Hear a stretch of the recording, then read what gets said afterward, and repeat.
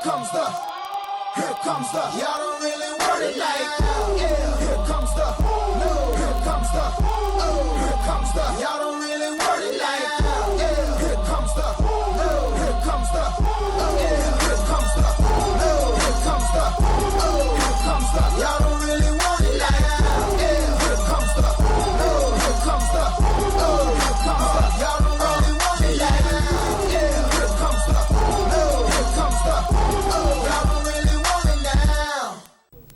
Hello and welcome to another edition of the 30-Minute Drill. I'm John Giardiello here with Anthony Scudillo and Peter Samylenko, and today we'll be recapping Week 15 of the NFL season. Guys, another disappointing loss this week for the Giants to Dallas, 20-8. What's going on with the Giants right now? You see, when the Giants lose, it's when they have no running game and no pass blocking. And for the past 2 weeks, their pass blocking and running game haven't been as, stellar as they wanted it to be. I mean, 8 sacks Sunday against the Cowboys. I mean, that was supposed to be a primetime game Sunday night, and it turned out to be somewhat of a blowout. I mean, it was a defensive game, but the Giants just didn't do anything offensively. Well, the Giants aren't the team they were 3 weeks ago when they were beating everyone by big margins, and the Cowboys just tore apart this Giants offensive line. They DeMarcus Ware blew through the line a couple times, sacked Eli Manning. The running game was off. This is not the Giants team they were 3 weeks ago. But it's not to say that the Giants still aren't doing pretty well, because their defense did a great job of hitting Tony Romo. They got to him a lot. I mean, their pass coverage is not playing the way that it should be right now. Well, guys, how have your expectations for the Giants changed? I know we all thought they were going to the Super Bowl a few weeks ago. Do you see them going down a different path now? I don't think you could say that yet, because they're still an elite team in this league, probably the second best behind the Titans, the way the Titans are playing right now, even though they lost this weekend.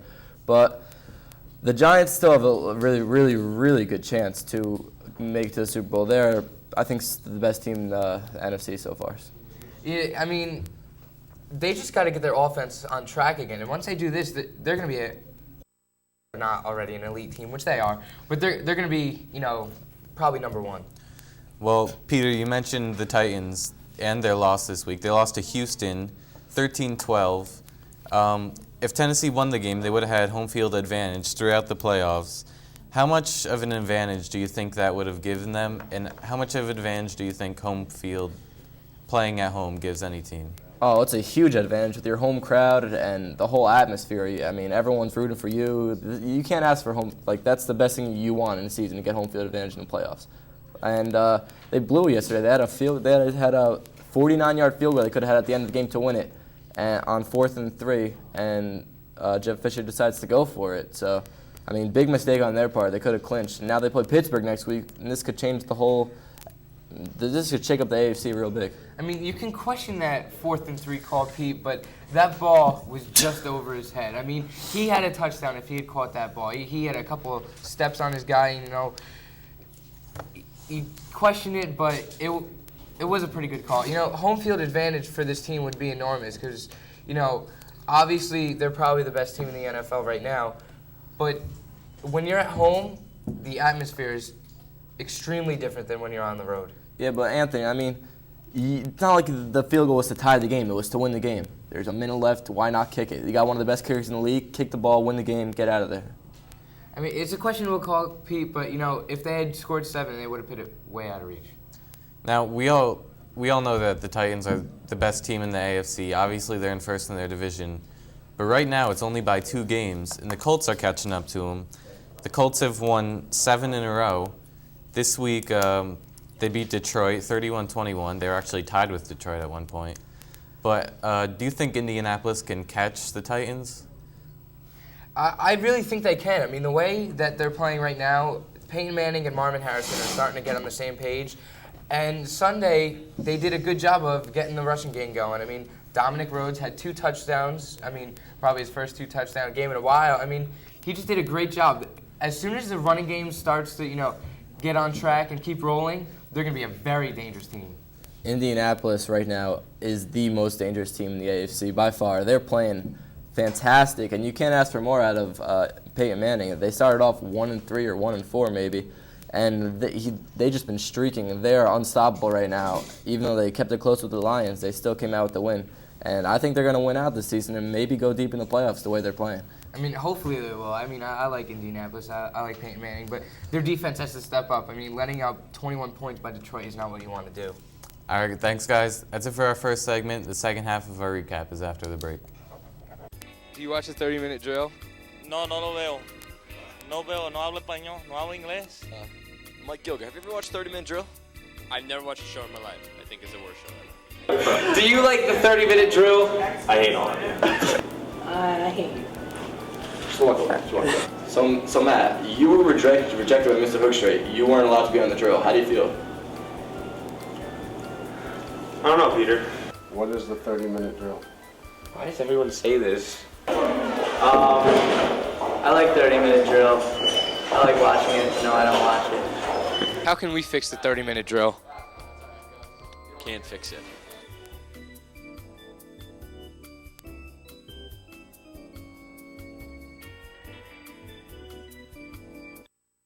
Welcome back to the 30-minute drill. Let's pick up our recap with the Jets. Big win over Buffalo this week, 31-27. On one of the last plays, Sean Ellis recovered a fumble, took it back for a touchdown. It was a great play, put the Jets over the top. But are you surprised that the Jets had this much trouble with the Bills? Yes, I am actually. Brett Favre once again letting the Jets fans down, throwing 2 interceptions, leading the league with 17 this year, is just not acceptable for this New York crowd. And the defense, the secondary, is getting beat up out there, and it's just they can't continue to win if they're going to play like this. The defensive line not playing how they should be. Chris Jenkins getting double and triple teamed. I mean, how do you expect them to get through the line? You got to expect the DNs to get through if they're triple teaming Chris Jenkins. As I said last week, Brett Favre, when he gets in trouble, he likes to throw it as far and as high as possible, which is just, it kills the Jets. It gives them so many picks. And they let Marshawn Lynch run all over him yesterday. He had 127 yards. He did great. But right now the Jets are on top of a 3-way tie for first place in the AFC East. What do they need to do to get full possession of first? What they need to do, John, is not throw these interceptions. Really, these interceptions are killing them. If they were to hold back at least one interception at maybe a game, that's a difference maker because points off of turnovers are huge momentum swings in games. You know, Marshawn Lynch did a great job. It's not like he's not always good, but this was a huge game for them. If Jets want to win, their defensive line needs to start playing the way they were before. Yeah, I agree. I don't think it's as much as Brett Favre throwing picks. 'Cause when he throws them, at least he's throwing them 80 yards, 70 yards downfield. I mean, I'd rather them throw it there than 10-yard passes, let him run it back, you know? But the defense is just letting this team down. Even though they had the big play for them yesterday, they let up a drive with 3 minutes left all the way down the field, an 80-yard drive. I mean, this team's defense has got to step up, and the Jets aren't going to win or go anywhere in the playoffs if the defense doesn't step up. Now, the other 2 teams that the Jets are tied with on top of the AFC East is the Dolphins, who beat San Francisco this week, and the Patriots, who beat Oakland. What do you think those 2 teams' chances are? I think the Patriots are going to be out of it. They play Arizona next week, although Arizona played pretty poorly this weekend against Minnesota. I do think Arizona will beat the Patriots with that explosive offense and the lack of Patriots defense. But Miami, on the other hand, is very dangerous. They play the Jets week 17 in the Meadowlands, and that could be a primetime game. What decides the AFC East, and it's going to be real important for both teams. Well, Miami's finally coming around. A big turnaround from last year. I mean, only winning 1 game last year, Pete. But Miami offensively is doing an incredible job. I mean, Chad Pennington is starting to actually throw not an extremely deep ball, but he's starting to throw it downfield more than he had with the Jets. You know, a great job. I really think Miami will, possibly pull this one out. One really close game this week. It's Pittsburgh-Baltimore.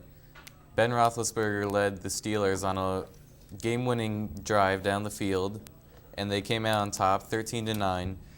Pittsburgh clinched the AFC North in this game, and they won. But it was the fourth time in a row that they won by 4 points or less, and also the second game in a row where they were down with 2 minutes and 30 seconds left in the game, and they ended up winning.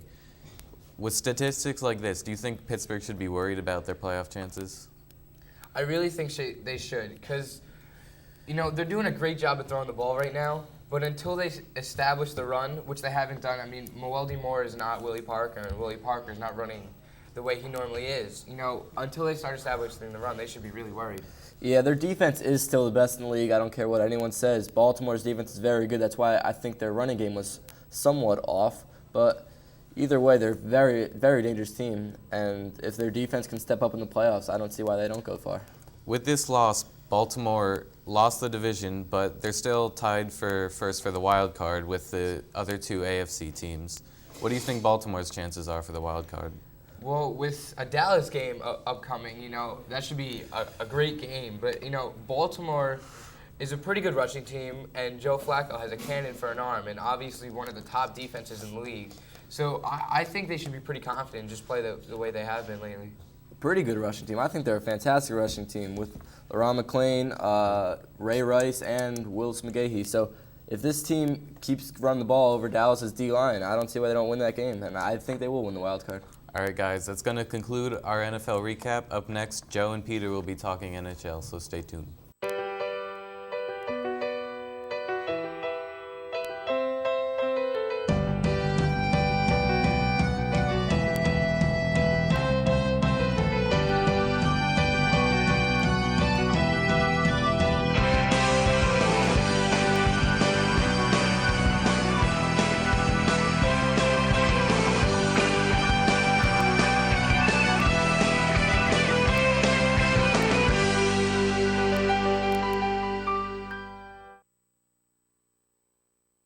Welcome back to the 30-Minute Drill. I'm Rapp. Alongside me is the Peter Samylenko. Pete, how you doing today? I'm doing pretty good, Joe. How you doing? Good. The holidays are coming up. You excited? Oh, yeah. I'm very excited. All right, Pete and I will be discussing NHL hockey. We're going to talk about his team, the Devils. They recently crushed the Rangers in an 8-5 thriller, but find themselves 4th in their division and 7th in the conference.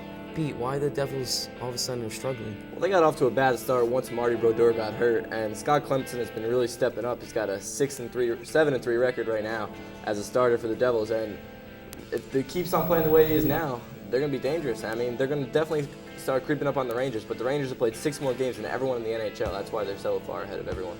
Well, if the season ended today, they play the Rangers in the playoffs. Do you think that could happen? I mean, it's happened the last 2 years. I don't see why it can't happen, and that wouldn't be a good thing for the Devils because recently, although they beat them this past week, I don't think they could beat them in the playoffs. They're too good. Well, we're going to stay in the Atlantic and talk about the Pittsburgh Penguins. I said earlier in the year that Sidney Crosby was the best player in the NHL, but his teammate, Evgeny Malkin, is leading the league in points and assists. Who is this guy? Evgeny Malkin, he is a fantastic player, very underrated because of Sidney Crosby being on that team, and he is carrying the team right now. Sidney Crosby is great, but without Evgeny Malkin, Penguins aren't where they are right now. Do you still think Ovechkin is the best player in the league? I do think he's the best player in the league because overall in the past few years, he has had the best statistics, and I mean, you can't rate a best player in the league just by what they've been doing the last couple of weeks. I mean, they got to be consistent throughout the year, so we'll see how Evgeny Malkin finishes the year out. Yeah, he's led his team in first place, Ovechkin, and Sidney's only led his team in third, so I guess he's doing a better job.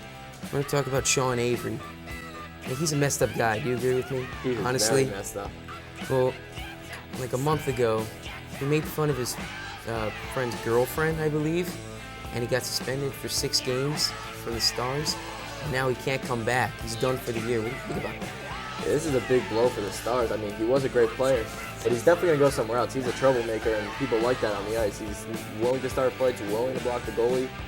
This could be good for even the Rangers. He might come back to the Rangers, but it's unacceptable what he did. He shouldn't have done it, and he should have got suspended for 6 games. This is just the wrong thing to do. Do you think this could be a blessing for the Dallas Stars? Because I don't know if he's overrated or underrated. I don't know about him. But Dallas has been struggling mightily. They're like 4th place in their division. Think they can come back from this? I think they can. They have a lot of good players. Marty Turco in that, and Mike Modano, their captain. So they can definitely come back. I think Sean Avery was a distraction, but I think they're going to miss him, what he did on the ice. Speaking of Mike Modano, possibly, do you think he can be the greatest non-Canadian hockey player to ever live? I don't know about that. He definitely has a chance to be, but there's a lot of great players out there, and Mike Bennett, he's had a great career. I don't think he's the best ever, though, not from Canada. The last couple years, Boston Bruins have been like, they haven't been the team in Boston. It's been the Red Sox, Patriots, Celtics recently, but now they're in first place in their division. Why all of a sudden? They're second place in all of the NHL. They're a very young team, so I don't see how they're doing this, but as of right now, I think they are the best team in the East, and they're playing fantastic. A lot of young players, great goalie. This is a good run for them. I could see them doing very well this season. You said earlier in the year that the Red Wings would repeat, or possibly repeat, and I think they're agreeing with you. They're in first place in their division. Can anyone stop this team? I think they can. The San Jose Sharks, who are 24-2 and 3 right now, the best start in NHL history, and they could definitely beat the Red Wings the way they're playing.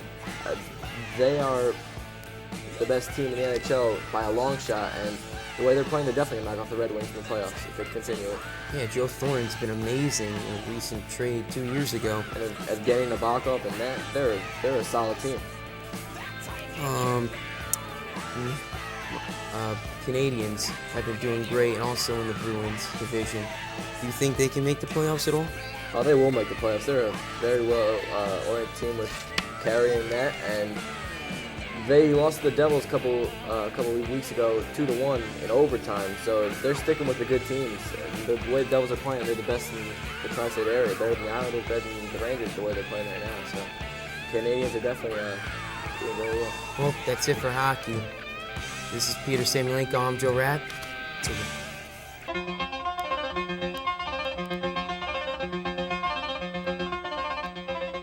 And the crowd is fired up. What a huge play. We cannot stress this enough. This is just an outstanding kick. All the pressure relying on David Damo. The kick is up, and it is gone! He kicks it through the uprights, and Wade Hills takes a 25-24 lead.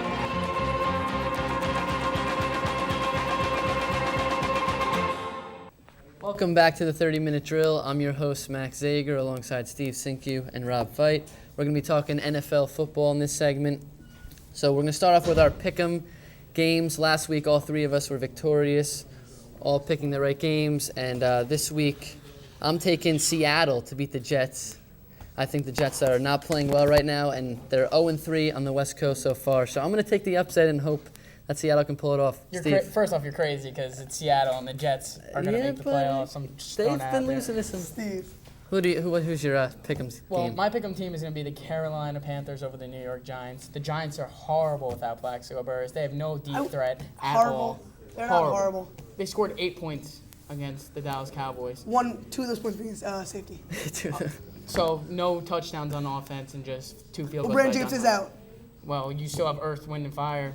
No, that's a lie. Without Brandon James, Wind and Fire. You still have Ward and Bradshaw. You guys talk so highly of them, I would think that they'd be doing great. The whole point of the Earth, Wind, and Fire is for Brandon James to slam hard and then bring in Derek Ward to ease in the pain, then Ahmad Bradshaw later on in the fourth quarter just to rack up the points. So we have no Brandon James to get in there. Well, Carolina has the real slash and dash, and they're going to take the game. I have them by 14 at least.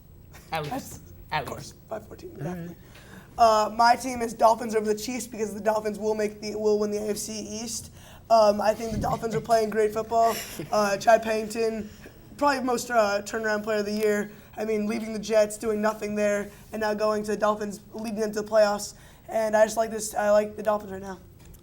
All right, those 2 good games there. Now, the AFC East is just getting hotter and hotter as each week goes on.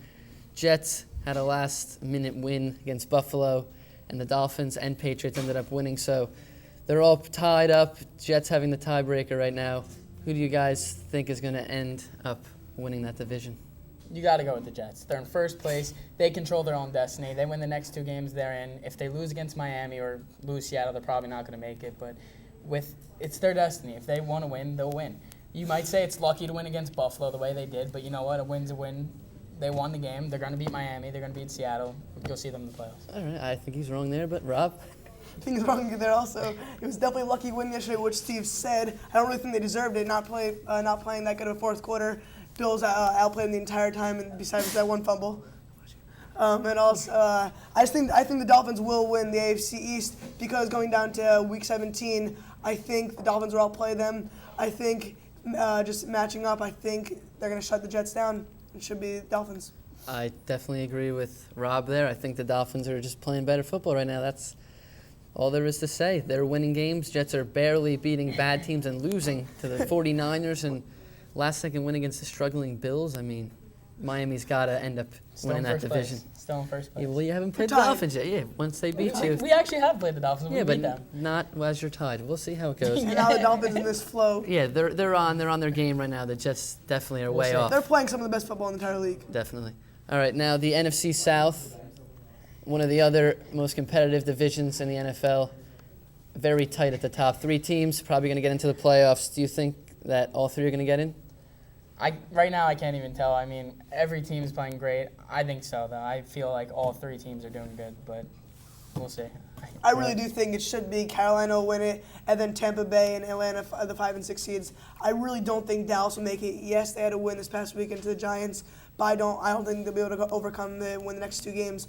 Atlanta's playing great football, and so is Tampa Bay. It's going to be tough, but I think it should be all 3 teams in the NFC South. Yeah, I agree. I think that all 3 are going to end up getting in, all playing pretty well. Tampa's had a little lapse, but I think they'll recover, and they'll end up getting in. So, final question here. Do you guys think that the Giants are going to end up staying at the number 1 seed, or will Carolina take that from them? Carolina, if they win next Sunday Night Football, I believe, then they got lock of the division. Whoever wins is the conference leader. I think Carolina's going to win. Their defense is strong. Hickson, I mean, he's the next Plaxico Burress, like everyone's saying. No way. Oh my God. Giants are going to be losing by 14, like I said. Steve Marino. Okay, Carolina might win next week against the Giants because Carolina's playing amazing right now. The Giants aren't that good. Brandon Jacobs will be back next week, hopefully. And I really don't think it matters if they get the 1st, 2nd seed. I think the Giants don't really need home field advantage. Going either, no matter what, it doesn't matter. Well, I think Carolina's going to end up getting it. So that's all the time we have for this segment. We'll be back talking Wayne Hill sports after this. Thanks, guys.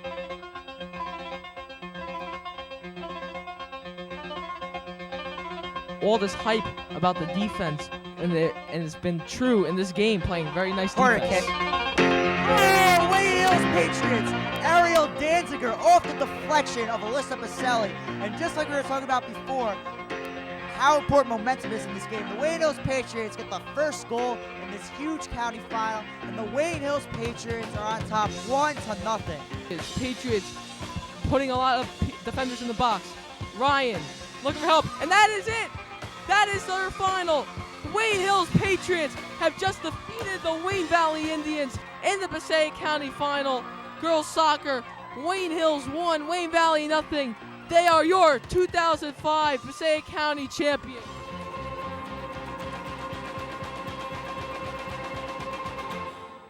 Welcome back to the 30-minute drill. I'm John Vittas here with Steve Cinque and Matt Heskins. We're going to be doing something a little different in this segment. We're going to talk about Wayne Hills sports, talk about some football and basketball. Obviously, football, the most successful program in the school, has won 5 out of the last 6 state championships, 4 in a row. I mean, this team, they're just so good every year. Coach Olson prepares his team unlike any other high school in New Jersey. This year, they didn't do as good as years past, people might say, but they went undefeated. So, I mean, you can't say they were slacking. They won a state championship, but yeah. So which player on this year's team took this team to another level? Well, a lot of people might say Bryan Ogden, but I might have to disagree. I'm going to have to go with Ronnie Dries.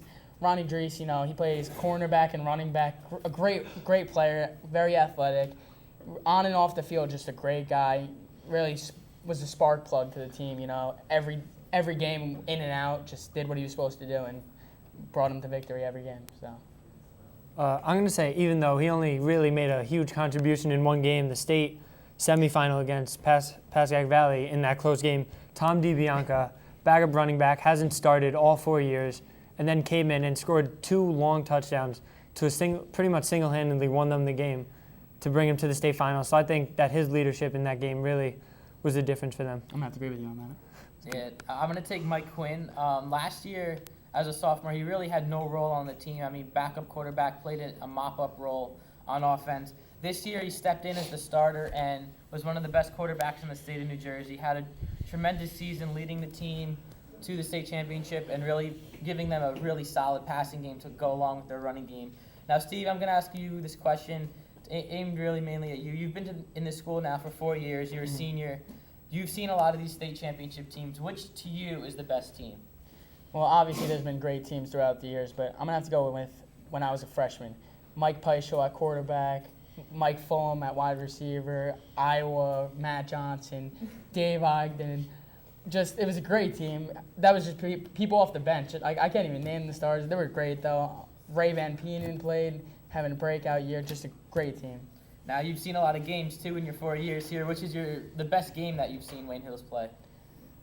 Best game I've seen was when I was a freshman against Rampo. They were down 26-7 at halftime. It was at Rampo. It looked bad. No one thought we were going to win the game. Came back and won the game. It was a great game. Really tough battle. It showed what Coach Olson was made of. Matt? My favorite game was the 2007 state championship against Hills versus Valley. There was just so many great plays. Carlton's flip in the end zone, his touchdown return. Jeremiah and Ronnie Dries both had a big interception return. It was a great game, town rivalry. So that was my favorite game. Yeah, that was a great game for the town of Wayne. But I'm going to go with this year's 2008 semifinal game against Pascack Valley. Most of the games we see Wayne Hills play are blowouts. They win by 30, 40, even 50 points. That game was the closest game by far I've ever seen Wayne Hills play. 17-10 was the final. I mean, Wayne Hills was up by just 3 at halftime. Pascack Valley took the lead going into the fourth quarter before, like Matt said, Tom DiBianca took over. But that was definitely the best game I've seen at Wayne Hills. Now, guys, obviously the huge streak for the Patriots, 52 games. How far do you see this going? Well, with the coaching staff we have and Chris Olson being the coach, he's doing great. I could see sky's the limit. I see them going undefeated for the next couple years. I think they could too. So we'll see. To me, truly, the talent that they have, I don't see them losing by any time that I'm in Wayne Hills. I have 2 more seasons left, and I don't think they're going to lose. Mike Quinn is a great quarterback for them, and they have a lot of talent, and it just keeps reloading. I don't think they're going to lose while I'm in high school. Yeah, I agree. I don't think they're going to lose anytime soon, although they do lose 16 out of their 22 starters, so there's some roles to be filled next season. So now let's switch over to basketball for a minute. Last year's basketball team was very successful, started the season 23-4. Excellent year for them. They lost to Valley in the state championship. How far do you see the basketball team going this year?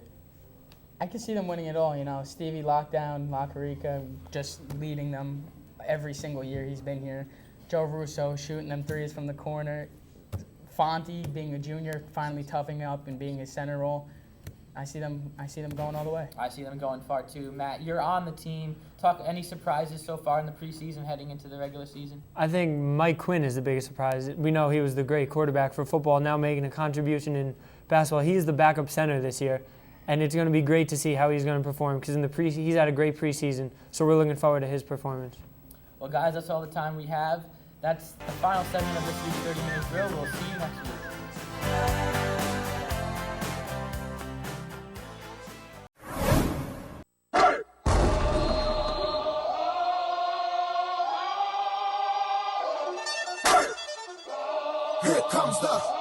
Here comes the, really want it like, yeah. Here comes the, no. Here comes the, oh. Here comes the, y'all don't really want it like, yeah. Here comes the, no. Here comes the, oh. Yeah. Here comes the, no. Here comes the, oh. Here comes the, y'all don't really want it like, yeah. Here comes the, no. Here comes the, oh. Here comes the, y'all don't really want it like, yeah. Here comes the, no. Here comes the, oh. Y'all don't really want it now. Hello and welcome to our first ever playoff edition of the 30-minute drill. I'd like to wish you guys a happy new year before we start. We're going to start off our playoff recap with the Eagles. They beat the Vikings this week, 26-14. One thing that I thought really held the Vikings back was Tavares Jackson. How much blame do you think he should get for this loss? Well, Tavares Jackson, coming out of college, was more of a running quarterback more than like a gunslinger. Obviously, coming to the NFL, it's not the same as college. Offensive schemes are not the same. But he's shown that he has the capability to throw the deep ball and the short passes, but his inexperience showed that, he's not ready for the big game yet. I think he has the potential to be great, but, Adrian Peterson right now can't carry this team everywhere. First of all, John, I want to wish you a Happy New Year, as long as you, Anthony. And Tavares Jackson really didn't play that well yesterday. He did not utilize his weapons in Bernard Berrien and Adrian Peterson out of the backfield. And he's not going to be successful unless he does. They have Gus Frerotte, who did pretty good this year. They didn't put him in since Tavares Jackson came back. And I think that hurt them. I think Frerotte was the right fit for this team, even though Tavares has the arm and the legs. They obviously didn't do enough to get this win. I think the Vikings and coach Brad Childress knew that Tavares wasn't experienced. He wasn't ready for this game. He wasn't going to make the decisions to help them win. So they had to put more of the load on Adrian Peterson. And obviously, the Eagles knew this was coming. And Peterson's still a great running back. He was able to break out for some big runs. But the pressure was put all on the running game, and I think that's the reason the Vikings lost. But the Eagles, they played great this game. How do you see them doing against the Giants next week? Well, it should be an exciting game. Of course, you can remember the Giants losing to the Eagles at home a few weeks ago, but again, that was the week after all of the Giants drama with Antonio Pierce and Plaxico Burress, and Brandon Jacobs was out with I believe, an ankle injury. So, when Brandon Jacobs is in, he changes the dynamic of this offense. I mean, he affects so many ways of this offense.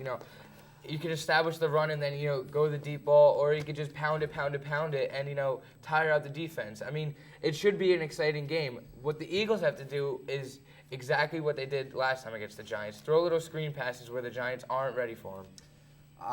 If anyone in this NFC playoff picture is going to beat the Giants, I think it's going to be the Eagles, and this is going to be a fantastic game. The Eagles are going to come out throwing the ball, I think, Donovan McNabb to Deshaun Jackson downfield, and Brian Westbrook has got to have a big game if they want to win. Brandon Jacobs wasn't there last game, so the Eagles' defensive line has to play really, really well to stop Brandon Jacobs. And if they do that, I don't see how they can lose this game if they stop Brandon Jacobs, especially with Plaxico Burress not there. I want to go to the other NFC playoff game right now.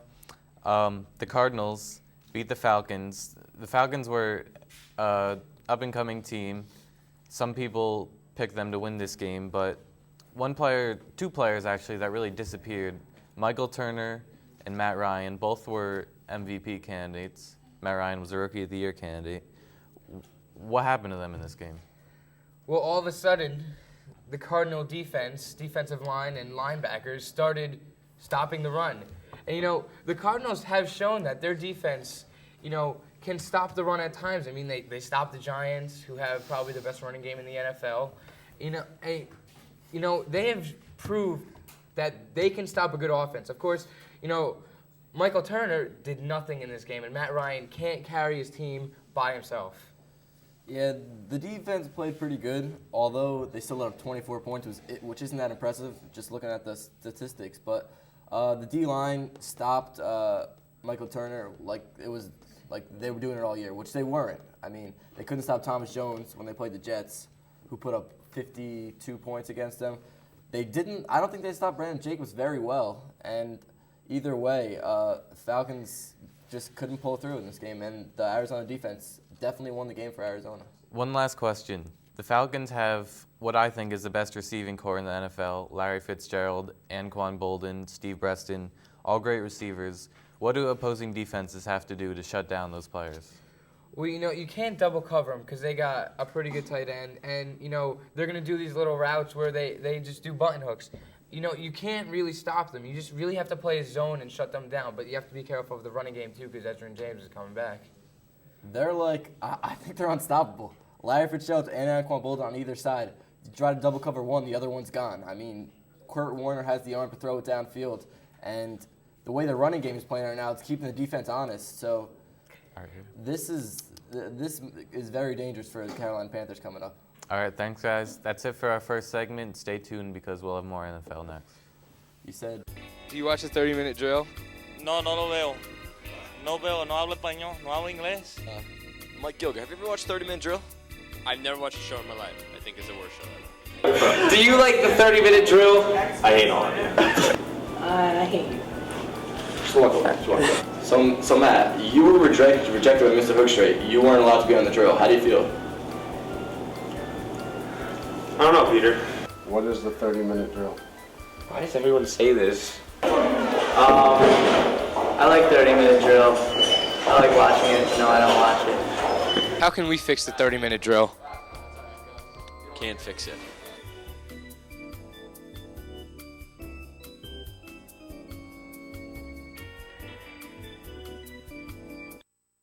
Welcome back to our NFL playoff recap.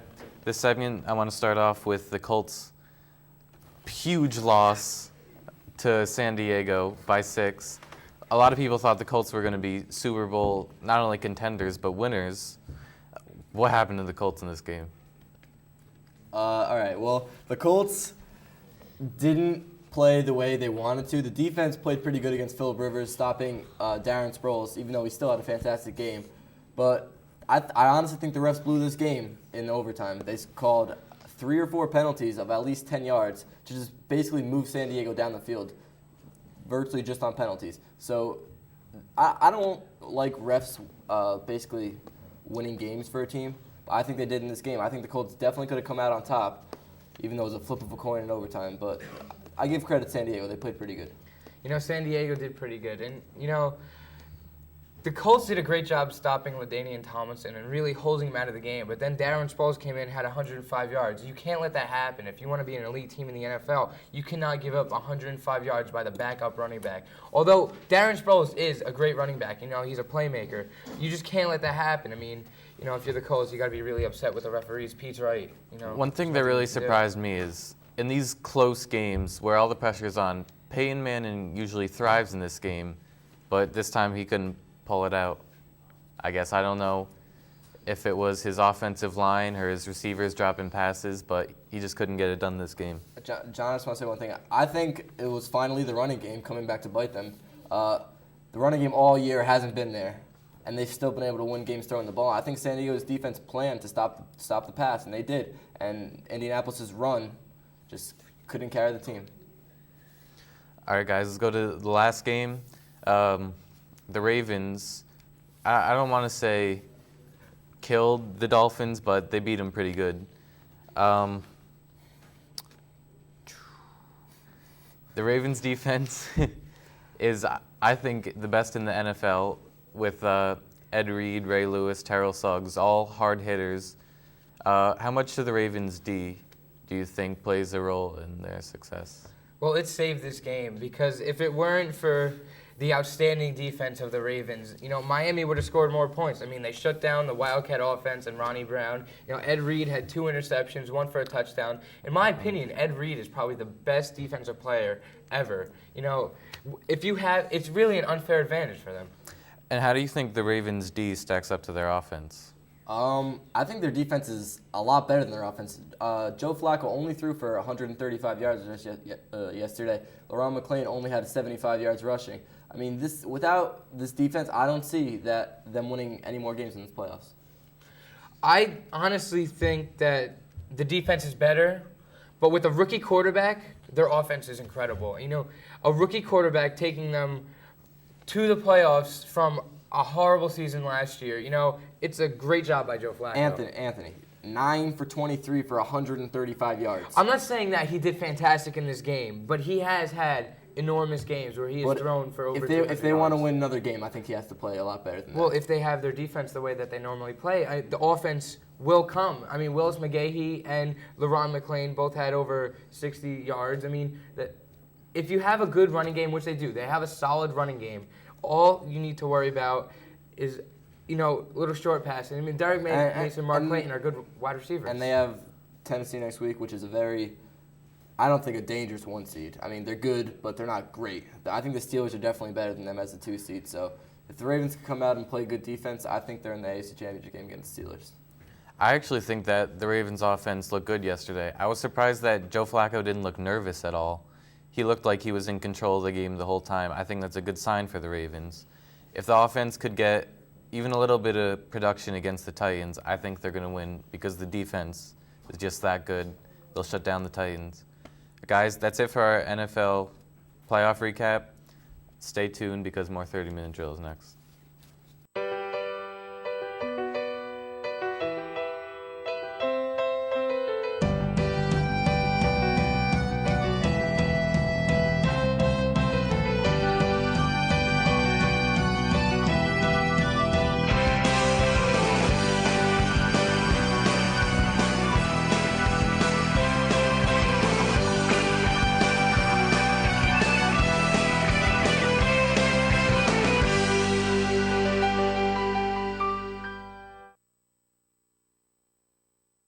Welcome back to the 30-minute drill. I'm your host, Max Zager, alongside Rob Feit. Just us two this time on this segment. We're going to be talking NFL playoffs. Big week last week, tons of great playoff games. And there was some upsets. I probably thought that maybe the Colts would win. They ended up losing. Many people probably had the Falcons winning. The Cardinals ended up beating them. So now in the NFC, we have the Giants going up against the Eagles and the Panthers going up against the Arizona Cardinals. And the Giants are obviously favored in this game. You think that they're going to end up pulling it off at home? You know, I mean, they split both games this year, both winning on the road. I think it's going to be a really good game, even though the last time Eagles won in Giants Stadium. I really think the Giants are coming off this bye week, got to watch the Eagles play. I think they'll be able to shut down Bryan Westbrook, and if they can, I think it should be a nice victory. The Eagles' defense has been very solid. Asante Samuel coming up with a nice pick this weekend. But I really think that Eli Manning has been looking good. And, going to the playoffs, has a nice time to break. I think he should do well. I think the Giants. Yeah, I got to agree with you. The Giants just know how to win. That's flat out what they do. All year they've won. No matter the odds, there's been some teams people have said have been better than them, injuries, whatever, they still win, and that's why I'm taking them. Eli's going to, he played great last year. I still think he's going to do that this year, and they have a great running game. And everyone's been stepping up in the last couple weeks. Right. Random guys each week, just like the number 3 wide receiver stepping up, and just all the cornerbacks. I really like the Giants. Right. You never know who's going to step up at that point. Exactly. And that's what's so great about them, that any unsung hero can come in and just get the job done for them. So and that's how it's been all season long. Totally agree that the Giants are going to be moving on. Now let's look at the Panthers-Cardinals matchup here. This is a tough call.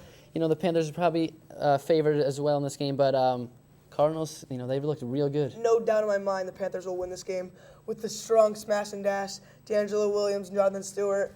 I think Jake Delhomme just has wide receivers. Steve Smith is hands down the best wide receiver in the entire league.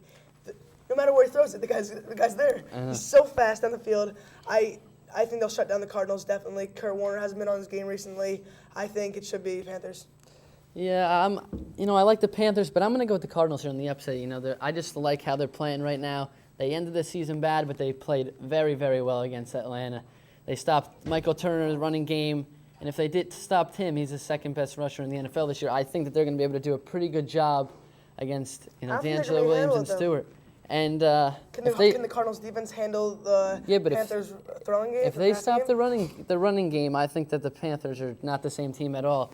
I mean, Steve Smith is not going to be able to win the game by himself. I just don't think Delhomme is that good of a quarterback to put the team on his shoulders and beat a very good Arizona team. And Arizona's offense, now they're getting the running game going the last 2 games. Edgerrin James has been revived. He's playing for to be traded. He's playing to show that he can still play. And, when you have Fitzgerald and Bolden, probably the best wide receiver tandem, you have a shot to beat anybody on any day just because you have those 2 weapons. All right, so that's it for the NFC. Now let's move on to the AFC. We have the Pittsburgh Steelers going against the surprise opponent, San Diego Chargers.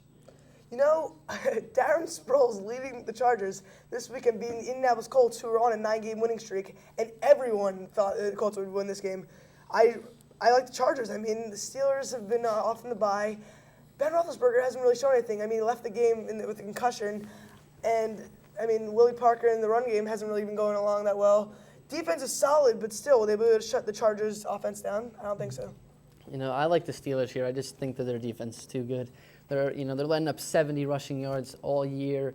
And Chargers focus a lot on, getting the running game going, then they get into their passing game. But without any running game, they're going to be too predictable on offense, and they're going to be able to shut down Gates. This is true, but their offense is so unpredictable. Some games they'll put up 31 against the Browns, shut them out, and then other games they won't be able to even put up any points on the board. Right, Chargers are a very unpredictable team, and they could very well beat the Steelers big here. You never Right, really know with this team, but I just like the Steelers defense, and I'm going to take them in this move. Them moving on. So now the next game we have Titans they're the number 1 ranked team going up against the 6th team, the Ravens. I know. The Titans, such a good team this year. But, I mean, Baltimore, Joe Flacco leading this team. They're looking so good. Every player stepping up. LeRon McClain, Ober Wilson, McGahee, what's that all about? I mean, the defense is so solid. Ed Reed, week in, week out. Pick here and there. I was watching something on ESPN. They expect it out of him now, how good he is. The defense is just so solid. Everyone's there. Gang tackles always. They're always there. The offense is moving along. They're making plays. They're making things work. Yeah, Ravens have definitely been impressive on the defensive side of the football. Ed Reed is just a beast. I mean, that guy is amazing. Plays he makes, no one else in the league is making. Exactly. But I like the Titans here. I just don't think that the Ravens' offense is going to get it done. If you don't turn the ball over against the Ravens, you have a pretty good shot at winning the football game. This is true, but also I think they can shut down Chris Johnson. Right, that is another good point. It's going to be a very low-scoring game. It's pretty much going to be whoever doesn't turn the ball over the most, and I think the Titans are going to be able to do that. Also, I think that with all the pressure up front by Baltimore, I think they'll be able to shut down Kerry Collins. I really think that Baltimore is a good enough team to go to later on, say they play the Chargers or Steelers, it's very possible they can go to the Super Bowl the way they're playing right now. I mean, playing Dolphins yesterday, who are a very good team, and I think they're good enough. Yeah, all right. So now let's move on to the championship games of both. Who do you have moving on to the Super Bowl from the AFC? In the AFC? Yeah. Well, if my predictions are saying that it's Baltimore Chargers, I really am positive that if Baltimore can be the Titans, I think they're good enough to be the Chargers or Steelers because of the way they're playing right now going into the playoffs. They're just looking so solid out there. Everyone's stepping in, week out, and I think so. And the NFC, who you got there? Giants versus Panthers, I got to go, my home team. The Giants are just so good. I really think they could go back to the Super Bowl and maybe win back-to-back. It's a very good chance. What about you? I'm going to have Steelers against Titans, and I'm going to take the Steelers. Really? Yeah, I like the Steelers. I like their defense a lot. I just think that they're going to make plays, and they're not going to let teams score over maybe 10, 14 points every game. And if Roethlisberger gets going like he did a couple years ago, and he doesn't get injured and they get the running game sorted out a bit, I think that the Steelers can really make a run here. Hopefully there won't be any motorcycles in the game. Right. And then I have the Cardinals going up against the Giants, and I like the Giants in this one. Right. I just think that the Giants, like I said before, they just win at home. I just like them. So that's all the time we have for this segment of the 30-minute drill. We'll be back with NBA next.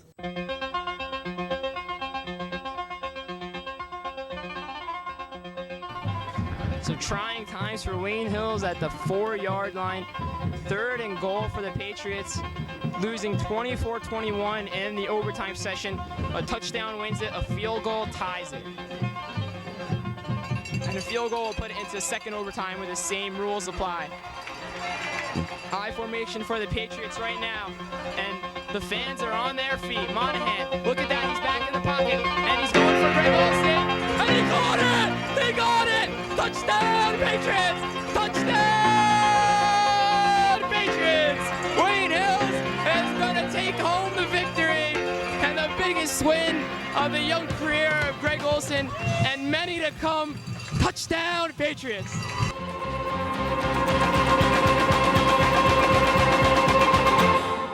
Welcome back to the 30-minute drill. I'm your host, Max Zager, alongside Matt Heskins and Rob Feit. We're going to be talking NBA on this segment.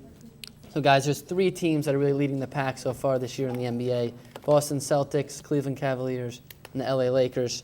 Lakers have 5 losses, they have the top record, and then the Cavs and Boston both have 6 losses. So far, who do you guys think is the best team in the NBA out of those 3? Definitely Boston. I mean, they're just such a powerhouse. 8 players they all can start for the team. I really like Boston this year. I definitely can see them going to the championship, winning another one back-to-back. I mean, KG, Paul Pierce, and Ray Allen, just 3 solid, the Boston 3-party. I really like them this year. Such a solid team. Definitely Boston. Matt? My favorite team is the Cavs. Obviously, LeBron James is the best player in the NBA. And then they have all the great role players who are contributing a lot to help LeBron. This is one of the first years who you could say that he has a lot of help on his team. And then the fact they still haven't lost at home yet, which is huge in the NBA to have home court advantage eventually when it gets to the playoffs. So that factor is huge too. I'm going to go with the Lakers. You know, the Lakers. I thought Boston, but the Lakers, they beat them at home on Christmas, so I think they moved up a spot in my mind. The Lakers, when they play well, they are the best team. With Kobe clicking, if Powell becomes aggressive and goes to the basket like he did late in that Celtics game on Christmas Day, I think it takes them to another level. They have Bynum back now. They have tons of depth with Ariza now becoming an integral part of that team, along with Lamar Odom off the bench. They have a lot of guys, and I like the Lakers. I think they're the best team. I really just think that was a fluke, though, just winning that one game because there's so many games between them. I feel like it's common for them to split games throughout the year, and when it goes to the playoffs, I feel like if it came down to the Lakers and Boston, it would be at least a 7-game series because both teams can win each night. Right, I agree that it'd probably go 7, but I like the Lakers this year. I think they're both going to get to the finals once again, and I think that this time it's the Lakers' time because I think Kobe just going to take over, and he is the best player in the NBA. All right, so now let's go to the Detroit-Denver trade. It was a big trade earlier in the year, and so far both teams have done pretty good with it. Denver got Chauncey Billups. Detroit got AI. Who do you think got the better end of the deal so far? I really like Chauncey Billups playing for Denver. I like the combination of him and Carmelo. They really make it work. I mean, everyone's playing well for them right now. They definitely have a shot in it for the playoffs. Just Chauncey, Carmelo, Nene. I really like the Nuggets this year. Detroit, without a doubt, got the worst of that trade. Once you lose a leader in Chauncey Billups, that's hard to replace. And Allen Iverson isn't really the leader type with his actions, and they're just not clicking. I don't see them too. They're all aging. They're all older, and I don't think they're really going to be a NBA championship contender. Yeah, I agree that Denver got the better end of the deal here. Billups really brings that true point guard that they've been missing for a while. They had Iverson, but he's a scorer, not a point guard. And he brings another leadership there along with Melo, and they've just been working great together. And Melo's he's gotten that role of he's a go-to guy now, and I think that's really big for his confidence so far. He's been making game-winning shots like he did against the Thunder a couple nights ago.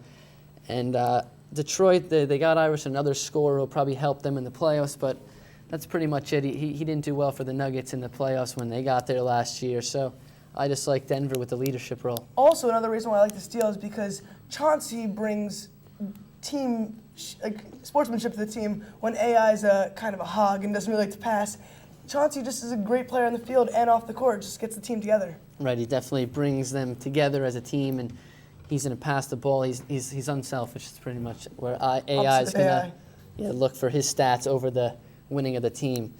So college basketball has got heavily underway so far, and the NBA draft's a really big deal. So far, who do you guys think in college right now could go pro and make a big impact in the NBA next year? I really like Juwan Summers out of Georgetown this year. He's leading the team. He's not really a point guard or anything, but can shoot behind the arc, which you really need to do in the NBA. He's pretty big in size. He could play a small forward. Small forward. Small forward in the NBA. He could really put a body up against some of these guys and be a threat when it comes to the NBA in a couple of years. Who do you got, Matt? One of my favorite player in college is Stephen Curry. He's so exciting. He's a great shooter, and he should go in the middle of the first round because of his size. And I think the New York Knicks to pick him up would be great.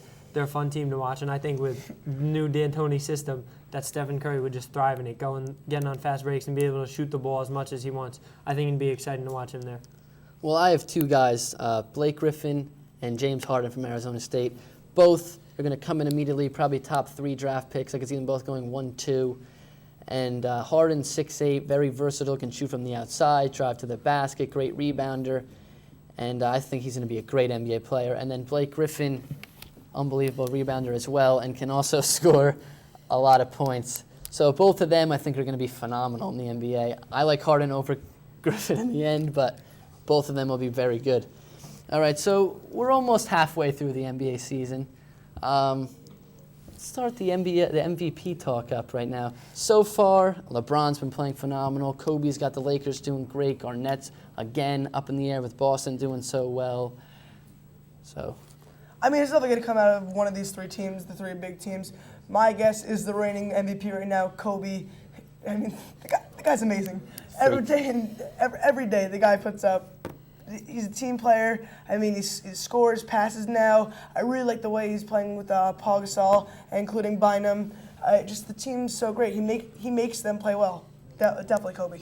Matt, who do you have? Miami, the guy I picked preseason, and I'm sticking with him, Dwayne Wade. He's averaging the most points in the NBA, along with 7 assists, playing point guard sometimes for them. He's also adding over a block, playing great defense. And a big part is that Miami, turnaround team, they have 17 wins, which is already more than last year, and we're not even halfway done. So he's turning his team around, and right now they're in the playoffs. So I think he definitely deserves the MVP. Yeah, both good cases there. I like Rob's pick of Kobe. I just think that he does everything for the Lakers, and I think they're going to win the title. And I think he's going to repeat just because he's getting them to that next level. He's going to win the championship with them, and he scores just as many points as any of the Wades or LeBrons or anyone. And for them winning is just going to bump him ahead of them.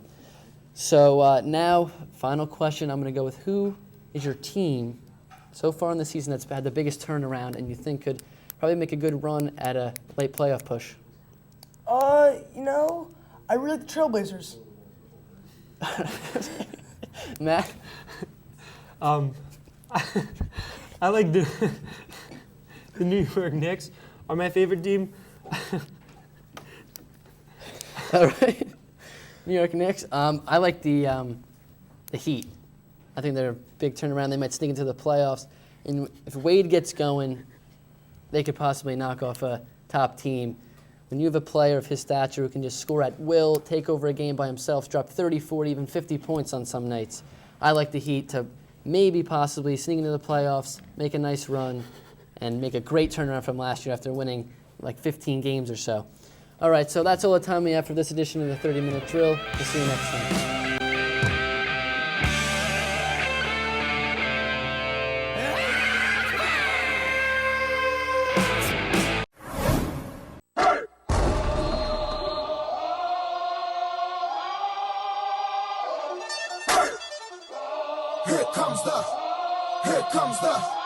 Here comes the, y'all don't really want it like that. Yeah. Here comes the, no. Here comes the, oh. Here comes the, y'all don't really want it like that. Yeah. Here comes the, no. Here comes the, oh. Yeah. Here comes the, no. Here comes the, oh. Here comes the, y'all don't really want it like that. Yeah. Here comes the, no. Here comes the, oh. Here comes the, y'all don't really want it like that.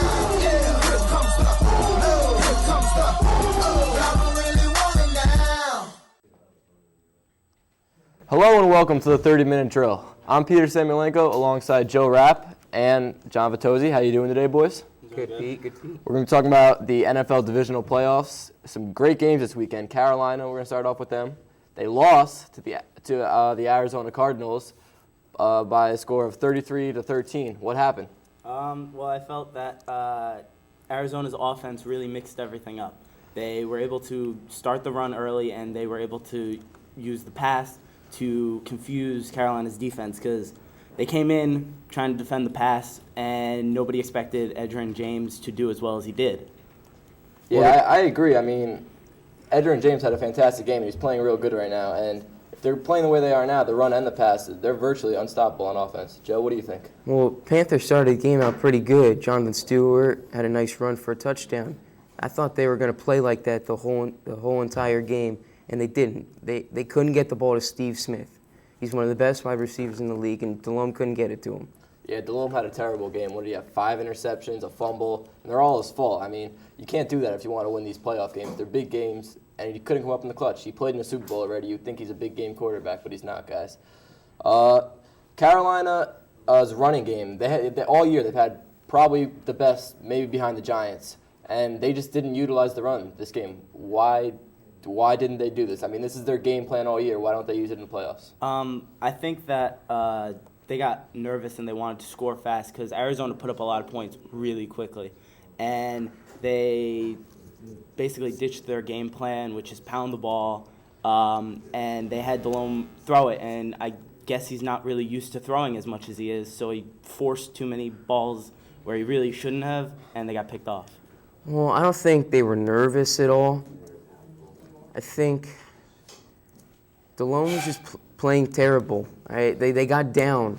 They got down, or the Cardinals scored on 5 possessions in a row. They had to keep throwing the ball to get down the field fast enough. Yeah, I mean, they just got off their game plan. They're not going to win if they're going to throw the ball because they have one very good receiver in Steve Smith, but Musim Muhammad, whatever his name is, he's not the greatest receiver. He's getting a little old. Now let's talk about the Arizona Cardinals. Larry Fitzgerald, probably the best receiver in the NFL right now, had 2 touchdowns, played fantastic. Steve Bresson replacing Anquan Bolden, who was hurt, had a decent game, but what do you guys, if without Anquan Bolden next week against the Eagles, how do you think the Arizona Cardinals fare? Well, they got to do what the Panthers didn't do. They got to put 2 guys on him. He caught the ball in open field mostly the whole game. It was ridiculous. He's practically the only receiver, only huge threat on the Cardinals' offense. I feel that they definitely have to double team him, like Joe said, and they got to make sure that he doesn't get in the open field. All right, let's go to the next game, boys. We got the New York Giants versus the Philadelphia Eagles. Fantastic game, back and forth all game. Philadelphia Eagles come out on top. What do you guys think about that game? Eli Manning was horrible. That's it, Joe? He was bad. He personally, I think, lost in the game. In the last play of the game, Steve Smith fumbling on a juke was the icing on the cake. I just feel like that they just didn't do what they should have done. They didn't bring it up the field. They didn't get into the end zone. And Philadelphia did what they had to do. They scored. Yeah, I mean, Philadelphia played fantastic. McNabb had a good game. Didn't play as good in the first 3 quarters as he did in the fourth quarter. 4 for 5 passing, a couple big plays. Brian Westbrook didn't have the greatest game. Played all right, though. Brandon Jacobs, 92 yards. Couldn't finish it for the Giants. Who do you think is going to come out of the NFC and represent the NFC in the Super Bowl this year, boys? I feel that it's going to be a really close game, and I think that Arizona's offense is just going to bombard Philly's defense, and they're going to represent the NFC. Joe, what do you think? Arizona's at home, and that's a huge key, but I think the Eagles are going to go to the West Coast and beat them. My pick, Philadelphia Eagles. Donovan McNabb comes through in the clutch, as he hasn't done in the past, wins this game for the Philadelphia Eagles, and brings them to the Super Bowl. And they're going to play fantastic in Arizona. They're going to blow them out. It's not even going to be close. I want to thank you guys for joining me on this segment of 30 Minute Drill. We'll be back with more NFL after the break. Okay. How's that? That was pretty good. Eli Manning's horrible. Is that all right? Do you watch the 30-minute drill? No, no lo veo. No veo, no hablo español, no hablo inglés. Mike Gilger, have you ever watched 30 Minute Drill? I've never watched a show in my life. I think it's the worst show ever. Do you like the 30-minute drill? I hate all of it. I hate you. Just walk away. So Matt, you were rejected by Mr. Hookstraight. You weren't allowed to be on the drill. How do you feel? I don't know, Peter. What is the 30-minute drill? Why does everyone say this? I like 30-minute drill. I like watching it. No, I don't watch it. How can we fix the 30-minute drill? Can't fix it.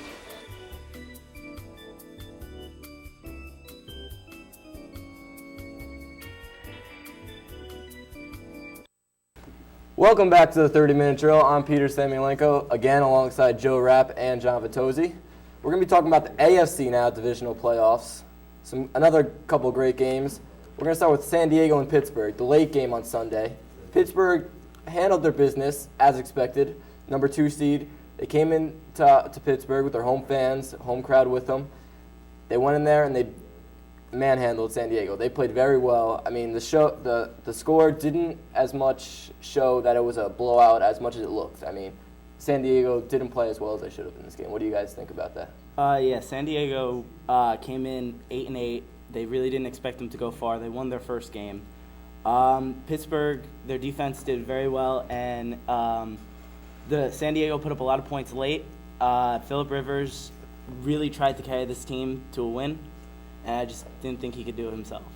The key to this game, last couple weeks of the season, Willie Parker was not there. He wasn't a factor in any of the games.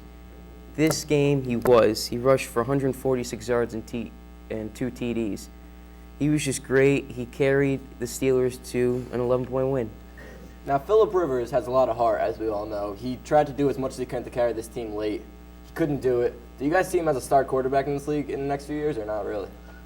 only if they win. I don't think he's a star quarterback because he's got a lot of weapons around him in Antonio Gates and LT. I definitely think he is a star quarterback. I mean, he had, 34 touchdowns in the regular season. And in this game, he scored 21 of San Diego's 24 points.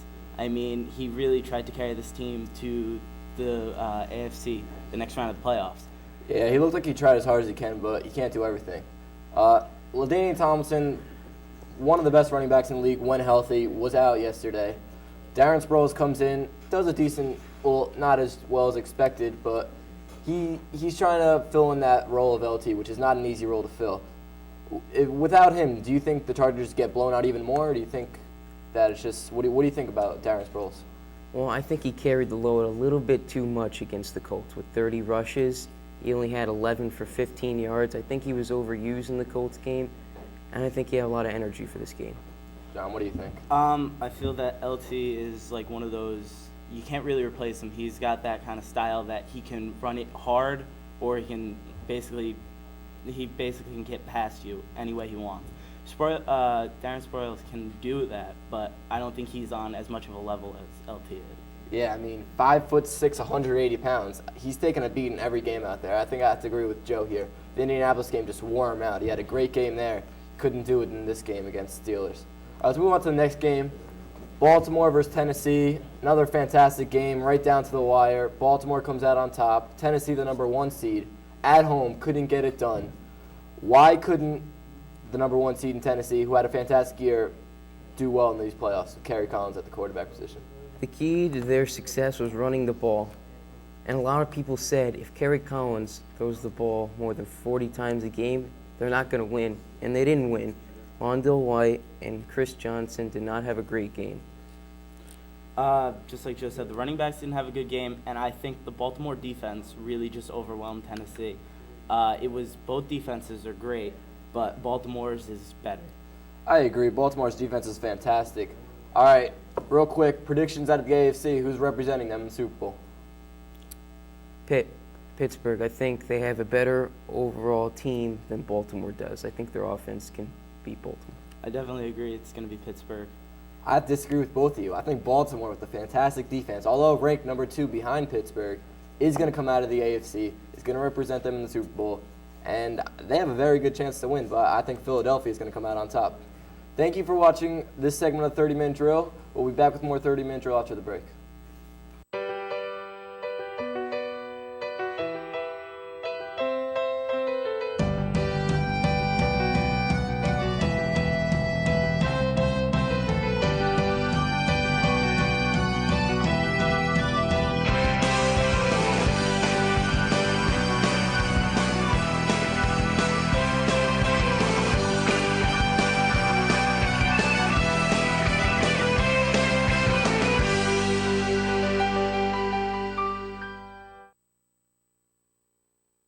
Hello and welcome back to the 30-Minute Drill. I'm Peter Samylenko alongside the one and only Joseph Rapp. How are you today, Joe? I'm great, Pete. How you doing? I'm doing pretty good. We're going to be talking MLB Hot Stove today. So a couple big signings for the Yankees. I know you're a Yankees fan. So am I. They had a fantastic offseason so far. They signed CeCe Sabathia and A.J. Burnett. They needed starting pitching, and they got it with these two guys. Joe, what do you think about these signings? Well, I do agree with you that they needed starting pitching, and they got it. CeCe was one of the best pitchers in the NL last year when he got traded from the Indians. A.J. Burnett led the league in strikeouts and had his best season as a pitcher. And he went 3-1 against the Yankees, so I'm glad they got him for that, so he doesn't have to face him anymore. Yeah, I mean, these were probably the best 2 signings in the Major League Baseball this offseason. And we have to go to Mark Teixeira now. I mean, probably the best first baseman in the MLB right now. What do you think about the Yankees picking him up too? Well, I feel like when they picked him up, they really didn't need him that much. But they got him away from the Red Sox by just like $5 million. So they got lucky in that aspect, but he's a great player. He's 35 home runs, 120 RBIs, mark it down, batting in front of A-Rod. Yeah, I mean, this guy's fantastic, but the Yankees spent an extraordinary amount of money on these 3 guys. It's just unbelievable. More money than even imaginable, almost $500 million. $425 million, and guess what? I want to make it a cool $500 million. Go after Randy Ramirez. Get a left fielder. Yeah, that'd be very interesting if they did. The team's already stacked. I don't see how they can get much better.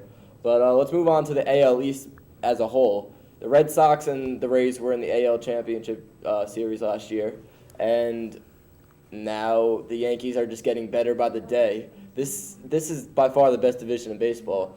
How do you feel it's going to play out in the end? Well, it's going to be a tough race to the end for the Yanks, Red Sox, and Rays. Red Sox had a very good offseason signing just pitchers, but they got Raymond Ramirez, who's a nasty setup man for the Royals last year.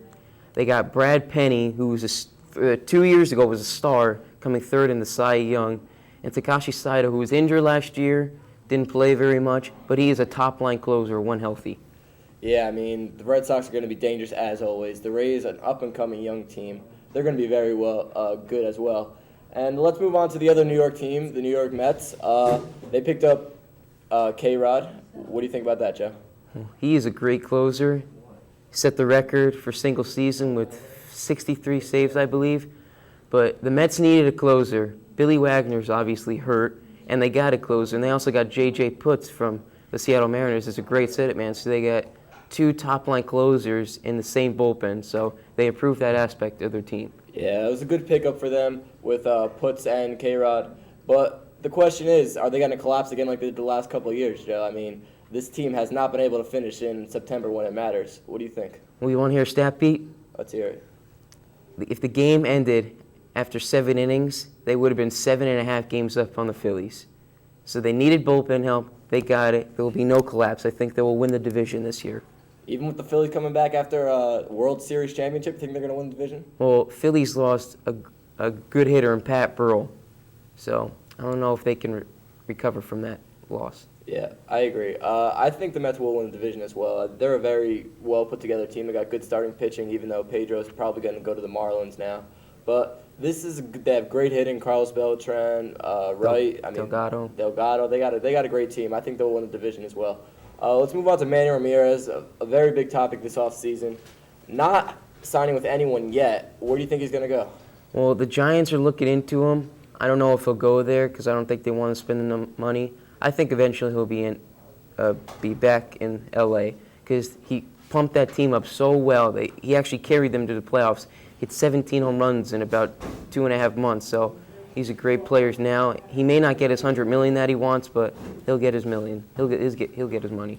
Yeah, he's a fantastic player. Everyone knows it. He was great with the Red Sox. He was great with the Dodgers. I think whatever team he goes to, he will really help. If it's the Yankees, if it's the Dodgers, if whoever it is. Do you think he'll ever come back to the AL, or is this stay in the NL? Stay in the NL. I think he's very comfortable in LA and on the West Coast.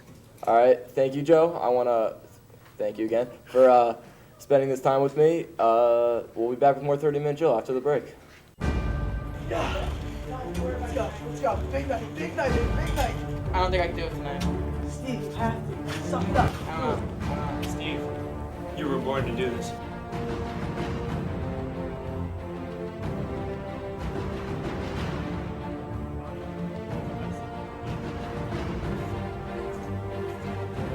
Guys, they're here.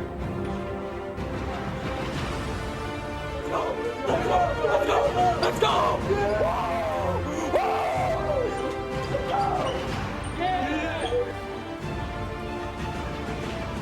Welcome back to the 30-minute drill. I'm your host, Max Zager, alongside Steve Cinque and Rob Feit.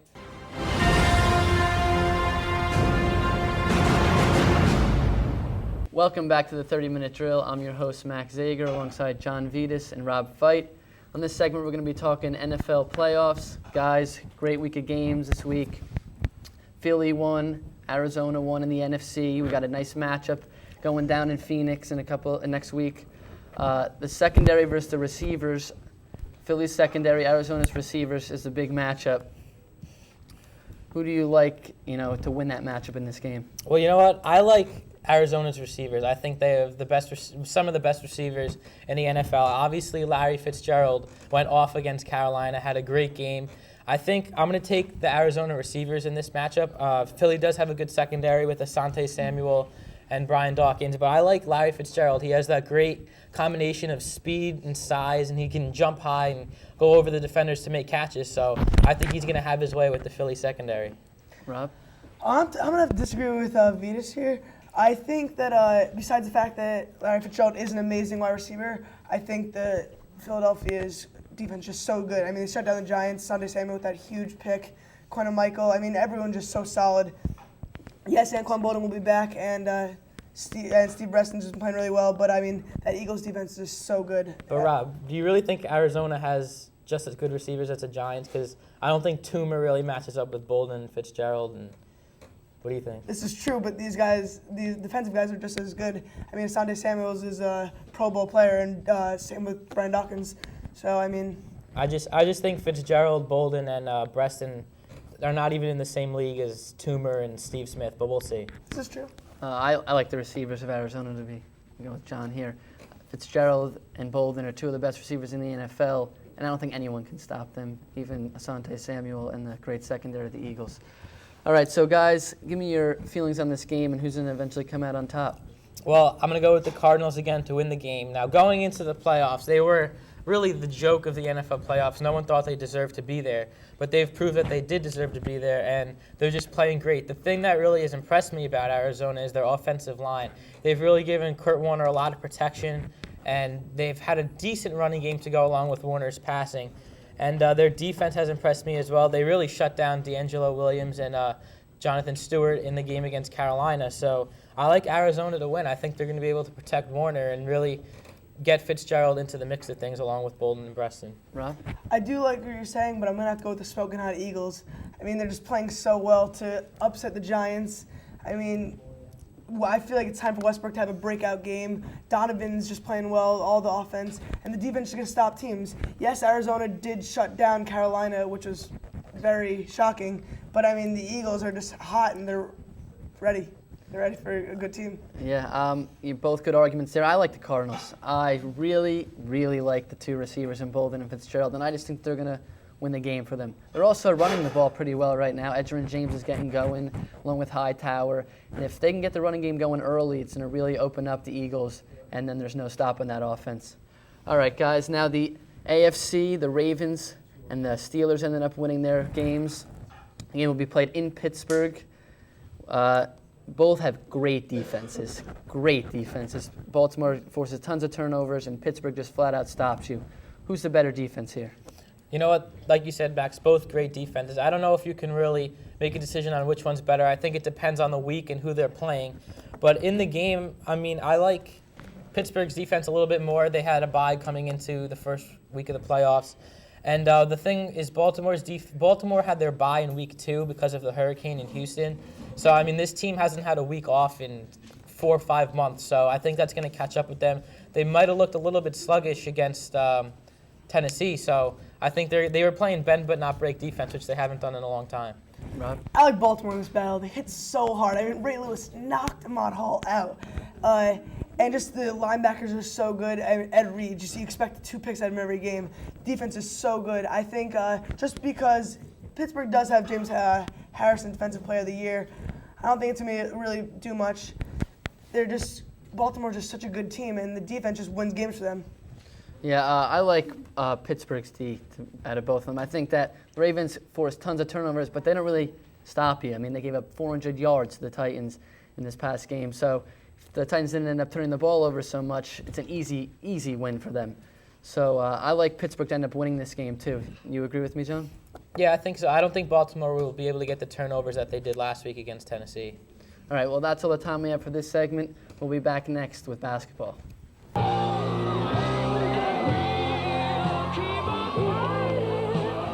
Emotionally, look at Greg. Wow, he's just ecstatic. He can't believe it. It's unbelievable.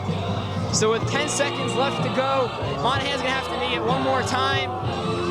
7, 6, 5, 4, 3, 2, 1, and it is over. Wayne Hills is the 2002 Group 3 North 1 State Championship, their first ever state championship, and what a fantastic end to an amazing season for Wayne Hills. And you know what? Greg Olson has won a state title for his father, Chris Olson, and first one in Wayne Hills history.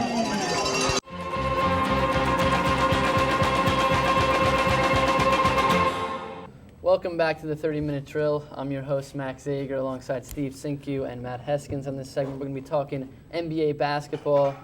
Season's pretty much full underway right now, almost halfway through the season. A lot of stories, a lot of teams doing well, some impressing, some not. The Celtics have lost 7 of the last 10 games. What's going on with them so far? You see, the thing with them is they start the season off so great, expectations of winning a championship 2 years in a row. They put so much effort into every single game that they're an old team, and by the mid-season or end of the season, they start to die down like they're doing right now. But I think they're going to start picking it up. I mean, they're still one of the best teams on paper, so sooner or later they're going to start winning more. Matt?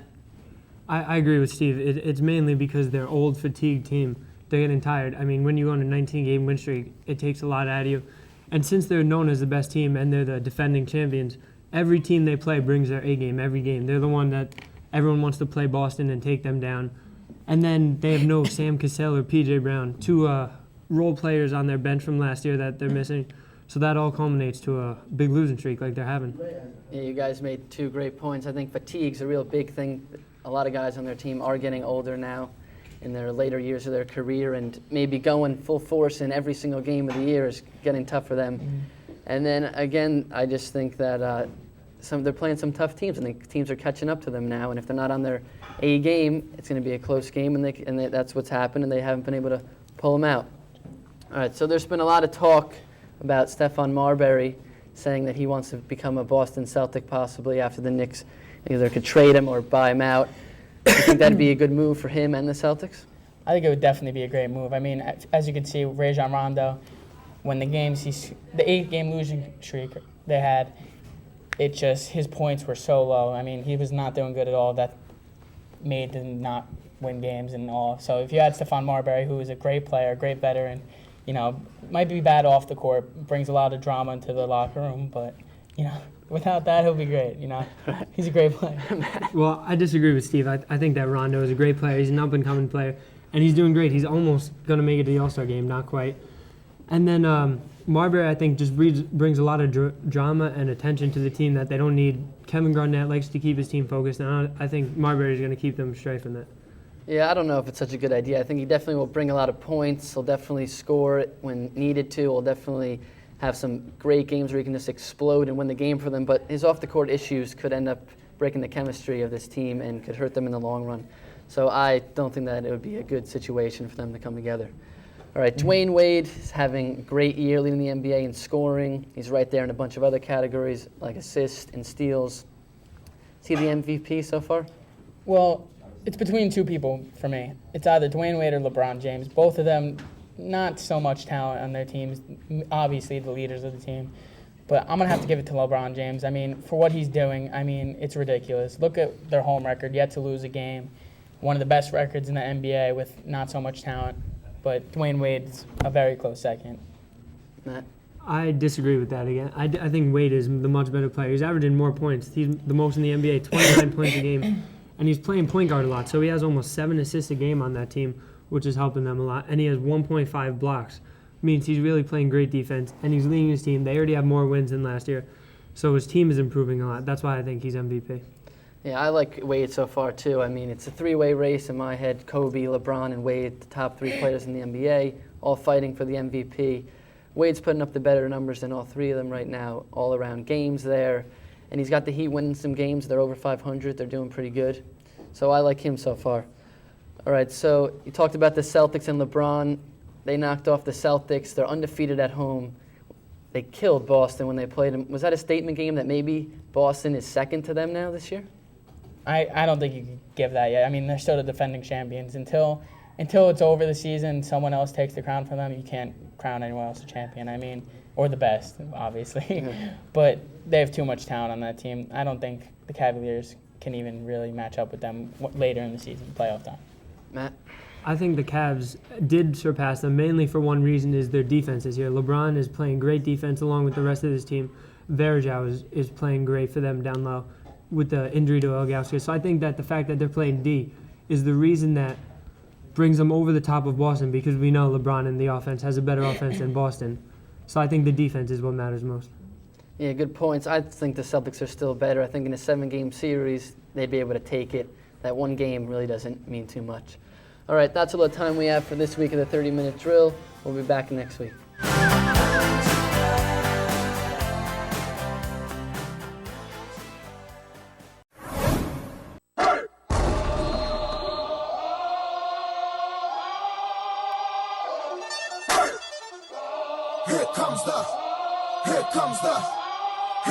Y'all don't really want it like that. Yeah. Here comes the no. Here comes the oh. Here comes the y'all don't really want it like that. Yeah. Here comes the no. Here comes the oh. Yeah. Here comes the no.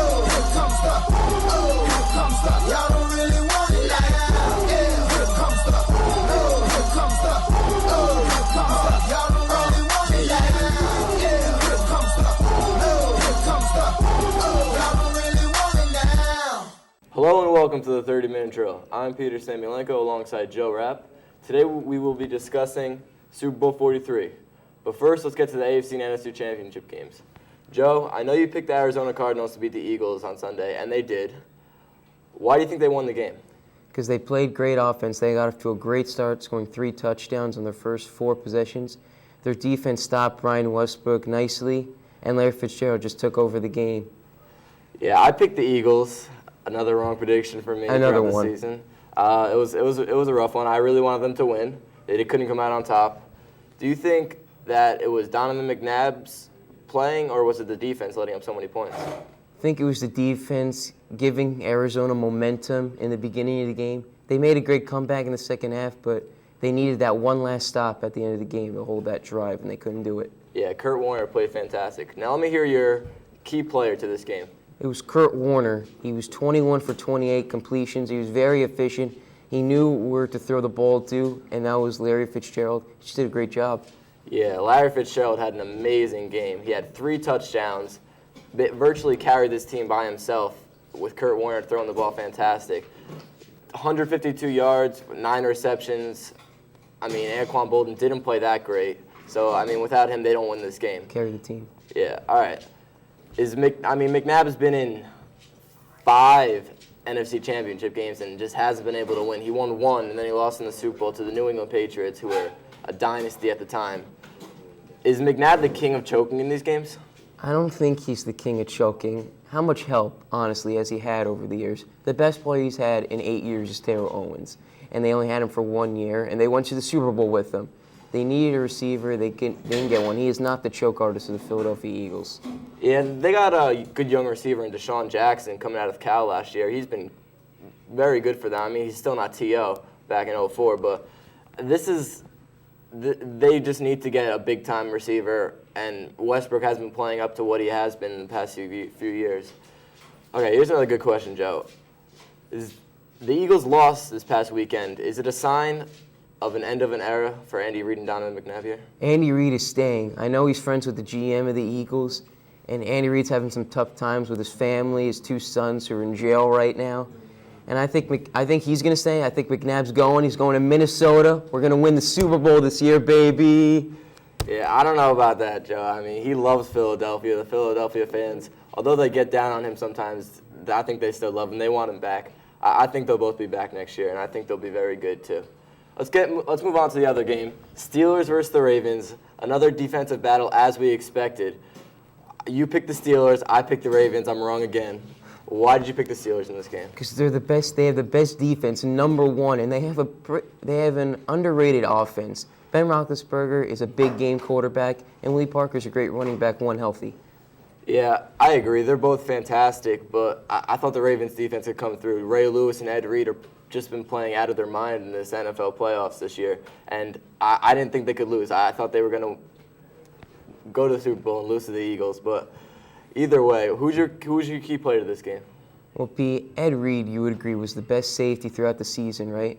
Agreed. But I think Troy Polamalu for the Steelers is a better safety in this particular game. He had that big interception in the 4th quarter, bring it back for a touchdown for 6. That was the play of the game, and that was the key to winning that game for the Steelers. Yeah, they're both great safeties, definitely the 2 best in the league, but one plays strong safety, one plays free safety. Ed Reed definitely stays back more and plays the interception. People say Polamalu can't run it back. He gets picks, but he can't run it back. But Polamalu blitzes so much more. It's unbelievable. the defensive schemes that Pittsburgh uses totally it confuses offenses so much. Polamalu coming over the top and then dropping back sometimes, and he's very good. And I think they're both the best safeties in the league by far. All right, did the Ravens lose due to having a rookie quarterback or just another reason? Well, throughout the season, he hasn't lost games for them. He's been pretty solid throughout. These playoffs, I don't think he had a game where he was over 50% completion percentage. So I don't know if they lost because he threw 3 picks, but the running game wasn't that great with McGahee running for 60 yards. I think the Steelers just beat him flat out. Yeah, I don't think it was his fault throughout the season. He didn't do anything great, but he definitely didn't lose him any games. And this game, I think he did 13 for 30. Would you say 130 yards? Probably 3 picks. 3 picks. It's not a good game for him. He's going to be great, though, in the future. You can't say much more about a rookie quarterback taking his team to the AFC Championship game, not getting it done against a very, very good Pittsburgh Steelers team. So I don't see how they're not a very good team again next year, as long as their defense comes back healthy. All right. Well, I know you said your key player was Troy Polamalu. I'm going to have to say it's got to be Willie Parker. I mean, he didn't have that great of a game, 53 rushing yards.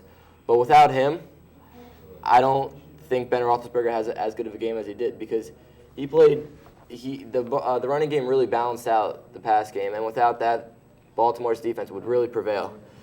Do you feel the Ravens defense was just played bad in this game, or do you feel that they were just really tired from all the playoff games and they haven't had a bye since week 2? It was a rough run for them. Well, I do agree with you. They have been worn out since week 2 because the Houston's game was canceled and they lost their bye. Maybe they were worn out from the Steelers or the Titans. They've won throughout the season from their defense, and I think indeed they were worn out for this game. All right, thank you, Joe. And that's it for our first segment of the 30-minute drill. We'll be back with more Super Bowl edition after the break. Do you watch the 30-minute drill? No lo veo. No hablo español, no hablo inglés. Mike Gilger, have you ever watched 30-minute drill? I've never watched a show in my life. I think it's the worst show ever. Do you like the 30-minute drill?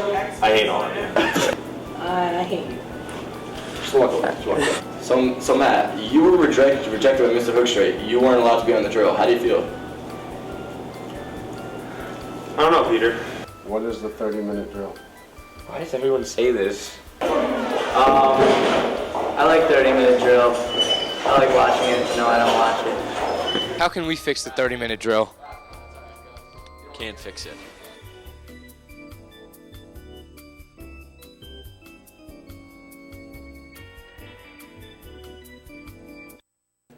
Hello and welcome back to the Super Bowl edition of the 30-minute drill. I'm once again here with Joe Rapp and I'm Peter Samylenko. Let's get into the 2 Super Bowl teams who've made it this far going to Tampa this year. The Arizona Cardinals and the Pittsburgh Steelers, 2 fantastic franchises, although Arizona hasn't made it in 62 years. Who do you think had the tougher road to the Super Bowl? I think definitely the Cardinals did. Steelers had a bye. I know Cardinals played one more game. They had a tough road. They played the Carolina Panthers, who is, I think, the best team in the NFC, better than the Giants. And in the first game, they played the Falcons, who they just came out of nowhere with a rookie quarterback and probably the best running game. So I think definitely they had a better run. Yeah, they had a tough run, but I have to say the Steelers had a tougher run. One, because their regular season was much tougher than the Arizona Cardinals. The Arizona Cardinals are in the worst division in all of football. St. Louis Rams, 49ers, and Seattle Seahawks were laughing stock of the NFL this year.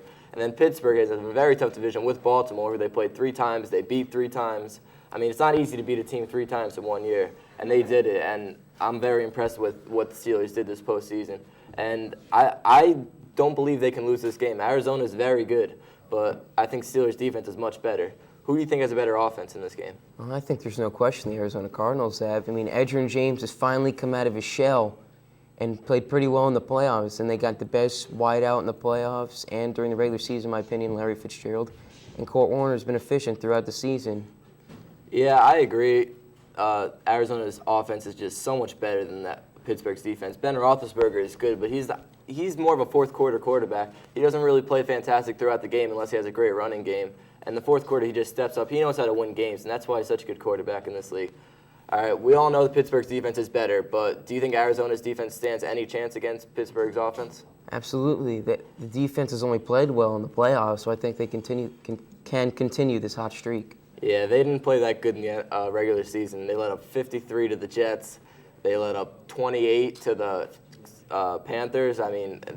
34 to the Giants. 40 to the Patriots. 40 to the Patriots. It's like ridiculous. They were very bad defense in the regular season, but in the postseason they've stepped up. They've been fantastic, and if they can keep playing the way they are, they could definitely have a chance to stop Roethlisberger and those Steelers. All right, let's move on to the key players. Who do you think is going to be the key player for the Cardinals first? I think it's Larry Fitzgerald. If no one stops him, he's going to run all over the field against the Steelers. He's the best wide receiver in the league right now. I'm going to have to go with Arizona's defense as a whole. I mean, if they can't stop Ben Roethlisberger, this game's going to be a blowout because I don't think Arizona can put up as many points as they have been against Pittsburgh's defense. The number one defense in the league, a great linebacking core, Troy Polamalu in the backfield. I mean, they got a good line. They're all around. They're a fantastic defense, and they're not going to be able to put up, I don't think, more than 21 points against this team. But if they do, they have a really good chance of winning this game because their defense, pending their defense plays good, as I said. So, I mean, if the Cardinals' defense plays good, they have a chance to win this game. All right, pick a winner and give me 5 reasons why they're going to win. Well, the Steelers are going to win, obviously, I think, in a blowout. They got the Defensive Player of the Year in Harrison. They got one of the best safeties in Troy Polamalu. Willie Parker's starting to play very well. Ben Roethlisberger is a big game player. He's won a Super Bowl already. And I think Hines Ward's health is a reason because he's been a Super Bowl MVP. I'm going to take the surprise pick, Arizona Cardinals, to win this Super Bowl. They are just playing so good right now, beating the Philadelphia Eagles and Atlanta and Carolina, who many picked to win the Super Bowl. Some said they were better than the Giants, although the Giants beat them. But my 5 reasons have got to be Kurt Warner has been playing so good. He's releasing the ball so quick out of the pocket. Number 2, Larry Fitzgerald is the best receiver in the league, no doubt about it. You throw a ball up, he's going to get it. 3, Willie Parker hasn't been playing up to par, and he's definitely not as healthy as he's been in the past. He's getting better. Only 53 yards last game. And, Troy Polamalu is the best, and they have a great defense, but I'm going to have to say the Arizona's going to come out on top here just because their offense is so explosive. We'll see. You're 0 for 2 right now. All right, Joe, let's just end here with some closing comments. I think this is going to be a fantastic game. The Steelers fans are a much bigger fan base than Arizona. Arizona's franchise hasn't been in Arizona that long, for 15 to 20 years. What do you think the game's going to bring to? Well, first, I got to disagree with you. I think it's going to be a blowout. But then again, I do agree with you. Steelers have a bigger fan base, plus they're closer to Tampa, so they'll have more fans. Personally, I think the Cardinals they're going to lose this game bad, and the Cinderella story is about to end. You're saying blowout, Joe. I don't know about that. I think it's going to be a lot closer than people think. It's going to be closer than people think. All right, we'll see. That's it for our second segment of the 30-Minute Drill. We'll be back with more 30-Minute Drill Super Bowl edition after the break. Welcome back to the 30-Minute Drill Super Bowl edition. I'm your host, Max Zager, alongside John Vittas and Matt Heskins. Guys, we'll get to the bowl in our next segment. First, we're going to start off talking about championship weekend. Great weekend of football, 2 great games. The Arizona Cardinals moved on, and so did the Pittsburgh Steelers. We got a great Super Bowl. But let's start off with the NFC Championship game first. Cardinals got out to a great start, up big at halftime, and the Eagles couldn't do anything. So what enabled the Cardinals to just pound the Eagles in the first half? 2 words, Larry Fitzgerald. The guy's a beast. No defense can stop him. He goes up every week and just has his way with any secondary he goes up against. He's breaking records all over the place. He's had a tremendous playoffs. But you have to give credit to Kurt Warner as well, who's throwing him the football, and especially that offensive line. Because they're giving Kurt Warner plenty of time to throw the ball, and when you give him 3, 4, 5 seconds, Fitzgerald's going to be open. Yeah, Matt?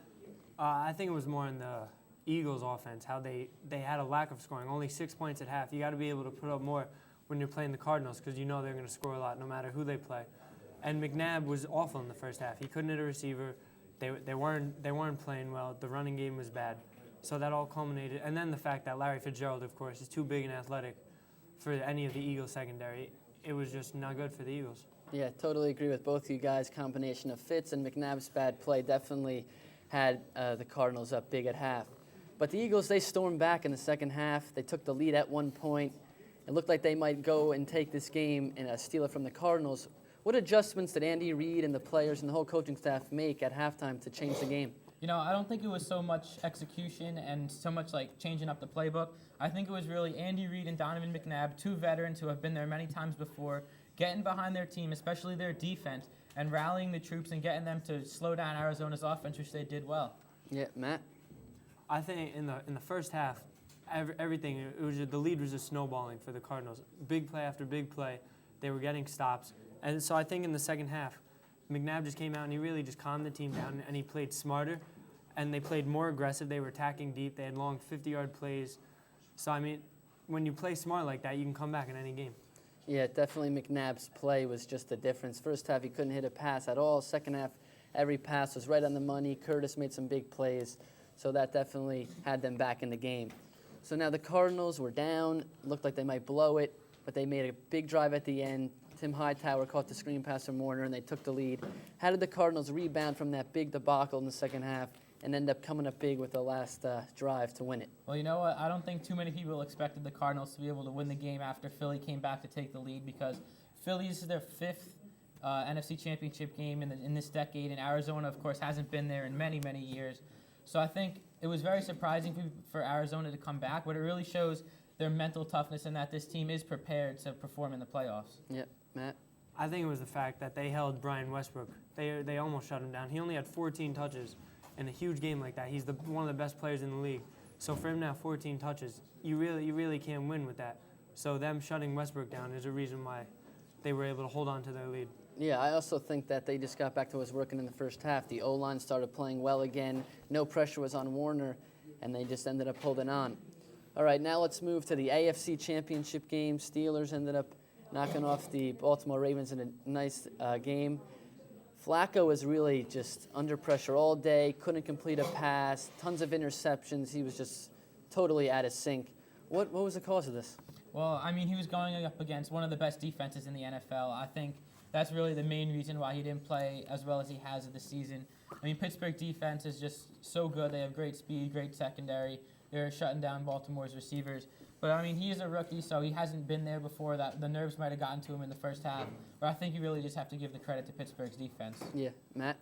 I think it was an intimidation factor. He was intimidated by Pittsburgh, their defense, and all their fans and everything. I mean, their defense got tremendous pressure on him, James Harrison leading it for them. So the slow start was just because of the defense. He couldn't get into any kind of groove. He started off 2 for 9, and he just couldn't handle the pressure. That's why he threw 3 picks in the game. Yeah, Flacco was under distress all game long, couldn't do anything, and you got to credit Pittsburgh's D. They've been the best D all season long, and that didn't stop in this game. Now, Pittsburgh's D did great, but their offense also put up 23 points in this game. And how did that happen? I mean, Pittsburgh has a pretty good offense, but 23 points against the second-best defense? Well, you know what? Baltimore got a lot of turnovers against Tennessee in the divisional round, and they weren't able to do that against Pittsburgh. And also, you have to give credit to Ben Roethlisberger, because Baltimore brought a lot of pressure, and, I mean, they just couldn't get to Ben Roethlisberger. He showed his ability to scramble in that game and find open receivers down the field, and you saw it in that play when he threw it to Santonio Holmes for the long touchdown that Ben Roethlisberger can create for himself. Yeah, Matt? I thought the fact that they had no turnovers was one of the biggest reasons. It helped them. Even if they didn't score, they got huge field position factor. And then Ben Roethlisberger said he was looking at Ed Reed at every play. They always knew where he was. They didn't want him to make a play, and he didn't. They completely shut him down and didn't let him do anything, and that's why they scored so much. Yeah, Pittsburgh executed on offense, protected. Santonio Holmes made 2 big plays in that game, and I think his playmaking ability was really the difference in this one. All right, Matt, you're not going to be on the next segment for the Super Bowl special, so I want to get a prediction from you before we end this segment. Who do you got in the Super Bowl? I think Pittsburgh is they're my team, because I think they're going to be able to hold Arizona's offense to not a lot of points at all, and then I like Ben Roethlisberger in the offense. I think they're going to have a big game. All right, we'll see if that holds up. All right, that's all the time we have for this segment. We'll be back to continue talking about the Super Bowl.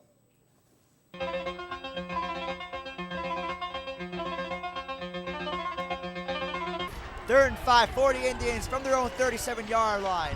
Bly rolls out to the right side of the field, getting pressured by Drake. As the pass is intercepted by Jeremiah Kale. Kale to the 40, does that to the right side of the field.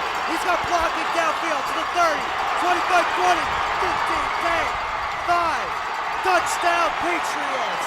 Jeremiah Kyle, his 10th interception of the season, takes it back for a touchdown as the Patriots take a 6-0 lead.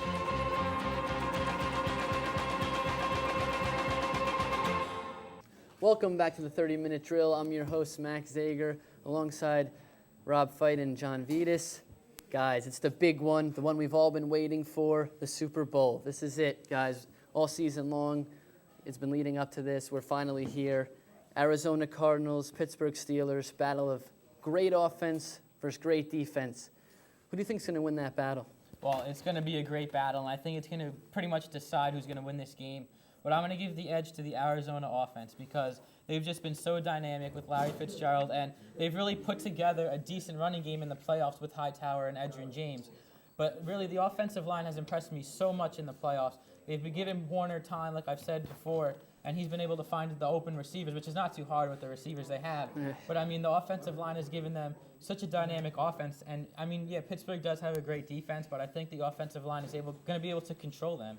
All right, Rob? My 3 points are that Warner's hot. I mean, he's probably the hottest quarterback right now. I mean, he's 4 touchdowns this past week. Looked so good at the Eagles. Then also, Fitzgerald just too good to cover.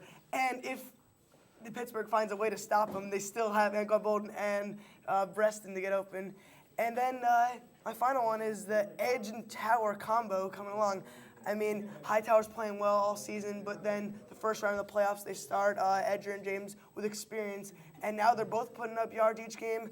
I mean, the combo's coming along. I think they might have an impact this week against the Pittsburgh and stop and shut them down. Yeah, I like Pittsburgh's defense here. I just think that they're so talented. They get so much pressure. They got Palomalu at safety who controls the running game and also is great in the passing game. His anticipation is just phenomenal, and I think that him back there is going to help. They're not going to stop Fitzgerald. That's not going to happen. But I think that they could somewhat contain him and not let him take over the game like he has. And then with James Harrison and Woodley and their great defensive line, I think they're going to get tons and tons of pressure on the Arizona Cardinals and Kurt Warner. All right, guys. Now your X factor, the guy that's going to change the game, going to win the game for their team. John. Well, you know what? I'm going to be a little unconventional here. I'm going to go with the coach, defensive coordinator from Pittsburgh, Dick LeBeau, because throughout the playoffs, Arizona's offense has been the best offense in the NFL. Every team they've gone up against couldn't stop them. Philly had a great defense. They gave up a lot of points against Fitzgerald and Kurt Warner in that great offense. So I think Dick LeBeau is going to have to throw a lot of different packages at Arizona. They have 2 weeks to prepare, so he might be able to do it. I think he's going to have to get pressure on Warner because the offensive line has given him all day to throw. Pittsburgh's going to have to get pressure on Warner and stop the running game and have Warner be forced to throw bad passes down the field. Yep. Rob? And mine's the opposite. I'm going to have to go with the Arizona offensive line.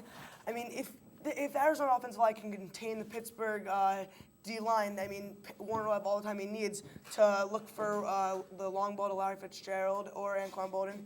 And also, if the offensive line comes along, they should be able to work those screens they've been working with Tim Hightower. And also, I mean, the last couple weeks they've been producing a pretty good run game, which has been working out. And, I mean, if they can stop all, as John said, Dick LeBeau's plays on pressure on Kurt Warner, I think they should be able to win this game. Well, I think we all agree that pressure is going to be the key to this game. Can the offensive line or defensive line win? And that's why I'm going with the 2 guys in the Pittsburgh defense that truly get all the pressure in James Harrison and Lamar Woodley. Both of them get insane pressure, tons of sacks. They force tons of forced fumbles. Harrison has 7 forced fumbles on the year. And I think that if they can both get pressure, cause turnovers, Pittsburgh's definitely going to win this game. All right.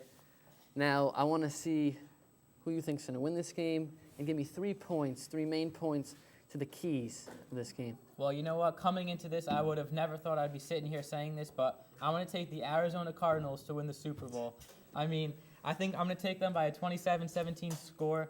My 3 factors is number 1, I mean, they're playing in Tampa. Where has Kurt Warner had his success?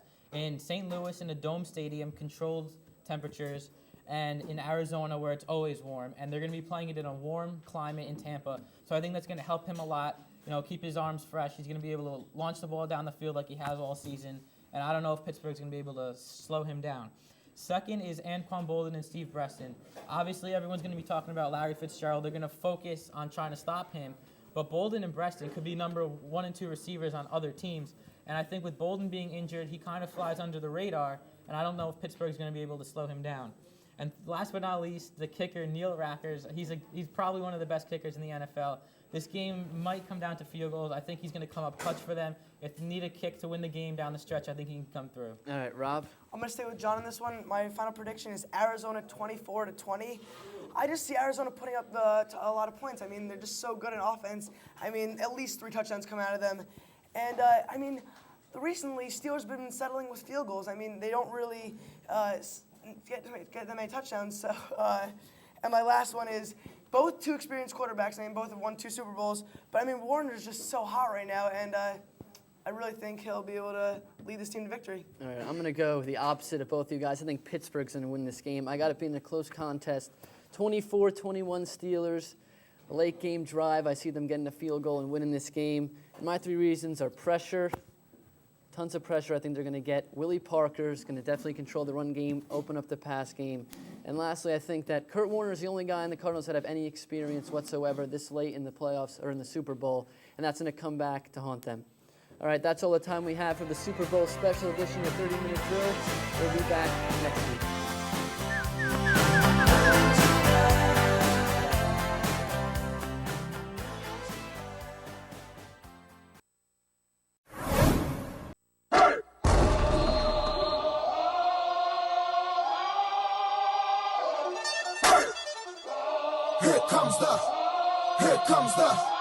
Here comes the, y'all don't really want it like that. Yeah. Here comes the, no. Here comes the, oh. Here comes the, y'all don't really want it like that. Yeah. Here comes the, no. Here comes the, oh. Yeah. Here comes the, no. Here comes the, oh. Here comes the, y'all don't really want it like that. Yeah. Here comes the, no. Here comes the, oh. Here comes the, y'all don't really want it like that. Yeah. Here comes the, no. Here comes the, oh. Y'all don't really want it now. Hello and welcome to the 30-Minute Drill. I'm Peter Samylenko alongside Joe Rapp. First off, I want to say we did lose 2 30-minute drillers this past week, John and Anthony, and I just want to say I really appreciate their time with us this year, and it was a fun run. But first, let's get to Super Bowl 43, a great game. You had the Steelers winning, I had Arizona winning, another wrong decision for me. I'm 0 for 3 the last 3 weeks. It's been pretty bad. Joe, what do you think of the game? It was a great game. It was the first time, besides last year, that the game was better than the commercials. Don't you agree? Yeah, I mean, this game was fantastic. Could go down as one of the best in history, if not the best. The Steelers came out early. They played fantastic. And Arizona came storming back in the second half, and they almost put the Steelers away. And it was almost one of the biggest upsets in Super Bowl history.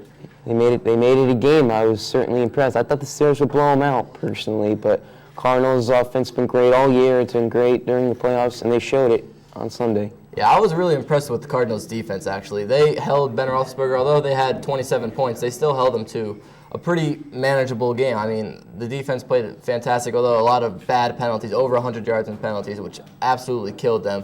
And then, of course, Kurt Warner's big interception at the end of the first half. Without that, I think Arizona wins the game. Well, their defense did play well, but when the Steelers got to the 1 or 3 yard line on the Cardinals' side, they stopped them. They had to stop him twice on one play because of a field goal penalty. Remember that? Yeah, it was very, very good game all around, top to bottom, right from the start. Very exciting. And I was very impressed with the way the Cardinals played. No one expected them to do this. People said Steelers blowout. I said Cardinals winning. Didn't happen, but they definitely stuck in it. All right, Larry Fitzgerald, surprised in the first half, not having a good game. Comes down in the second half. Explodes in the fourth quarter with a huge catch. It was 75 yards. It was unbelievable. What do you think of him? Oh, he's fantastic. He's finally getting the recognition that he deserves throughout the whole year. I mean, he scored like 8 touchdowns in the playoffs, had a 100-yard game in every single playoff game. He's just amazing. He might be better than the Jerry Rice. I mean, he passed Jerry Rice in most yards in one playoff year. In the NFC Championship game. He did not even in the Super Bowl. And in the Super Bowl, he just had a rough start, but came back and had a fantastic game, as expected. Now, Steve Breaston kind of filled in for Bolden and Fitzgerald in the first half. He played pretty good, and he had a lot of catches. Kurt Warner could rely on him. I mean, these 3 receivers right now are the best 3 receivers in the league that are on one team. I mean, if Preston could step up like this all year next year, they're one of the best offenses in the league, no doubt about it. Yeah, the Steelers had to focus on Fitzgerald mostly, and they had to focus on Bolden. So Preston was open most of the time, and Kurt Warner got the ball to him. All right, Joe. As expected, James Harrison had another fantastic game. Defensive Player of the Year. Great player, no doubt about it. The heart of that defense in playing linebacker. He's very good. I thought he definitely could have got the MVP with just that one play, the 100-yard return for the touchdown at the end of the first half. That changed momentum so much and definitely gave the Steelers a lot better chance to win. What do you think about him? Well, he's a great player, and he certainly changed the momentum of the game. It could have been 14-10 Arizona instead of 17-7 Steelers. He's a great defensive player. He should have got the MVP. I don't care what Holmes did. Harrison's better. He had a better game. Yeah, I think I would have to agree with you there. I mean, that play just was unbelievable. No one expected that to happen. Kurt Warner on the 3-yard line. You expect him to punch it in. He's got a great arm, 3 great receivers. I mean, everyone expected them to put that in the end zone with 18 seconds left. They couldn't do it, and then they couldn't tackle. I mean, you can't let a guy go 100 yards, let alone a linebacker go 100 yards. I mean, well, Pete, why are they throwing the ball on the 3-yard line, first and goal, even though there's 30 seconds left? You got to run the ball. I agree, but they had no timeouts. I mean, I could see where they come from. I mean, it was a logical play with the way that Kurt Warner's been playing all year. I understand it. All right, let's move on to the MVP, Santonio Holmes. Fantastic game.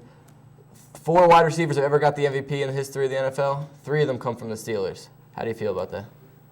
He had to play. He didn't have to play the game, as we just said before, but that was a great catch in the end zone to win the game. He got his feet down. Roethlisberger said as soon as he threw it, he thought it was picked. But throwing it to Holmes, he did not drop it. He caught it. Yeah, but everyone forgets the play before where Santonio Holmes had a sure touchdown in the back of the end zone, right through his hands. Everyone thought, that was his chance to win the game. They're not going to do it. He messed it up for them. And sure enough, next play he comes back, has an even better catch, three defenders, triple coverage, gets his feet down. Unbelievable. He had 9 catches, over 100 yards. Helped Ben Roethlisberger win this game with Hines Ward not being fully healthy. And, I mean, this guy played unbelievable, carried this team, no doubt about it, carried the offense. And I'm very impressed with what they did. Yeah. What do you think about MVP selection? Do you think it should have been James Harrison or no? It should have been Harrison because even though Holmes' catch won the game, Harrison's interception before the first half ended was a game changer. It changed the momentum of the game, as you said before. Yeah, and even with that, Cardinals came storming back. So if you think they don't get that touchdown, Cardinals probably win the game. So absolutely, definitely a big play. Definitely could have been MVP. Couple choices could have been MVP. Roethlisberger didn't have the greatest game, but either way, great choice for MVP. Great game all around, and I'm very impressed. I don't think it's going to be able to top it next year. The last 2 years have been unbelievable. The last 2 Super Bowls. Yes. All right, Joe. Thank you for joining me on this segment of 30-Minute Drill. We'll be back with more 30-Minute Drill after the break. Do you watch the 30-minute drill? No, no lo veo. No hablo español, no hablo inglés. Mike Gilger, have you ever watched 30 Minute Drill? I've never watched a show in my life. I think it's the worst show ever. Do you like the 30-minute drill? I hate all of it. I hate you. Just walk away. So Matt, you were rejected by Mr. Hookstraight. You weren't allowed to be on the drill. How do you feel? I don't know, Peter. What is the 30-minute drill? Why does everyone say this? I like 30-minute drill. I like watching it. No, I don't watch it. How can we fix the 30-minute drill? Can't fix it.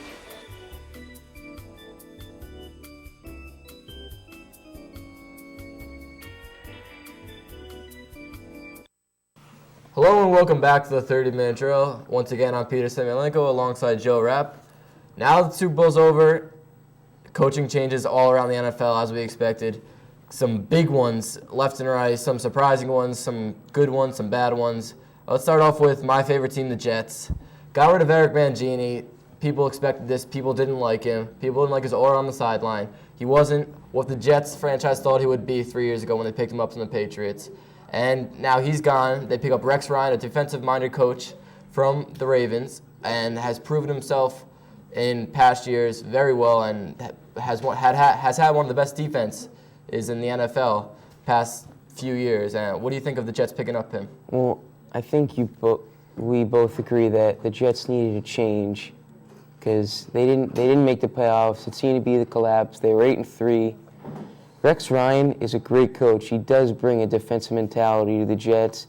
Ray Lewis, Ed Reed, he's coached these guys, and they've been Hall of Famers in their careers. So I think that was a great pickup. Yeah, the Jets also don't have that bad of a defense. They're already set in the 3-4, which Rex Ryan likes. He played the 3-4 back in Baltimore. And they have a pretty good linebacking core with Harris, and they have Calvin Pace, and their line's not bad with Sean Ellis, a great nose tackle, and Chris Jenkins, a huge guy. Their defensive backs aren't that bad. Darrell Rivas, their safety, Kerry Rhodes. I mean, their all-around defense is not that bad. They have some good players, and I really think Rex Ryan could build on this, and I think he could make a good team out of this Jets team, which I very much hope so. Yeah, I bet you do hope so. Pending, I mean, we need a quarterback. If Brett Favre comes back, fantastic. If not, so be it. Jets need to start rebuilding their offense, but defensively, I think they'll be very good next year. Let's move on to the Rams. No surprise there that their coach got fired. I mean, they fired him in the middle of the year, and they brought Jim Haslett in, who didn't do very well at all. I believe he had 2 wins against the Cowboys and the Redskins, but regardless, 2 wins isn't very good.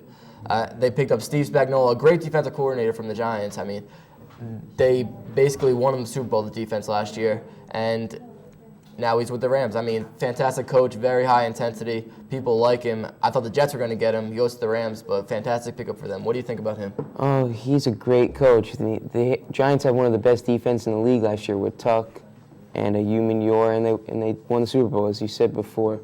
Rams, they're messed up. They've been messed up for the past couple of years. A change was definitely needed, and I think they will improve this next year. Yeah, it was really their defense that was very bad. I mean, their defense let up so many points. That Mark Bolger, Steven Jackson, they got a decent line. They got Chris Long in the draft. I mean, they have the talent to be good. I mean, they just really needed a good coach. And I think they got that in Steve Spagnuolo. I think he will be a very good coach one day. Let's move on to the surprise here.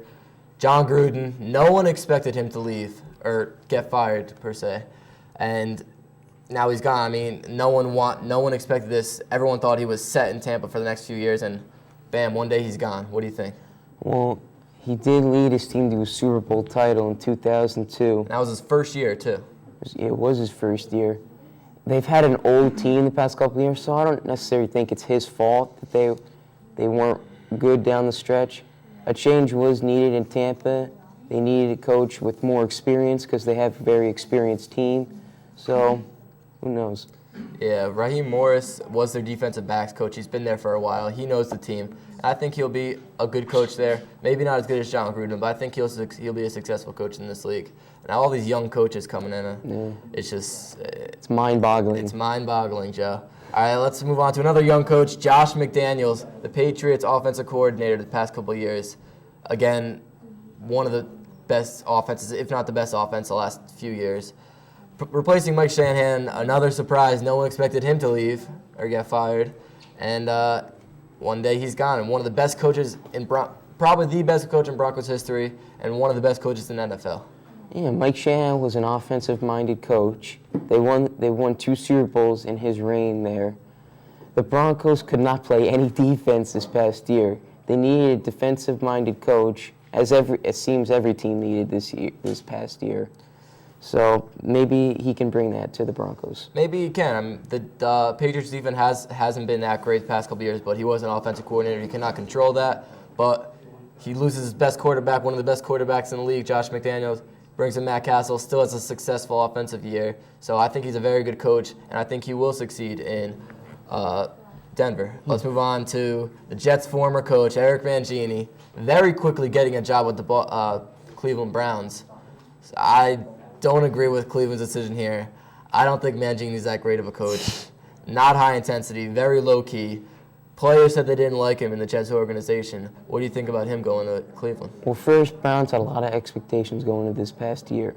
Romeo Crennel was supposed to lead them to a playoff position. He couldn't. They fired him very quickly, and Eric Mangini was hired very quickly, as you said. Maybe he can bring some intensity that team needs. Yeah, maybe. I don't think that's the right pick, though, for them. I think they definitely could have got someone a lot better. Maybe Brian Billick, former Super Bowl coach. There's plenty of coaches. Mike Tice. Mike Holmgren even. There's plenty of coaches out there that could have gone. Bill Cowher might have been interested in that. We don't know. All right, let's move on to Tony Dungy. A fantastic career, the first African-American coach ever to win a Super Bowl. Retires this year. Leaves on a pretty high note. He had a great team. He's leading Jim Caldwell with a really good team and Peyton Manning. And I think he'll do well with that fantastic team already. He's set. Yeah, he's been a great coach. He's a Hall of Fame coach, in my opinion. Jim Caldwell was aligned to get this job when Tony Dungy left, and maybe he'll do a great job. I agree, Joe. I want to thank you for being here, and we'll be back with more 30-minute drill after the break.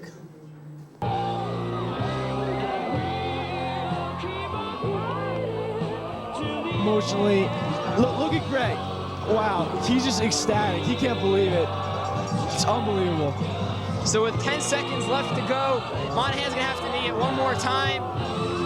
7, 6, 5, 4, 3, 2, 1, and it is over. Wayne Hills is the 2002 Group 3 North 1 State Championship, their first ever state championship, and what a fantastic end to an amazing season for Wayne Hills. And you know what? Greg Olson has won a state title for his father, Chris Olson, and first one in Wayne Hills history.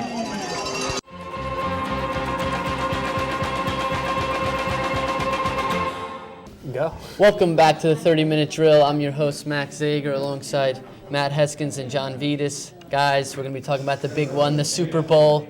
It was a great game, one of the best Super Bowls probably in history. Great comeback by Arizona, but the Steelers ended up taking it 27-23. What are you guys' thoughts on the game? Well, I thought it was overall a pretty good game. But what surprised me the most was everyone was saying going into the game, Arizona hasn't faced a D like Pittsburgh the entire year. They're not going to be able to have a good game on offense. And well, what happened was the Steelers' offense won the game for them rather than the defense. You know, they made big play after big play, and they scored a lot, which was the reason why they won. Yep. John, your thoughts? Well, it was a great game, like Matt said. What I'm going to take away from it is that Pittsburgh really won the game. Arizona didn't lose it. They didn't choke like some people said they would against a good defense. They came up. Both teams played hard. Both teams came up clutch in the end. But, I mean, the big play was Roethlisberger to Holmes in the end. I think everyone's going to remember that catch, along with the 100-yard return. So it was a great game. Pittsburgh won it. Arizona didn't lose. Yeah, totally agree with you guys. One of the best Super Bowls I've definitely seen. Might even top last year's Giants-Patriots Super Bowl, and that was a great one too. All right, Santonio Holmes ended up getting the MVP. He had 140 receiving yards and a game-winning touchdown. Do you think he was deserving of that award? I think absolutely he deserved the MVP. I mean, Hines Ward, their best receiver, he really didn't show up for the games. 2 catches, he was a non-factor. So without Holmes making all those big plays, they didn't have a passing game, and they really wouldn't have scored that much points, and they wouldn't have won on the last drive. He was a difference maker. Okay, John. Well, you know, a lot of people thought Ben Roethlisberger deserved to win the award, and I might tend to agree with them a little bit just because he led a 2-minute drive down the stretch to win the Super Bowl. I mean, not many quarterbacks can do that. Just a clutch performance by him. Of course, I don't really mind though that Santonio Holmes won it. I mean, obviously he had a great game. He was deserving of the award. Unfortunately, 2 guys were deserving, and they got to pick one. So I'm not disappointed that Holmes won. Yeah, I think Santonio had a great game, and he really carried that offense, especially in that last drive. He had that big catch where the Arizona guy fell down. He took it all the way down inside the 10-yard line, and then, of course, made that phenomenal catch at the end of the game to win the game for Pittsburgh. Now, Arizona didn't start off so great. Pittsburgh got out to a big early lead. Fitzgerald was a non-factor. They couldn't move the football at all. How did the Steelers stop them for 3 quarters and not let them do anything with such a great offense? I think the biggest thing is that they stopped Fitzgerald. I mean, Fitzgerald had just 1 catch for 12 yards in the entire first half, and if you're the best player on your team and you've been doing it all for them in the playoffs, that's just not getting it done. 1 catch. So they were able to contain him and have him a non-factor, which was the difference for them in the first half. Yeah, John? Well, last week on this show, I said my X factor for the game wasn't a player but a coach with Dick LeBeau, the defensive coordinator for Pittsburgh. And for the first 3 quarters, he was the X factor because his defense was just throwing so many packages at Arizona's offense. I mean, Kurt Warner was rattled. He wasn't able to put points on the board. They forced turnovers. So Dick LeBeau was the story of the first 3 quarters, and that's why Arizona only had 7 points going into the final quarter of play. Yeah, Pittsburgh's defensive game plan for the first 3 quarters was great. They disguised their blitzes well. You didn't know what coverage they were playing. They brought Palomalu in, put him out, changed them all, put them all over the place. And then Harrison and Woodley got tons of pressure, and Warner cannot be a good quarterback when he's got someone bearing down his back every time he's going to throw the football. Now, Arizona ended up coming back and ended up making this one of the best Super Bowls ever. Larry Fitzgerald finally got going. Their offense got going. How did they turn it around from playing so poorly to eventually coming back and giving in such a good performance? Again, I'm going to go back to Larry Fitzgerald. I mean, I talked about in the beginning, he did nothing, and that's the reason why they were down. Then he started making plays. I mean, he scored. He went up for the ball in the end zone, made an amazing catch with a guy on him, really undefendable there. And then the entire last drive, he was making the big plays. He had the huge catch up the middle and just sprinted past everyone, ran. He was amazing, and that's why they came back and scored so much. Yep, John. Well, down by 2 scores, Arizona had a great long drive to cut it to a 1 touchdown game in the 4th quarter. That was big. But the play that I'm going to think about when I think of Arizona's comeback was when Pittsburgh was backed up at their own 1-yard line, 3rd down. Roethlisberger threw a nice seam pass to Holmes, who caught it for a 30-yard gain. So right there you think the game's over, Pittsburgh wins. But then they get called for holding in their own end zone, which is a safety. Arizona gets the ball back. They throw the 60-yard pass to Fitzgerald to take the lead. But I think that play was just so big because Holmes' catch would have iced the game for Pittsburgh, but it made it a lot more interesting. Yeah, definitely agree with both of you guys. But another thing I want to point out is Arizona's defense really stepped up their game in the 4th quarter. I mean, tons of sacks. Dockett had about 2 or 3 sacks in the 4th quarter alone, getting tons of pressure. And with Pittsburgh couldn't move the football. They had to punt. Arizona ended up getting some pretty good field position in a couple drives, and that really helped them out. And then Fitzgerald got going, of course, They did play a good day until the final drive, of course. Yeah, Pittsburgh won. Then they let it up. Yes, Antonio For the Holmes most part, got loose. All right, now this bowl was great, one of the tops. Where do you think it ranks? Best, top 10, top 5? I'm going to go with top 10 just because the 4th quarter was amazing. It was pretty much the same as last year.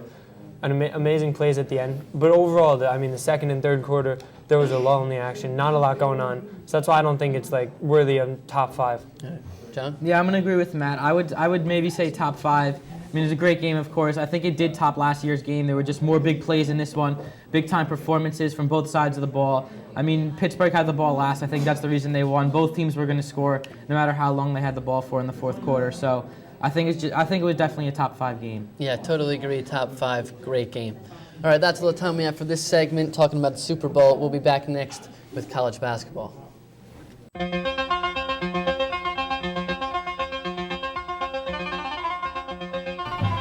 So trying times for Wayne Hills at the 4-yard line. 3rd and goal for the Patriots, losing 24-21 in the overtime session. A touchdown wins it, a field goal ties it. And a field goal will put it into 2nd overtime where the same rules apply. I formation for the Patriots right now. And the fans are on their feet. Monahan, look at that, he's back in the pocket. And he's going for Greg Olsen. And he got it! They got it! Touchdown, Patriots! Touchdown, Patriots! Wayne Hills is going to take home the victory and the biggest win of the young career of Greg Olsen and many to come. Touchdown, Patriots!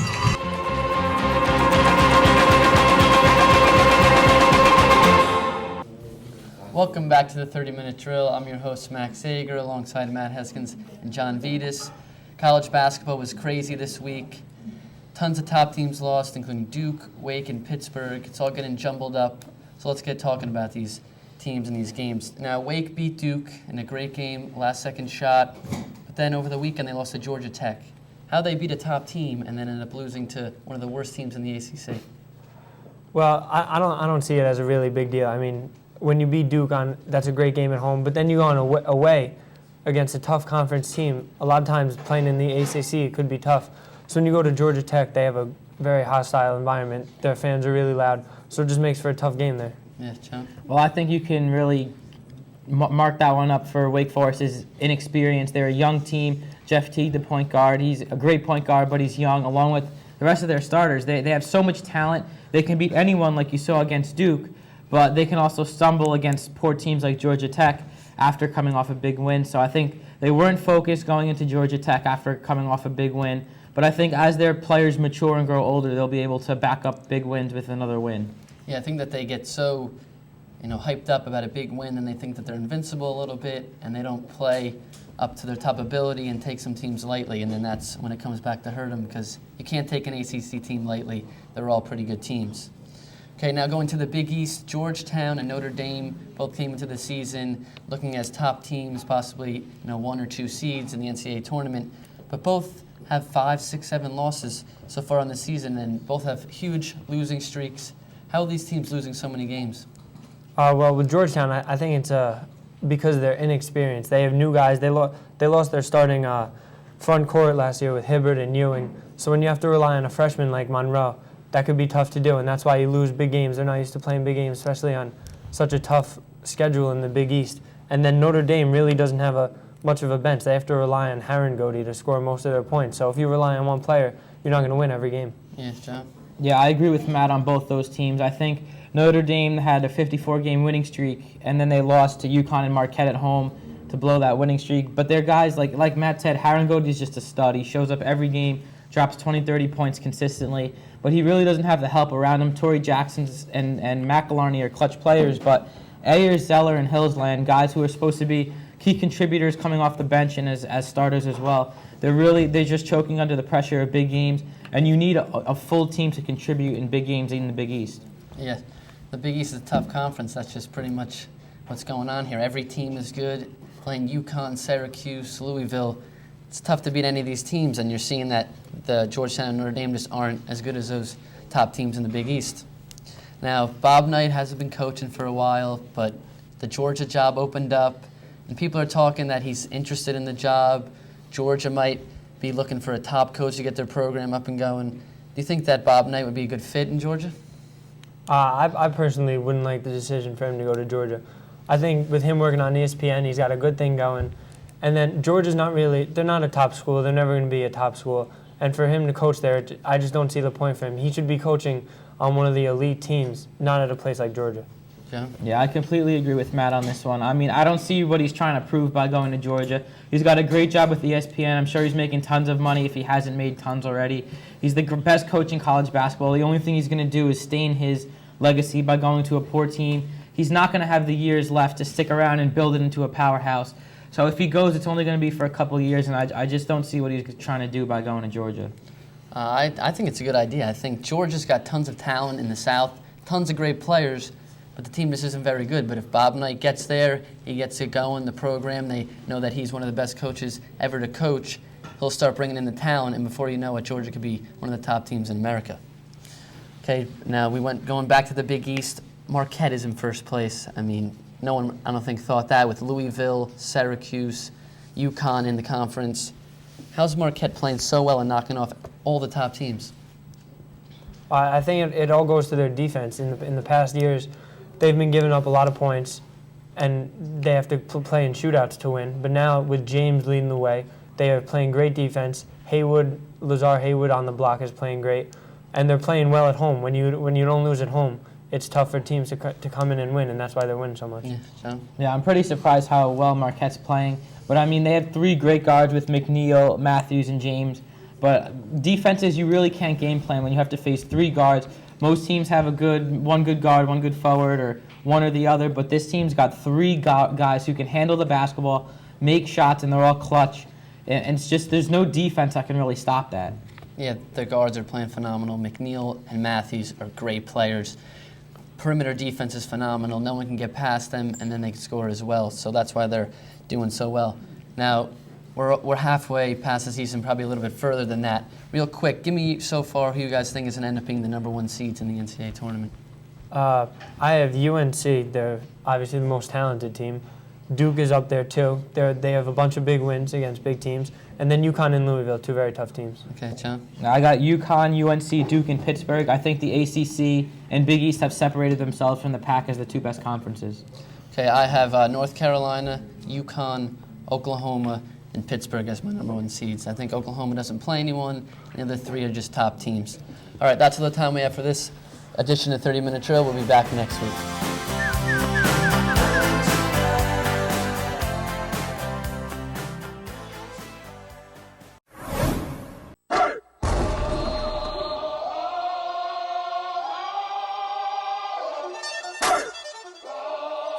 comes the, here comes the, here comes the. Y'all don't really want it like that. Yeah. Here comes the, no. Here comes the, oh. Here comes the. Y'all don't really want it like that. Yeah. Here comes the, no.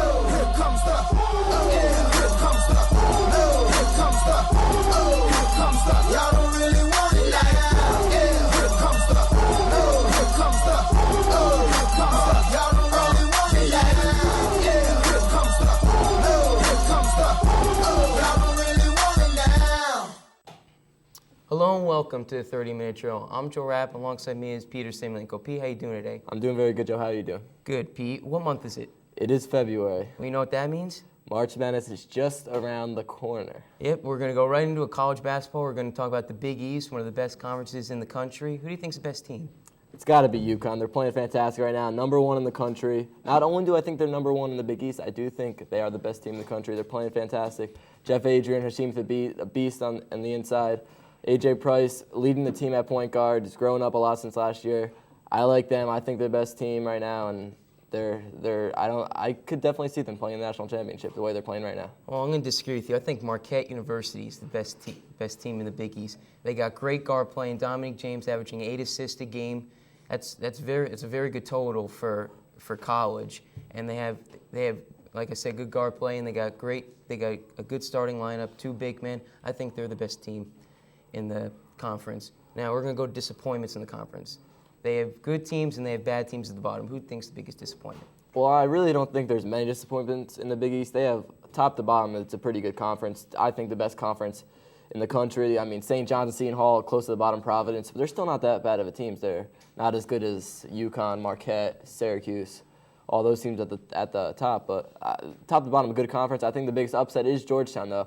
They've started off the season very well, beating UConn, the only loss for UConn this year. And recently they've just been losing games that they shouldn't be losing to badly not even ranked teams, and now they're not ranked either. They're disappointing, but I think they will come back. I think they will rebound, and they will play very good in the tournament. Well, I think Syracuse, even though they're ranked, I think they're a huge disappointment. They got probably the best talent in the country. Johnny Flynn can shoot it, he can pass, he's just a great point guard. And they got Harris down low as a big man. I just think they're a big disappointment. All right, we're going to go to the ACC. Again, one of the better conferences in the country. Who do you think is the best team there? I think the best team is North Carolina. As I said in the beginning of the year, people said they might go undefeated.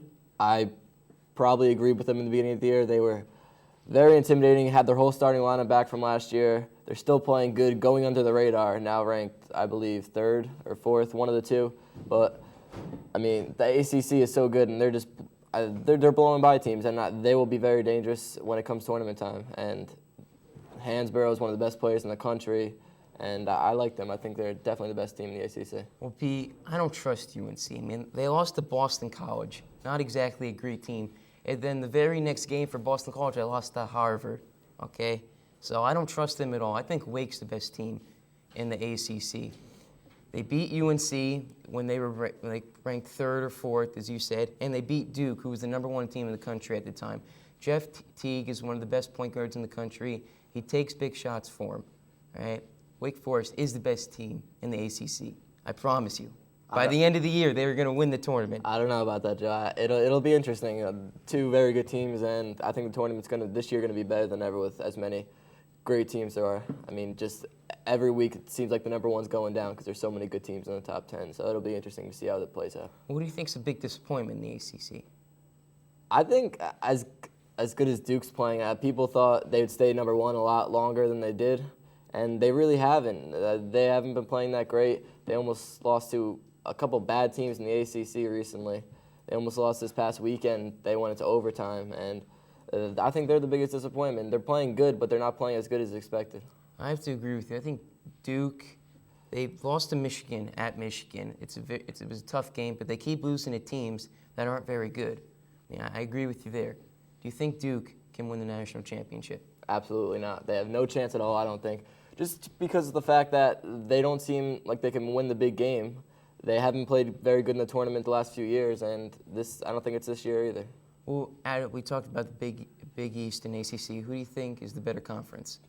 It's no doubt about it. It's the Big East. The ACC has probably their top 4 teams, Clemson, Duke, Wake Forest, and UNC. Their top 4 teams are, I think, better than the Big East top 4 teams, but top to bottom, Big East is better. They have a lot better teams. They had at one point 8 teams in the top 25, and I like the way they're playing. I like every team in the Big East. I definitely think Big East is better. I'm going to disagree with you. I think ACC is better. I mean, as you said, they got 4 teams in the top 10. That hasn't happened in years. I mean, UNC and Duke, I think, have more talent than UConn and Marquette. So I disagree with you there. ACC is better. Who do you think is the best team in the land, in the country? And, of course, you probably think it's out of these 2 conferences. Yeah, it's definitely out of one of these 2 conferences. And like I said before, it's going to be UConn. They're number 1 in the country now. I think they're going to stay for the rest of the year. They have a couple tough games coming up. They have Pitt, they have Syracuse, a couple other big conference games. But I think they're the best in the country. They've been winning big games all year. 1 loss to Georgetown, who was playing good at the time. I don't see how they're not the best team in the country. What do you think, Joe? I think Pitt's the best team. I mean, they got they got Blair down low, who's one of the best offensive rebounders in the country. They got Sam Young, who idolizes Michael Jordan and has probably the most athleticism in the country. And they got Lance Fields, in my opinion, the best point guard in the country. So I think they're the best team, no doubt about it. All right, we're just going to go right into it. Best player in the country. Who do you got? I'm going to take Stephen Curry. He's fantastic all around. Best shooter in the land. Best player in the land. When you want to take a big shot, he's the one you want to take it. Playing for Davidson. Definitely could have been playing for a bigger school, but definitely the best player in the land, no doubt about it. And he's going to have a big tournament this year like he did last year. I think Blake Griffin's the best player. I mean, he's on the number 2 team in the country. I think he can dominate any game he wants to. All right, Pete, that's it for college basketball. There will be more 30-minute drill after this. Yeah. Let's go. Big night, big night. I don't think I can do it tonight. Steve, you have to. Suck it up. Steve, you were born to do this.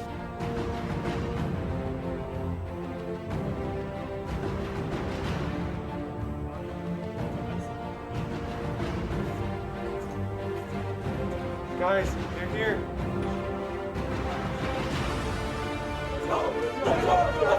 Let's go!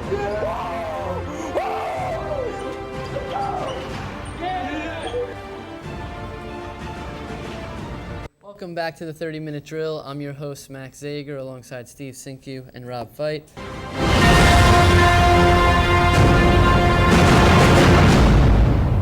Welcome back to 30-minute drill. I'm Joe Rapp. Alongside me is Peter Samylenko. Last time we talked about hockey, Pete, your Devils were in 3rd place. Now they're in 1st place, and they switched place with the Rangers, actually. Why are they playing so well?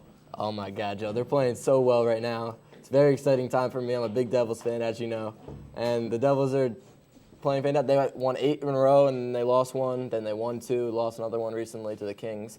They're the best team in their conference, in the Atlantic Division, rather. And I think they're maybe better than the Capitals, who are in 2nd place in the conference, even though they lost to them. But Devils are playing fantastic. Brendan Shanahan coming out of retirement, 40 years old, had a couple big goals. Jamie Langenbrunner had 7 goals in 4 games, and he's the captain of the team. He's leading them. And, of course, Scotty Clemenson, replacing Marty Brodeur, has definitely been the biggest surprise of the year in the NHL, playing amazing. And Marty Brodeur is set to come back February 26th against the Avalanche. So it'll be interesting to see how that plays out. Well, as you said, Marty Brodeur is coming back in a couple weeks. With him in the lineup, do you think they can win the championship? Absolutely. They've been playing fantastic without him in the lineup, and he's one of the best goalies ever to play the game. When he comes back, they're just going to get better. Scott Clemenson is playing very well, but I think they will just get better with Marty Brodeur. Their defense is playing very well. They just got rid of Sheldon Brookbank, an extra defender, and they got a couple of young kids. So, I mean, their younger system is they're going to be good in the future, too. I like them. And even though they're one of the oldest teams in the league right now, offense is playing great. They have 4 very strong lines. I love it right now. I love it. Well, we're going to stay in the Atlantic Division, go with the Pittsburgh Penguins. All right? They supposedly have the best player in the NHL in Sidney Crosby and Evgeny Malkin, and they got supposedly the best goalie in Marc-Andre Fleury. Why are they struggling so much? They're in 4th place. Why do I think they're struggling? I'm asking you. Sidney Crosby is a big baby, Joe. He's been hurt recently, sitting out games. Didn't play in the All-Star game. I mean, the best player in the NHL, you want in the All-Star game. I don't know. He's a big baby. I don't like that. Evgeny Malkin, on the other hand, is playing fantastic, carrying the team, keeping them intact, even though they're not in the playoffs right now. They will make the playoffs. They will be good. Marc-Andre Fleury will step up in the playoffs, and they'll be a good team come playoff time. Do you think they can get far in the playoffs? Maybe get to the Stanley Cup? You never know. They got 2 great players and a great goalie. Anything could happen. Well, we're going to go with Alex Ovechkin and Sidney Crosby. I know you think Sidney Crosby is worse than Alex Ovechkin. And why do you think Ovechkin's better? As I said earlier this year, Ovechkin's a lot better just because he's a team player. He had 60 assists last year. And he's the best. I think he's the best player since Gretzky. I mean, Gretzky had 92 goals one year. Ovechkin had 60 last year. I mean, in this day and age in hockey, I mean, you don't score 60 goals. It's not very common. There's so many good players. Gretzky dominated back then, and Ovechkin's dominating right now. Well, I think Ovechkin's better for one reason. His team's in first place. Crosby's team is in fourth place. So we'll see what happens in the end. Now, we're going to go back to 2 years ago, Pete. The San Jose Sharks traded for Joe Thornton, a great player at the time. Look what that's come to. They're in first place in their division. They're leading their division by 20 points. I mean, it's ridiculous. Why do they keep winning? They're fantastic. They have a great goalie in Evgeny Nabokov. Joe Thornton's leading that team after he came from Boston a few years ago. They're playing the best hockey in the league by far. Maybe the Boston Bruins might be up there too.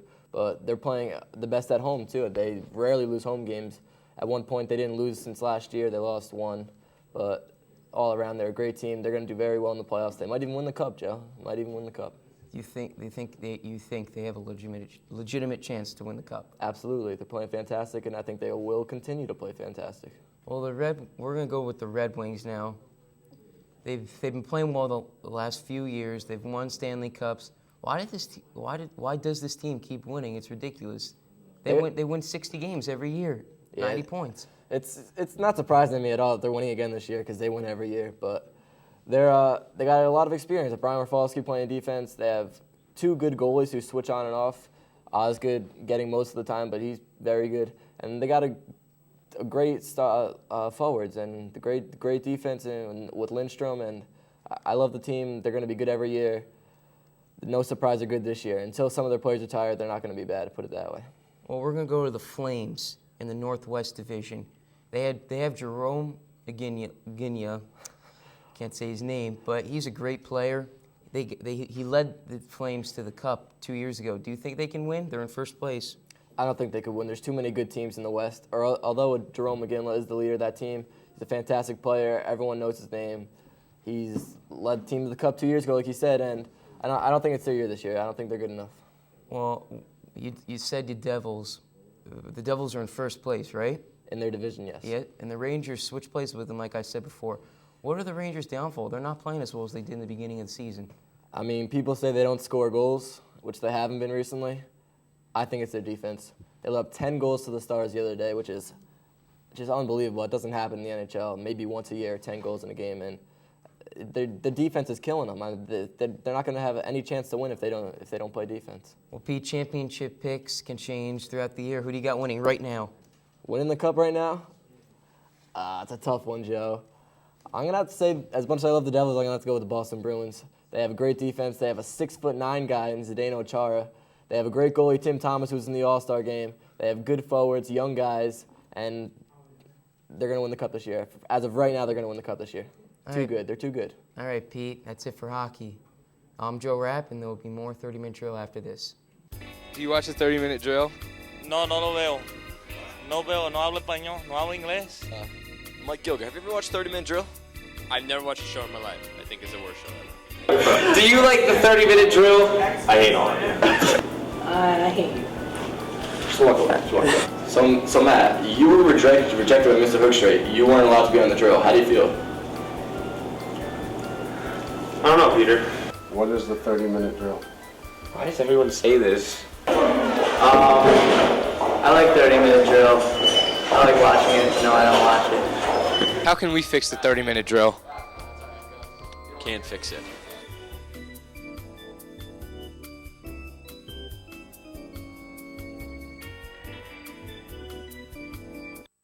Welcome back to the 30-minute drill. I'm John Vittas, hosting this segment with Max Zager and Steve Cinque. Guys, this week is the matchup we've all been waiting for in college basketball. North Carolina versus Duke. Tar Heels and Blue Devils in Duke for the first matchup between these two teams this year. We're going to go position by position now and debate which team's better at each front court and the back court. Now, we're going to start off with the back court, which is the guards. Ty Lawson and Wayne Ellington for Duke. For UNC. And then for Duke is Greg Paulus and John Shire. Which team has the advantage in the backcourt? Backcourt, you got to give it to UNC. I mean, they're more talented. But as I've been saying all year, I mean, Duke, they play as a team.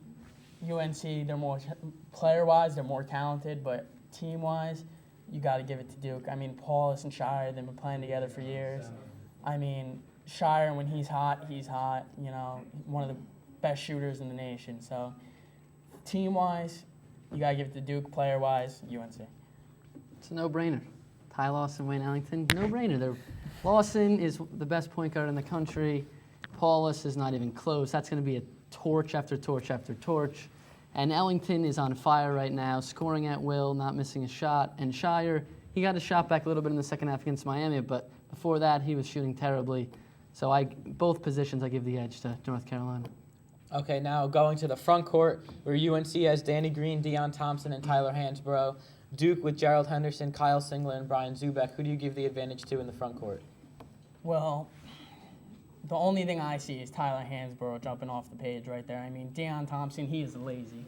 He does nothing in the game. Green? Danny Green, he's Stud. good, but compared to Gerald Henderson, he's nothing. Okay, he's Gerald right there. Henderson is the most athletic player in the nation, finally Green getting a is mid-range shot. Right there. I disagree. And Kyle Singler, he's a workhorse.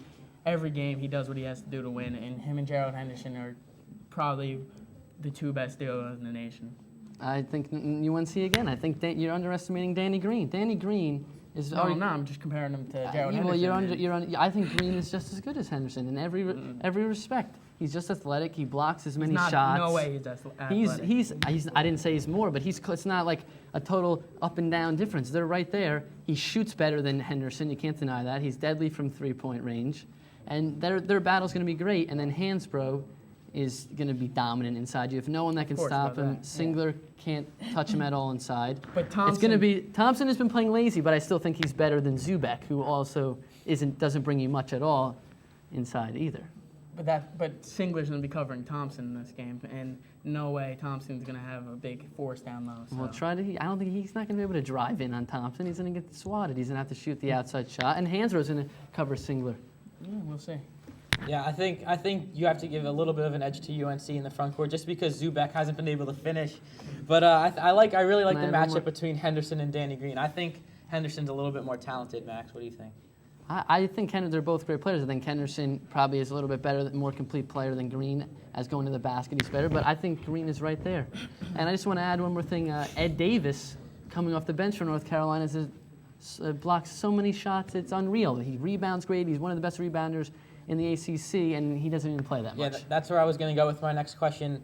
The X factor for this game, guys coming off the bench, because obviously both teams have just a ton of talent in their starting five. I mean, probably two of the best starting fives in college basketball. So it might come down to someone off the bench or someone who you might not expect to come up big for their team to win. Who do you see that might jump off, that's a little bit off the radar and be an X factor in the game? Well, I have two players. I have Lance Thomas, who off the bench is one of the most exciting players in the nation. I mean, he brings so much fire to the game. I mean, just everything he does. He steals the ball, dunks, everything you could ask for in a power forward / center. Also, Elliot Williams. He was the 18th recruit in the nation. He's been doing horrendous, but I think he's going to finally have his breakout game and show everyone why we got him. Well, my guy's Ed Davis, just like I said before. I mean, he's a great player, one of the best freshman forward on the defensive end that I've seen, if not the best. If anyone comes inside for Duke, it's going the other way. For an easy fast break for us, and we're unstoppable in the fast break offense. No one can stop Ty Lawson with the basketball, so he's my X factor. Yeah, I think that's what UNC really needs to do in this game. They need to get rebounds, run the floor, and open up the game, because Duke likes to play controlled, very slow offense where they can move the ball around, have set plays like picks and stuff to open up defenses. But now I think I know which way you guys are going to go here, but predictions for the game and maybe a score. Score I can't give you, but if Duke plays like a team, I give them the advantage, and Shire has to be pretty much automatic shooting the three-pointer, because if he doesn't hit his shots, there's no way Duke will win. I mean, lately he's been playing horrible. He had a comeback game against Miami. He played great, but hopefully that carries over.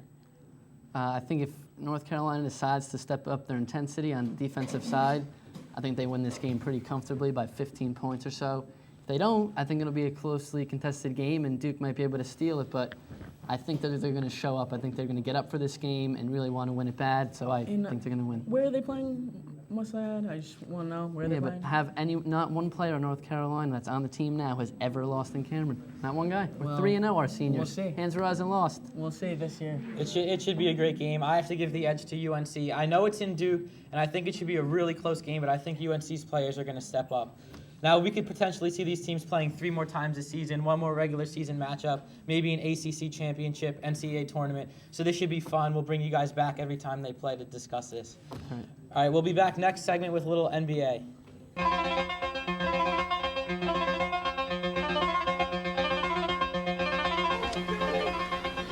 Monahan turns around, takes a quick peek at the clock, hands it up the middle to Lynn, who gets outside.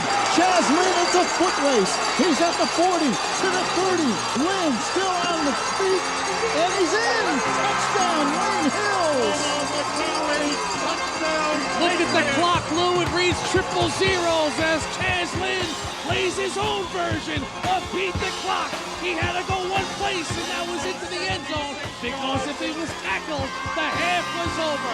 Chaz Lynn beats the clock.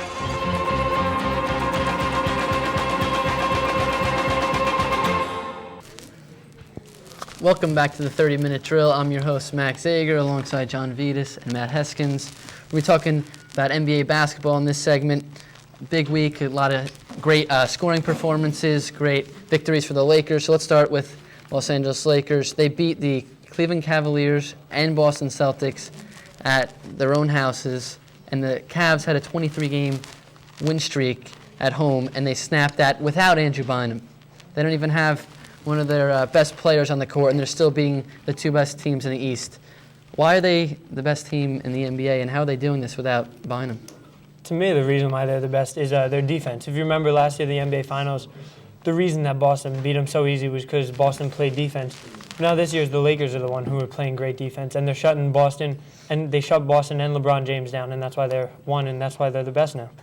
John? All right, all season, who have we said are the 3 best teams? Clearly, the Lakers, the Cavs, and the Celtics. All year, everyone said which of those 3 teams is the best.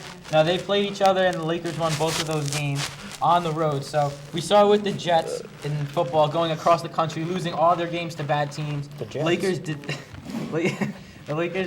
that this year, and they did it with success, which is really surprising, going across the country and beating 2 out of the 3 best teams in the NBA. I think that you both made good points, but I think Lamar Odom stepping up is a big reason why they won these 2 games and are doing so without Bynum. I mean, yesterday he had 28 points and 17 rebounds against the Cavaliers. Now that's big-time numbers. And he's so versatile, he could do it in any way. He could shoot threes, he can go to the basket. He's 6'11" and handles the ball like a point guard. I mean, he's really stepping up his game, and that's why they're doing so well. Now, a lot of injuries have been occurring lately. Andrew Bynum, like we said. Jameer Nelson was a big loss. The Magic were the 3rd best team in the East, trying to fight for a title in the Eastern Conference. Now, with Nelson out, he might not be back for the whole rest of the season. You think that they still have a chance to be one of the top teams in the East or make a run at the title? I think that they don't really have a backup point guard, so what it's going to do is they're going to drop from the top 3. They were fighting all year with the Cavs and Boston to be at the top of the East. Now they're going to drop to about the 5th or 6th seed. They're going to drop a lot because of this. Okay, John? We're really going to see what Orlando's made of. When you lose your all-star point guard, it's a big loss, obviously. It's going to test the depth and the bench that the Magic has, but I don't really think they have guys coming off the bench that can fill in for Jameer Nelson because he was just such a big part of their team. Yeah, Jameer Nelson made the All-Star game. He was really running the show, getting the ball to Dwight Howard inside. Those 2 were a great combo together. They pretty much knew where each other was going before it even happened. He was great with the alley-oops to Dwight, and they really had a nice chemistry there, and that's the reason why they were doing so well. Now, Kobe and LeBron both played the Knicks and had unbelievable performance. And Kobe scored 61 points, and LeBron scored 52, and almost had a triple-double, having one of his rebounds wiped out by the NBA, so that he had 11 assists and 9 rebounds. Which performance is more impressive? To me, the Kobe Bryant one was much more impressive. I mean, the shots that he was hitting fadeaways, reverse layups. I mean, amazing plays. He was going up, looking to pass it. No one was open, so he had to force the ball and shoot it, and he was still making everything. He was on fire. and it was the most points ever at Madison Square Garden. Huge accomplishment. John? Yeah, I'm going to disagree. I mean, obviously, both of these were tremendous performances by probably the two best players in the NBA in this decade. But I think LeBron's was a little bit more impressive. I mean, 52 points is only 9 short of 61, but the fact that he was able to pass the ball and get 11 assists as well as scoring 52 points and pulling down 9 rebounds, like you said, I think that's a little bit more impressive, and especially because the game before, everyone saw what Kobe did against the Knicks, so he had a lot of expectations going into Madison Square Garden. He was able to fulfill them with 52 points and 11 assists. I got to agree with Matt. I think 61 is just, a lot of people have scored 50 points, but to get to that 60 benchmark is a whole other ballgame. 60 points is insane. I mean, think about that. Scoring 60 points in a basketball game. He made 20 for 20 from the free throw line. That was the second most consecutive free throws in a game, 23 being the record, and I'm sure if he got there 2 more times, he would have broke it. But 61 points is just so impressive. And Kobe does this all the time. I mean, he scored 81. He scored 62 other times in his career. It's just unbelievable what this guy does. Now, big trades are brewing. The trade deadline's starting to creep up.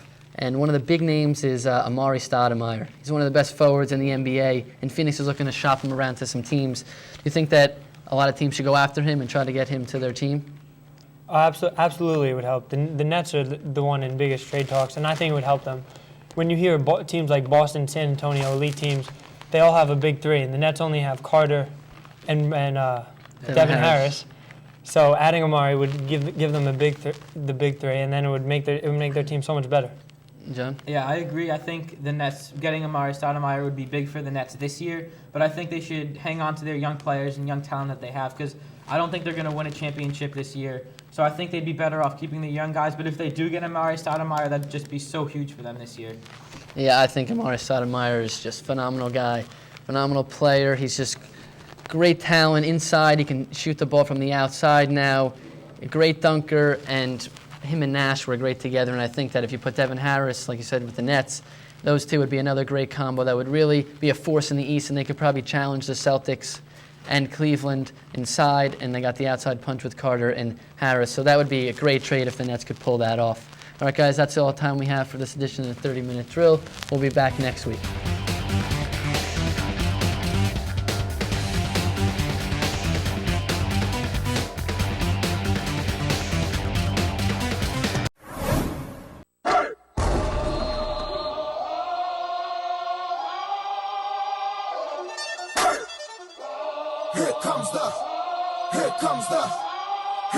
Y'all don't really want it like that. Yeah. Here comes the no. Here comes the oh. Here comes the y'all don't really want it like that. Yeah. Here comes the no. Here comes the oh. Yeah. Here comes the no. Here comes the oh. Here comes the y'all don't really want it like that. Yeah. Here comes the no. Here comes the oh. Here comes the y'all don't really want it like that. Yeah. Here comes the no. Here comes the oh. Y'all don't really want it now. Hello and welcome to the 30-Minute Drill. I'm Peter Samylenko alongside Joe Rapp. How you doing today, Joe? I'm great, Pete. All right, we're going to be talking NBA. Let's jump right into it. Some big mid-season trades have taken place. Who do you think got the best deal? I think the Knicks got the best deal. They got Larry Hughes from the Bulls. Now, Larry Hughes, since coming from Washington to Cleveland to Chicago, has had an underachieving 4 years. He hasn't been that great. I think he's going to excel in New York, be defensive-minded, and get some stops for the Knicks. I think he's going to do very well in New York. He's a fast player. He can play in that run-and-gun offense that Mike D'Antoni likes to play. And I think he'll do good there. But I do not think the Knicks had the best deal. Chicago made a lot of big deals, getting a ton of players from multiple teams. They got Brad Miller from the Kings, a big guy, which they needed. And I like what they did. What do you think about them? Well, instead of Brad Miller, they got John Salmons, who was a 20-point scorer in Sacramento.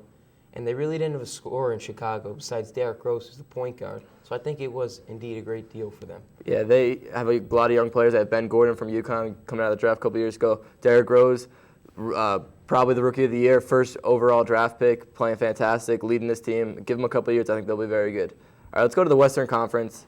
The Los Angeles Lakers are blowing away. They're having an 8-game lead on San Antonio, who's in second place. Do you think anyone could catch them? I think Portland can challenge them in the playoffs. I mean, they got Steve Blake, a point guard, who had 14 assists in the first quarter last night. He's amazing. And I think Brandon Roy is one of the best leaders in the NBA. And they got LaMarcus Aldridge, a great power forward in this league. I agree with that. They're very good and they're young, but I don't know if they're going to be able to challenge them. They're maybe a little too early. Greg Oden's not there every game. He's kind of getting hurt. So I think San Antonio is going to be the team that's going to be able to catch them every year. Everyone's like, oh, San Antonio again, they're getting too old. Not their year. And every year they continue to come out in the playoffs and they beat teams. They're fantastic. Tim Duncan. They got Manu Ginobili, Tony Parker, Michael Finley, top to bottom. They're a great team. They got a great bench, and I think they'll be able to challenge them in the playoffs. Pete, they're old. Their reign is over. We say that every year, though. And look where they're almost in the like 35 years old. Every year, they're almost in the championship. No, you're Joe. wrong. You're wrong. I think they'll do it again this year. They're a fantastic team, second place in the Western Conference, just underrated, but they're consistently right there every year. So we'll see how it plays out. You keep dreaming. Let's talk about the 8th seed in the Eastern Conference. Milwaukee has it right now, but it's not a big lead. They have a 1.5 game lead on Chicago. New Jersey, Nets, and New York Knicks are right behind them. Who do you think is going to get that spot? Well, like 5 or 6 different teams can get in that spot. I have to say, in the 8th spot now, Milwaukee's going to make it. I mean, Scott Skiles came over, a defensive-minded coach, and taught the Milwaukee Bucks how to play defense. And they got some great scorers in Richard Jefferson. And Michael Redd's out, but he'll come back and be a great scorer for the team. I think they'll make the playoffs and take on Boston in the first round. I think the New Jersey Nets are going to make a run, late season run, get that 8th spot, not do much in the playoffs because they're going to have to play Boston, Cleveland, or Orlando. 3 fantastic teams, and I like what they're doing. And I think they'll make the playoffs. I don't think they'll get any farther than that. Who do you think is going to get the 8th seed in the West? In the West, I have to say it's going to be Utah. I mean, they have a great team. They got Darren Williams. I think, personally, he's the best point guard in the Western Conference.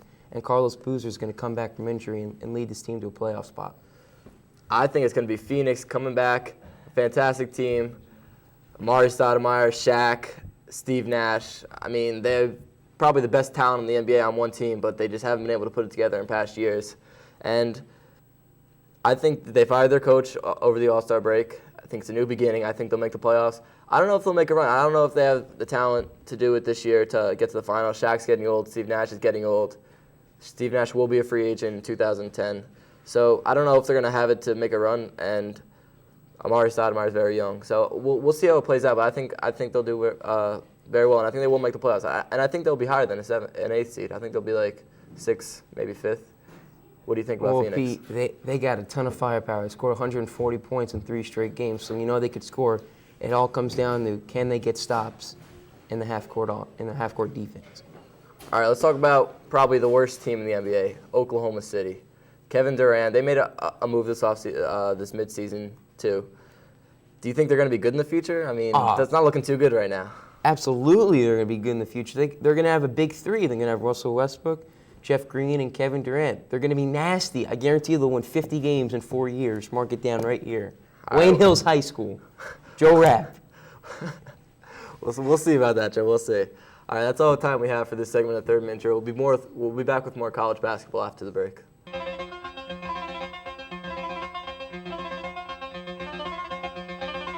All this hype about the defense, and it's been true in this game, playing very nice defense. Oh, Wayne Hills Patriots! Ariel Danziger off the deflection of Alyssa Maselli. And just like we were talking about before, how important momentum is in this game. The Wayne Hills Patriots get the first goal in this huge county final, and the Wayne Hills Patriots are on top 1-0. Patriots putting a lot of defenders in the box. Ryan looking for help, and that is it! That is their final. The Wayne Hills Patriots have just defeated the Wayne Valley Indians in the Passaic County final. Girls soccer, Wayne Hills 1, Wayne Valley nothing.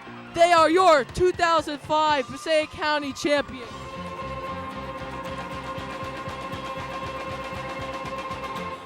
Hello and welcome back to the 30-minute drill. Once again, I'm Peter Samylenko alongside Joe Rapp. We're going to be talking college basketball segment. Let's hop right into it. Connecticut was number 1 for a few weeks. They lost to Pittsburgh this past week. A very good game, but they didn't play as well as expected. What do you think about that? Well, we learned in this game, Duane Blair, is a beast. 23 and 22. He's 6'7". He's the best power forward in the country, guaranteed. And we learned that Hasheem Thabeet can be kind of soft at times. I mean, he's tall, he's skinny, he's not very muscular, and he didn't have a great game. He didn't have a great game, but I still think he's one of the most powerful forces in college basketball, no doubt about it. Maybe Blake Griffin's ahead of him. 7 feet tall, averages 4 blocks a game. He's playing unbelievable. But Blake Griffin, talking about him, had a concussion this past weekend. Got taken out of the game. Oklahoma lost. It proves that without Blake Griffin, this team is not that good. Well, I think they could still go pretty far in the tournament, even if he's not there. I mean, they got his big brother, Taylor Griffin. They got a great point guard in Warren, who's a great facilitator, can make shots when you need him, and Proctor, who's one of the best three-point shooters in the country. Yeah, but Blake Griffin had, 40 points, 20 rebounds that one day? It's unbelievable. This guy's a beast. Probably going to get National Player of the Year if he stays healthy, and he's fantastic. But Oklahoma's a good team without him. They're a good team. I know they didn't prove it against Texas, but they got talent on that team. Yeah, well, they didn't play a bad team in Texas. There wasn't like an unranked team. So, I mean, you got that going for them. But Blake Griffin, they're good without him. They're great with him, put it that way. It's better to have Blake Griffin taking the tip off, okay? Obviously. Basically what you're trying to say? That's what I'm trying to say. All right, Okay. let's talk about North Carolina. They lost to Maryland, an upsetting loss. People said North Carolina undefeated beginning of the year. Best team in college basketball, no doubt about it. The whole starting lineup back from last year, Hansborough, Ty Lawson, a ton of great players. They lost again. They're probably going to drop. How do you feel about them? Well, Maryland's beat North Carolina in Maryland the last 3 years. My boy Vasquez, a triple-double, 30 points, 10 rebounds, 10 assists. He's been great for them the last 3 years. Yeah, I agree. North Carolina, an upsetting loss. They should have won this game. Maryland, has not done good at all this year. They've been a bust all year. Who's going to be the number 1 seed now? Top 3 teams lose this past week. Who's going to be number 1? I got to say Pittsburgh's going to be number 1. I mean, they got one of the best starting lineups in the country, and they beat the number 1 team in UConn, who was probably the best number 1 team that we've had this season. Yeah, I agree. The big factor is they beat the number 1 team, so they should be number 1. But Oklahoma and North Carolina losing, it definitely helps them. They'll definitely jump over all 3 of those teams. I think Pittsburgh will definitely be number 1. Memphis will be very low, and a very underrated team, by the way. They were great last year, made the championship, went into overtime, lost. And this year, no one's been talking about them at all, and they're right there again, number 5 right now. What do you think about them? I got to give credit to John Calipari. I mean, he led them to 39-1, 1 win away from the national championship. He's done great with this young group he's had this season. Yeah, I agree. Basically a whole rejuvenated starting lineup. None of the players from last year came back, and he's done very well to coach them and bring them right back to the top where they belong. Memphis is a great team. I think they'll go very far. Let me hear who you think will be the number 1 seeds in the March Madness tournament. I think it'll be Pittsburgh, North Carolina, UConn, and Oklahoma, the top 4 right now. I mean, UConn's got the best center in the country, Hashim Thabit, who blocks so many shots. Pittsburgh's got the best starting lineup, as I said before, and I think a very underrated player in Sam Young, who idolizes Michael Jordan. He plays like Michael Jordan right now, and North Carolina is going to be there always. They've been there the last few years. Yeah, I'm going to have to agree with Connecticut, North Carolina, and Pittsburgh, but I do think Memphis will be a number 1 seed. I think they will continue to win the rest of this year. I think they will jump over Oklahoma. I think Oklahoma's not as good as people. They're very good. They're not as good as people expected going into this season. I think they're overachieving right now, and they won't do as good when March comes around. All right, let me hear your surprise pick in the NCAA tournament. I mean, there's always a team that you're not expecting. Who do you think is going to be that team this year? Well, I think it's going to be Gonzaga on the West Coast. Some people in the country think they're a soft team, but they got great 3-point shooting. They can get to the rim. I think they'll be very good in the NCAA tournament. My pick's going to be Dayton. Just cracked the top 25 this week, and no one's they're in the tournament every year, but no one really sees them as going very far. But if they play the way they're playing right now, they'll be a 5 or 6 seed. Definitely could do some damage in the tournament, and I'm excited to see how they're going to do. That's all the time we have for college basketball. We'll be back with more hockey after the break.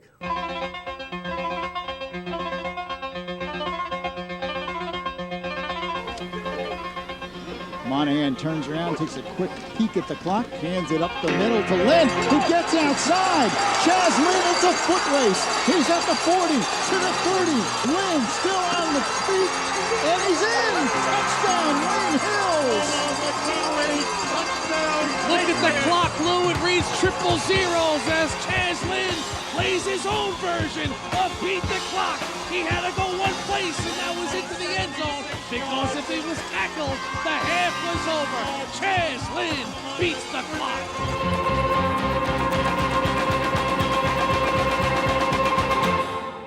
Welcome back to the 30-minute drill. I'm Joe Rapp. Alongside me is the Peter Samylenko. How you doing, Pete? I'm doing pretty good, Joe. How you doing? Good. We're going to talk about some hockey. We're going to go right into it. We're going to talk about Pete's team, the Devils. Now, earlier in the season, they were like 7th or 8th, down in the playoffs. Didn't think they'd get out of the first round. Now they're in 3rd place. How do you feel about that, Pete? I'm very excited the way the Devils are playing. They've won 14. I believe it's 14 out of their last 18, which is just an astonishing number, and they've been playing great. Washington's right there next to them, but a couple of bad losses recently. Florida, bottom dweller, and as well as the Islanders, the worst team in the NHL. They lost to 4-0, both of them. Those were bad losses, but besides that, they beat San Jose, the best team in the Western Conference. They beat Boston last weekend, best team in the Eastern Conference. So they've proven they could stick with the best, and I'm very excited to see what they can do when playoff time comes around. Well, Marty Brodeur is going to come back in a couple weeks. Do you think they should rest him more since they've got this big cushion in the Eastern Conference? I think it's a very tough decision, and it'll be exciting to see what Brent Sutter will do. Scotty Clemenson's playing fantastic, has 7th in the NHL in wins, and he came in almost mid-season when Brodeur got hurt. So he's been playing fantastic. I think you keep him in until Brodeur is completely healthy. Don't try to rush him back at all. I think it'll be early to mid-March when Brodeur comes back, and just get him ready for the playoffs. Playoff time comes around and get the best goal in the NHL. I think it'll be interesting to see what Brent Sutter does, though. Well, Pete, the Devils are 3rd, like I said, and the Rangers are 6th. You think it could happen? I hope not. Every year Devils play the Rangers. It seems like every year that they play them. In 3-6, the same seeding too. Seems like every year they play them in the playoffs, but it just doesn't seem like the Devils can beat them in the playoffs. This year they've been able to beat them in the regular season, unlike last year. But when it comes to playoff time, Devils just they can't beat the Rangers. It's almost like a psychological thing. It's unbelievable. But if we do, so be it. And I think Devils will succeed because they are the better team this year, no doubt about it. All right, we'll stay in the Atlantic Division. We're going to talk about the Pittsburgh Penguins. I mean, this team was one of the best. People picked them to win the Stanley Cup this year. They're 10th in the conference. What's happened to this team? They got so much talent. Yeah, they do have a lot of talent, probably the most talent in the NHL. A great goalie and 2 young stars, Evgeny Malkin and Sidney Crosby. We talk about them every time. Probably the best 1-2 punch in the league. And they're just underachieving. It's unbelievable. They should be 1, 2, 3, even 4 in the East, at the worst 4th. And they're 10th right now. They just fired their coach. It's going downhill. I don't think they're going to make the playoffs. It's like a snowball effect. It's just started bad and it's getting worse. It's getting worse, Joe. Well, Crosby and his Penguins took on Ovechkin and his Capitals. We talk about them every time. Now they finally meet up, and Capitals put a spanking on the Penguins. Now you always say Ovechkin's better than Crosby. I think you proved it in this game. It's absolutely. Ovechkin's a better player than Crosby. Crosby's a baby. He whines a lot, always to the refs, asking for calls. And he gets the calls a lot of time. He's one of the best players and definitely the most advertised player in the NHL. So the refs see him, he gets hooked a little bit. They might not call it if it's, say, Joe Thornton, who's still a star, but they see Sidney Crosby get hooked, they're going to call it every time because they don't want him to complain to the NHL because he's the face of the NHL. So Ovechkin's clearly the better player, better team player, better overall player. He's going to lead the league in goals this year, going to lead in assists probably. So no doubt about it. Ovechkin's a better player. The team's better. And he's proved it all year. Capitals and Ovechkin's better. Well, Ovechkin and Crosby had a little bit of a scuffle that game. Ovechkin started pushing him, playing some hockey, and Sidney Crosby started crying about it. And Ovechkin said after the game, quote, "He's a great player, but he talks too much." What do you think about that quote? I have to agree. You see it. When you watch the games, you see it. He whines. He's a whiner. He wants every call. I'm sure he's got it his whole life. He's been the best player in every league he's played in. So I agree with Ovechkin. He's a baby. Well, staying in the Eastern Conference, the Boston Bruins have been bottom dwellers throughout the league the past couple of years. What's happened to this team? They're number 1 in the conference. They're playing unbelievable. Best team in the NHL, in my opinion, no doubt about it. Boston, there's Daniel Chara playing defense, got a great goalie in Tim Thomas, some great young forwards, and they're playing fantastic. They're going to win the Eastern Conference, no doubt about it. No one's going to catch them. They got 88 points. What Capitals have 81, Devils have 79. So they'll keep it close, but they'll win the Eastern Conference. All right, Pete. That's it for hockey, guys. There'll be more 30-minute drill after this. And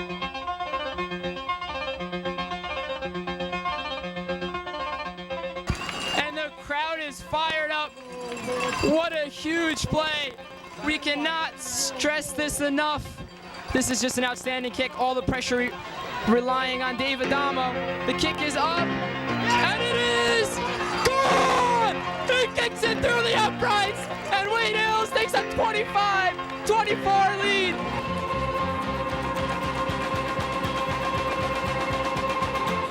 Sunny day.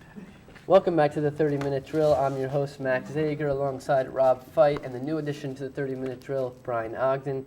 Guys, we're going to be talking college basketball in this segment, starting out with North Carolina. They were looking great, 10-game winning streak, beating everyone that came in their path. But they went to Maryland on Saturday and got knocked off. How did that happen? Because they couldn't stop Grievous Vasquez, who had a triple-double that game with 35 points, 14 assists, and 11 rebounds.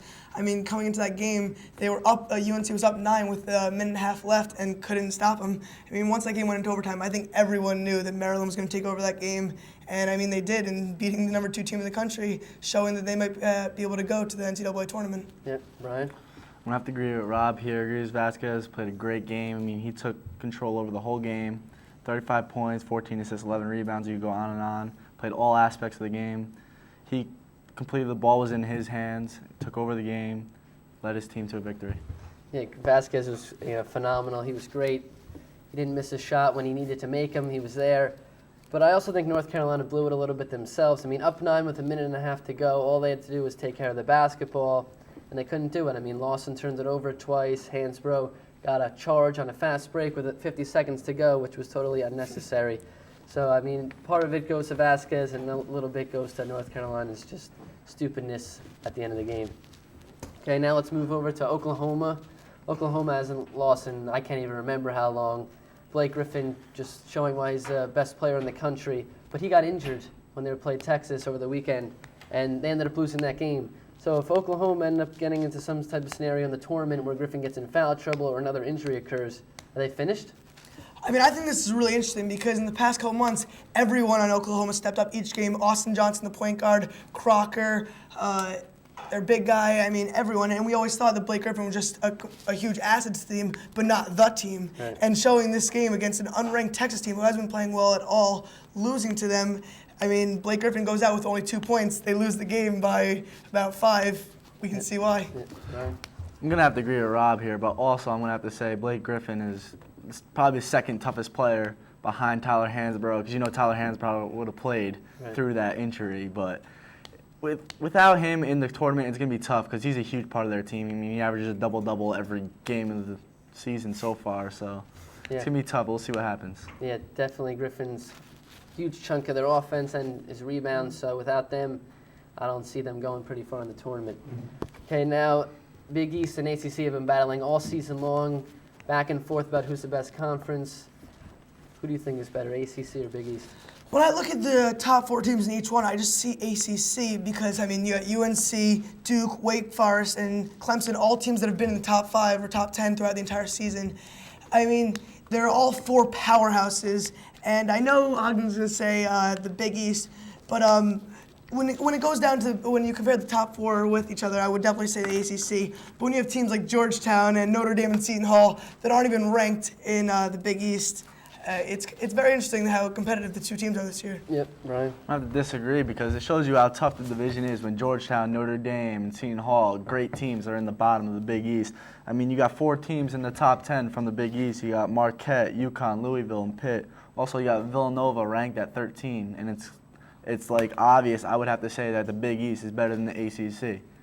I have to agree with Rob here. I think that the Big East top-tier teams are better, but the middle of the pack in the ACC is so competitive. Maryland, Miami, Boston College, all these teams are great teams, and their records may not show that they're as good as the Big East guys because they're getting knocked off by each other each week, but the middle of the pack in the ACC is just so competitive. That's why I give them the edge. So competitive each year. Okay, now I want you guys to give me one bubble team who's on the outside right now looking in at the NCAA tournament, who you think might be able to make that extra surge at the end and push in and find their way in the tournament? Well, I mean, you just named my team, Boston College, who's beaten Duke and UNC in 2 very tough games. I mean, Tyrese Rice leading the pack each game. When they play big games, he's there and steps up 3-pointers each game, like averaging 8 each game. Yeah. I mean, yes, they have lost a huge game to Harvard, but I mean, I think when the polls come around and the guys trying to choose which teams make the tournament, I think they'll see that Boston College is a good enough team. All right, Bryan? I'm going to have to disagree because I think if you're the team going up against Boston College, you're thinking, oh, well, they lost to Harvard, so that gives you confidence. My bubble team's going to have to be Michigan because they have 3 dominant players, Manny Harrisons and Novak. There's instrumental skills, and they play well together, and I think they're going to make a run in the tournament. All right, both good teams, guys. That's all the time we have for this segment. We'll be back next segment.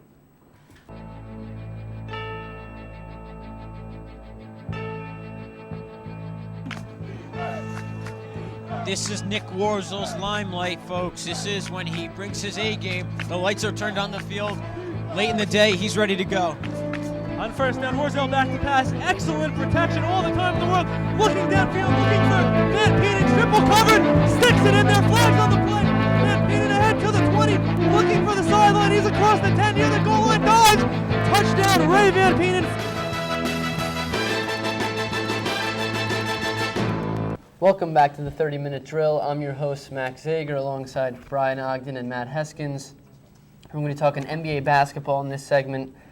The NBA season is way underway now. We're past the All-Star break, and there's been plenty of injuries this season. Big-time players, Elton Brand, Kevin Garnett, Amari Stoudemire. What's the one injury that's really going to take a toll on that player's team? I think the biggest injury is Michael Redd for the Bucks. I mean, he's been averaging over 22 points a game. He's a franchise player for them, and they're in a playoff race right now. And I think if they want to make the playoffs, that Richard Jefferson and Charlie Villanueva, 2 key players on the Bucks, are going to have to step their game up.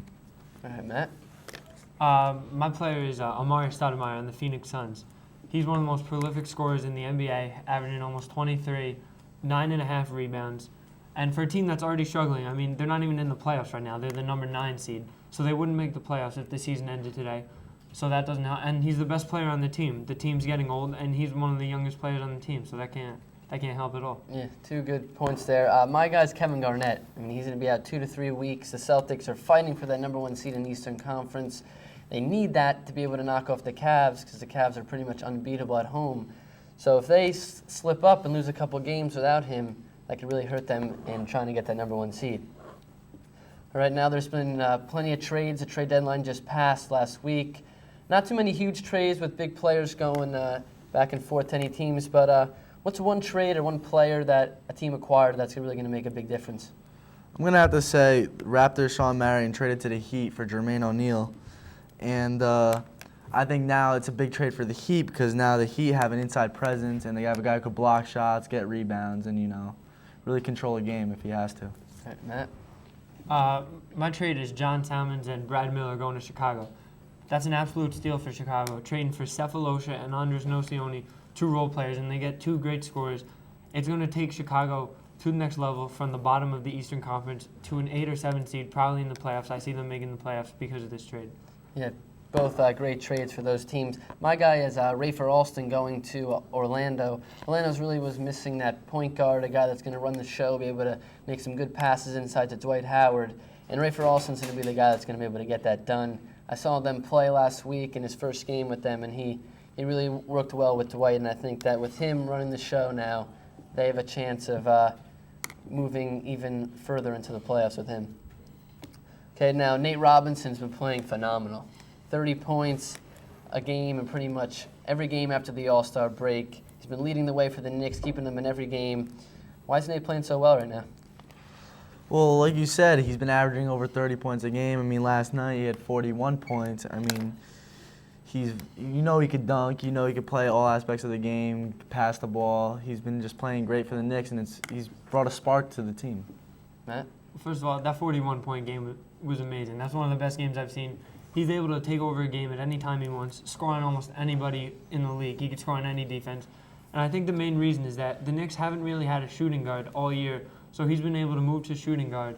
And that helps his scoring because he doesn't have to look to pass and be the assist man on the team. He could look for his shot. And then he was in a slump in the beginning of the year. So you can't expect a good shooter to be in a slump for the entire year, and now he's catching fire at this time. Yeah, Nate's really been taking over games. He's really been putting himself in good positions, not necessarily passing the ball, but taking the ball strong to the basket himself, looking for his own shot, and he can score. He can flat out score, and that's really helping the Knicks move up and try to maybe nab the 8th or 7th seed in the playoffs. Now, the All-Star game was last week. All the festivities occurred, slam dunk contest. What are your impressions on that? Were you impressed? Well, I mean, I think it was the same as usual, but what I was impressed at the most was Shaq dancing with the Jabberwockies. I haven't really seen anything new in the dunk contest. I didn't see anything special in the three-point contest. I mean, the All-Star game, no one's going to try because no one wants to get hurt for the second half of the season, but it's always entertaining. I enjoyed myself watching it. Matt? The thing I don't like about the All-Star break the most is that the dunk contest is really not judged fairly. Rudy Fernandez, I think, he had the best dunk where he made an amazing around-the-back pass, and he didn't even get out of the first round. I mean, it's judged basically on what the crowd thinks, not what really happens in the game. Yeah, totally agree there. I mean, Nate Robinson's a great dunker, but they really take that his size just elevates him over everyone else, even though he jumps just as high as all these guys. So I'm not very impressed with the dunk contest this year. And the game is, the same old thing, but a little too circusy for my liking. All right, that's all the time we have for this segment. We'll be back next week.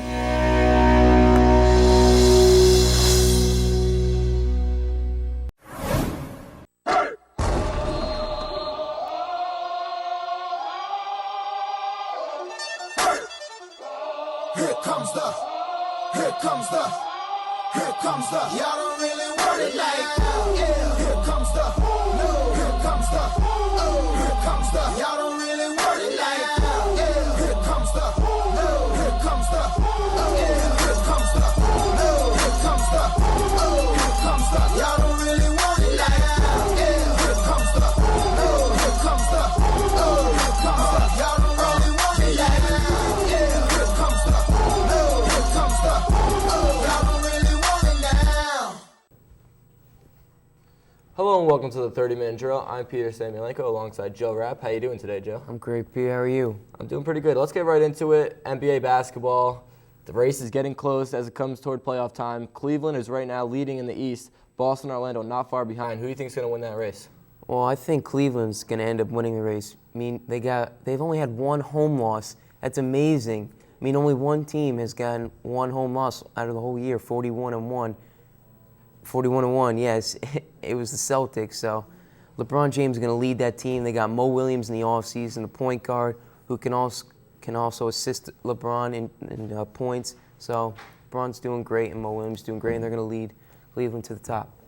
You know who beat Cleveland at home, though? It was those Boston Celtics, who are the defending world champions and have been playing great all season. Right now, they're without Kevin Garnett, who should be back pretty soon. I mean, you can't count them out, definitely. Defending champs, always been playing fantastic. Doc Rivers leading them to success. They've recently picked up Stephon Marbury, who's been playing not as well as expected. He hasn't played all season. You shouldn't expect a lot out of him. But he started his first game this past weekend against Orlando, and they got beat by 20. How do you feel about Stephon Marbury coming to the Boston Celtics? Well, Pete, don't you think he was playing basketball while he was sitting on the bench in New York? I mean, honestly, come on. He was, but I mean, it's... I've seen a couple games. His shots have been very ugly. I mean, he should have... He's in shape. I'll give him that. He came to camp in shape, so... And he can run he's committed to running the point guard position in the backup role behind Rajon Rondo, so I think the Celtics got him for that reason, and I think he'll do a good job. Yeah, as long as he stays in his role as he knows he's going to be a backup, Rajon Rondo is the future of this franchise. He is going to be the point guard for a long time. So as if he's willing to accept being the backup point guard, I think he'll do good if he doesn't create controversy with them. I think he'll be a good fit here, and I like the move. Let's move on to Orlando, who's got Dwight Howard, and Jameer Nelson recently got hurt. So just Dwight Howard still playing fantastic, still a great team. You think he has a chance to contend with LeBron for the MVP? I don't think so, Pete. He's fourth in that conversation behind LeBron, Kobe, and Dwayne Wade. I mean, Dwayne Wade has a bad team. Well, not a bad team, but he has the worst team out of the four, and he leads the league in scoring. So, I mean, Dwight Howard, Superman. I don't think I don't think he can win the MVP. Right now, Miami is 33-29, having the 5th seed in the East, which is thus far a pretty good conference compared to past years. And I think Dwayne Wade should be in contention for the MVP, no doubt about it, because he had the second worst team in the league last year, and right now they're playing fantastic. They got 2 rookies starting. Michael Beasley is 2nd pick overall, who's been stepping up. Mario Chalmers has been playing good. I mean, without Dwayne Wade, this team's going nowhere. They don't got a big guy. Shaq left a couple years ago. Without him, this team's nowhere. You're right. I mean, Dwight Howard's the key to that team. He provides a presence down low, so he is the key, in my opinion. All right, let's move on to the 8th spot in the Eastern Conference. Right now, Chicago's holding that spot with a record of 29-34. Milwaukee's not far behind. New Jersey's only a game back of Milwaukee. And then you got Charlotte, the Knicks not far behind. Who's going to get that spot?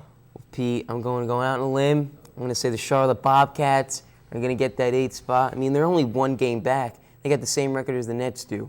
I mean, they drafted DJ Augustine like an All-American point guard out of Texas. That was a great pick. And they got Larry Brown to coach that team, teach them how to play defense, teach them how to win, and that's what they've been doing. I disagree with you, Joe. I'm going to stick to my gut. New Jersey Nets, only a game back of that 8th spot in Chicago. Chicago had some good pickups in mid-season trades. They got Brad Miller. But New Jersey, with the rookie Brook Lopez, the star Vince Carter, the phenom Devin Harris, and they got Gian Leon playing pretty good right now. I like what they're doing in New Jersey. I think they're going to get that 8th spot. B, I got to stop you there. E is the worst player that they got during the offseason. He was not worth the Richard Jefferson trade. That's all I got to say. I disagree with this. He's 6'10 or 6'11. He could shoot the 3. He's got no hands. He can drive. He can pull up and shoot. I like what he's doing. I like him. I think he's a good player. He averages 5 rebounds. He's 7 feet tall. He doesn't play as much as expected. I think I like what he's doing. I like Gian Leon. I think it was a great pickup for New Jersey. I think he fits into the system. Okay. And Brook Lopez, the 7-footer, the rookie, playing pretty good right now. He's gonna come second in the Rookie of the Year. I hate to say it. He should win, but all right. Well, let's get off this topic. Let's move on to the Western Conference. You say so. Los Angeles Lakers, number 1 spot, pretty much running away with this. San Antonio's about 8 games back. What do you feel about LA? Well, I feel like they're going to have one team that's going to go against them in the West, and I think that team will be Utah. I mean, Darren Williams is one of the best point guards in the NBA, and they got Carlos Boozer, great power forward. I think they can challenge LA for the West. I disagree. San Antonio, year after year, playing great. They're going to challenge LA. I think San Antonio will be in the finals again this year. All right, let's quickly move down to the 8th seed in the West. Dallas right now holding on to that. Mark Cuban, very upset with how his team is playing thus far this season. He's expecting them to be a 1, 2, or 3 seed as they've been in past years, and they haven't been. And Phoenix is right there, right behind them, and Golden State is right behind Phoenix. Phoenix has an all-star lineup, no doubt about it, even though Amari Stoudemire got hurt recently. Shaq's been playing great filling in that role. Do you think Phoenix can get that 8th spot? I don't think so. I mean, I think there's 19 games left. They're down 4 games. I don't think they can make that kind of ground. All right, Joe, thank you. That's it for NBA. We'll be back with college basketball after the break.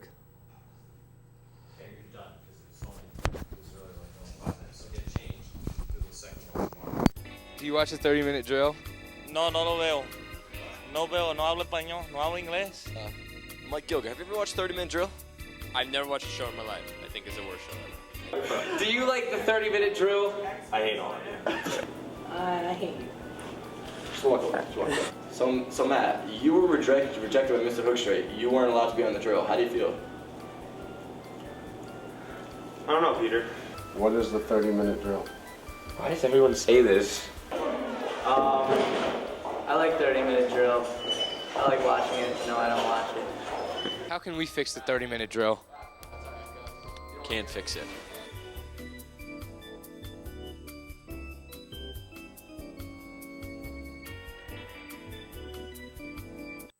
Welcome back to 30-Minute Drill. I'm Joe Rapp. Alongside me is the Peter Samylenko. Pete, how you doing today? Doing pretty good, Joe. How you doing? Good. Pete, can you tell me what month it is? It is March. Now, what does that mean? It means March Madness is here. Well, yeah, you're right. It does that. So the AP poll just came out to the end of the regular season, and it puts North Carolina as the best team in the country and Pitt second. Do you feel that North Carolina deserves to be number 1? I think they should be number one, just due to the fact that they started off the season as number one. They are the best team in the country. I mean, the lineup top to bottom. They got probably the best player in Tyler Hansborough, and they got a fantastic team. The whole starting lineup is back from last year, so I think they deserve to be number one. Pitt's not far behind. They're a fantastic team. Beat the previously number one team, UConn. So, I mean, Pitt, North Carolina, either one I could see as number one. Well, I had to disagree with the poll. I think Pitt should be number one. I mean, they beat, as you said, they beat UConn, but they beat them twice at home and away as the number one seed, what UConn was. And they got probably the best point guard in the country in Levance Fields. And Sam Young idolized Michael Jordan. He's starting to play like Michael Jordan. And Dwan Blair's a beast. Admit, he's a beast. He's pretty good. He's destroyed Hashim Thabit. He's pretty good. And I think he can outplay Tyler Hansborough at times. All right, Pete, who do you think's been the best player in the country this season? Best player in the country. I'm going to have to say Hashim Thabit, even though you said he's been dominated in past games by Pittsburgh's defense. But Hashim Thabit is just a beast. He averages 6 blocks a game. He gets down low. He's a presence in there. And without him, UConn's not where they are right now. He definitely is a leader of that team and helps them win games, no doubt about it. And I think he'll help them a lot in the tournament. He's very intimidating and a very big presence for this team. Well, I'm going to do a surprise pick. I'm going to say Ty Lawson of North Carolina Tar Heels. The point guard, the team's number one, and the point guard's always the blame for that. It's a good blame. It's a blame that you want to have. And he's led this team. He's averaging like 20 points a game. He's done amazing, just amazing. Now, the 3 number one seeds, Pitt, UConn, and North Carolina, those are givens, automatic. Who do you think can be the 4th number one seed? As much as I don't want to say because they're in the Big East, I'm going to have to go with Louisville. They won the Big East overall. They had the best record in the Big East. They're number 5 right now. Memphis could be a number one seed, but again, they're not in a great conference, so they don't play a lot of great teams. They had a pretty decent out of conference schedule, but Louisville had a very tough schedule this year and consistently won games, so I would give them the last seed. Well, John Calipari from Memphis. You know who they lost last year? They lost Derrick Rose. Their whole starting lineup. Number one pick. They lost Chris Douglas-Robert to the Nets. So he's led this team. They have a young team. They've got Collins, point guard from Memphis. He's done great. They've just been fantastic. Now, the tournaments are starting to – this is where the fun starts, Pete. Yes. This is where you make your money, right? Yep. Well, the Big East and ACC tournaments are coming up, and we've argued that they're the biggest conferences in the country. So we're going to start with the Big East tournament. Who do you think is going to be in the finals, and who do you think is going to win it? I think it's going to be Connecticut and Pittsburgh again. A little third-time rematch. I mean, the last 2 times recently, Pittsburgh came out on top and dominated UConn. But UConn, Pittsburgh, Big East Finals in the Garden, I think UConn comes out on top, redeems themselves, 3rd time's the charm. They're going to get it.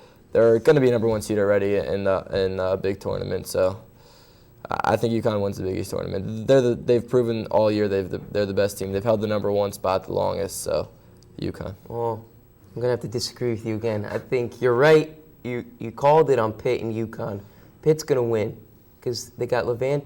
Like I said, they got Levance Fields, the best point guard in the country. Players dream about playing in the MSG, Madison Square Garden, and Dwan Blair is going to crush Hashim Thabit. I promise you. He's going to get a 20-20 game. Sam Young's going to score 30 points and win the Big East tournament for the Pittsburgh Panthers. So we're going to go to the ACC tournament. Who do you think's going to win that? The ACC tournament, I'm going to have to go with North Carolina, the best team in the ACC, and right now the best team in the country. I mean, Duke's played them twice this year, again, has fallen, and I don't think Duke's as good as people say. They're the 9th ranked team in the country, and they have 6 losses, which isn't very impressive. I mean, people just like them just because they've consistently good year after year, but North Carolina is definitely the better team this year, and they will come out on top in this tournament. Well, I think North Carolina is easily going to get to the finals, no doubt about it. But I think it's going to be between Wake and Duke to get there. And I'm going to say Duke. I mean, they got Greg Paulus, point guard, starting now. Shire's been a great shooting guard, so I think they'll get to the finals. But their luck's going to end in the finals against North Carolina. North Carolina's going to blow them out. They're not going to win that game. It's just too tough a competition. They're not going to win. I mean, they've been in games with North Carolina this season, but you haven't you don't feel like they're going to have a strong grasp on the game. Don't you agree? Yeah, I mean, 2 times they played them this year, it's just been, they just haven't had the intensity they should against it with this big rivalry. And North Carolina came out with a lot of intensity and came out on top both times. They're clearly the better team this year and clearly going to win the ACC tournament in my eyes. Quick, early prediction. Who wins it all? Who wins the big dance? The big dance. I would love to say my UConn Huskies, my favorite team, but I'm going to go with North Carolina. I think they're just too good. They got a great starting lineup. I think it's going to be UConn, Pitt, North Carolina, and Louisville in the Final Four. Well, you're wrong. Once again, Arizona State's going to win it, but those are reasons for another day. All right, that's it for college basketball. There'll be more 30-minute drill after this. Hello, everyone. This is Al Raffini, your Environmental Commissioner, bringing you another Environmental Minute. I have the great pleasure of introducing our Superintendent of Schools, Dr. John Cinque, who finally has achieved recycling in the entire district. Dr. Cinque, how did this come about? Al, well, first of all, thank you for inviting me to be here. It came about that we have a great Recycle in Town program, and when I became interim superintendent, the board president and I would go to school once a week for lunch, and we'd look for the recycling containers and find out there weren't any. So I made a promise that under my administration, we would have a real recycling program, and working with the town, working with the mayor, working with Tim Collins, working with all the stakeholders, we're able to put a recycling program where I'm glad to say that the teachers and more importantly the students are very enthusiastic about this program. You don't know how pleased the Environmental Commission is, and why do you think this is important, Dr. Cinque?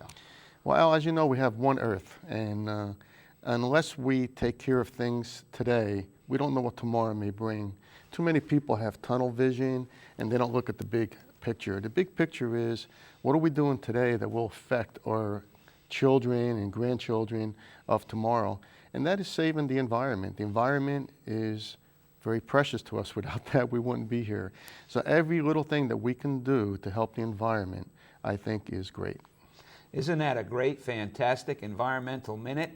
And now to know that our students are really, really pleased with what you've done, Dr. Cinque, and we can't thank you enough. Thank you very, very much. Thank you, Al. Pleasure. Welcome back to the 30-minute drill. I'm your host, Max Zager, alongside Matt Heskins and Bryan Ogden. We're going to be talking college basketball in this segment, guys. College basketball season is coming to an end. Last weekend was the end of the regular season. Conference tournaments are starting to come around. So let's start off with probably the biggest game over the weekend, Duke versus North Carolina. Big rivalry. North Carolina won the first matchup, and they ended up beating Duke again to sweep the season series in Chapel Hill. What are your thoughts on that game? The thing that I liked most was the way Kyle Singler stepped up and made his presence felt. He dominated on the offensive end and pulled down a bunch of big aggressive rebounds. I mean, when you could score like that on Duke, who doesn't have, really, besides Henderson, when he wasn't in, they didn't really have another scorer, so he was forced to score, and he did that well. And then Elliot Williams as a guard. Greg Paulus barely played the second half, so it showed how he could step up and play in a big game as just a freshman. Yeah. Bryan? Well, I'm going to have to say, as a team, Duke played very good, but UNC is just too much for them. And I would like to say that Lawson took over that game single-handedly. They said if they played the game the night before that he wouldn't be able to play because he hurt his foot. He played with a hurt foot, had 13 points, 11 rebounds, 8 assists. And his Antoine and Danny Green's three-pointer really put the nail in the coffin to beat Duke. And I'm going to have to say the person who stepped up for Duke was Shire, 7 of 7 shooting. And as a team, Duke shot terrible, but they played a good game. Yeah, I thought that both teams played pretty well. I just thought that North Carolina's more talent, more options on the court. Hansbrough, Ellington, Green, and Lawson all played well, and as did Deion Thompson down low. It was just an all-around team effort from them, whereas Duke only really had 2 big scores, and then Henderson had his 15 points. So, they didn't have that extra guy that could really get it done. Right now, another thing I want to talk about is Hansbrough was his senior night against Duke. No one wants to lose to their rival, let alone on their senior night. What do you think of that night and his performance? Definitely the most amazing part about his senior night is that in the first 3 years of his college career, he hit just 3 3-pointers and then comes out and hits 2 in the first half. Yeah. That was what I liked the most about him. Bryan? I mean, can't go out any better than that. Hansborough beating Duke in your final game of your senior career. He just played an awesome game and dominated. Just another day in the park for him. Yeah, definitely a big way for him to go out beating your rival. He had a good game. I'm happy for Tyler Hansborough. Another big game over the weekend was UConn against Pittsburgh. UConn was number 1, but Pittsburgh had their number, beating them the first time and ended up beating them again. So what are your thoughts on that game? To me, what bothers me the most about UConn is really their lack of a true scorer. I mean, Thabit, when he gets the ball down low, he's going to go up over and score. But they don't really have a true scorer that they can count on down in crunch time, which is what hurt them, I think. And Sam Young is that guy for Pittsburgh. He had 31, and he's really too much of a mismatch for UConn. And then DeJuan Blair, the 2 games they've beat them, he has dominated Thabit, and which is all the reason why UConn lost. Bryan? I would have to say that Pitt has just more weapons than them, and they have their number. I mean, they got DeJuan Blair gets the best of Thabit in both games that they played. I mean, Sam Young took over that game at 31 points, and Lance Fields could really control the game. And I think going into the tournament, they have big momentum and a lot of confidence going in knowing that they could beat UConn again if they face them again. Yeah, Pitt's definitely got UConn's number. Thabit just cannot handle Blair. He's too strong down low, and then Sam Young is just too bad of a matchup. No one can match his size, strength, and scoring ability around the basket. Okay, now this week we have the conference tournaments, all the big conferences, ACC, Big 12, Big East. What tournament are you looking most forward to? Probably my favorite final game will wind up being Kansas versus Oklahoma. They're 2 powerhouses. Oklahoma fell little at the end, but they're still strong with Blake Griffin back and his brother playing well. And then Kansas has been on the rise, winning most of their games to finish out the year, playing very strong. It's going to be a great matchup between 2 powerhouses. Bryan? I would say the tournament to watch is the ACC tournament. I mean, towards the end of the year, it's just been getting more competitive and competitive. I mean, Florida State had a great win last night. I still think Clemson is a very good team. I mean, you got Wake Forest, Duke, and UNC. I'm predicting you see another Duke-UNC battle, and it's going to be fun to watch. Yeah, both good tournaments there. I'm going to say the Big East. I think that if we get another UConn-Pittsburgh matchup, that'll be great. There's also Louisville. There's tons of teams there, tons of talent. Villanova that could end up stealing that. Right now, let's talk about the 2 big ones, ACC and Big East. Who do you think is going to end up winning both of those? In the ACC, I'm going to take UNC barely beating Wake Forest. I think that both teams are pretty equal. They're a great matchup. But Teague is a great scorer. He could score as much as he wants to on them. It's a great matchup, and they're the 2 powerhouses. And I don't think Duke could beat either one of them. They've already lost to them, lost to UNC twice, so they're going to be in the finals. All right, Bryan?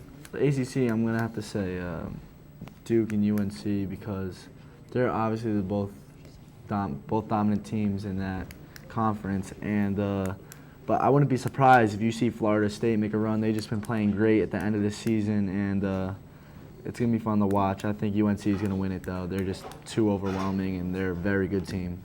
All right. ACC, I think North Carolina is going to win. I just think they're too much, too talented. And then the Big East, I have UConn beating Pitt in the final. I don't think Pitt's going to be able to beat them 3 times. I think eventually Calhoun will figure out a plan to get them rolling, and they'll end up winning that tournament. All right, that's all the time we have for this segment. We'll be back next.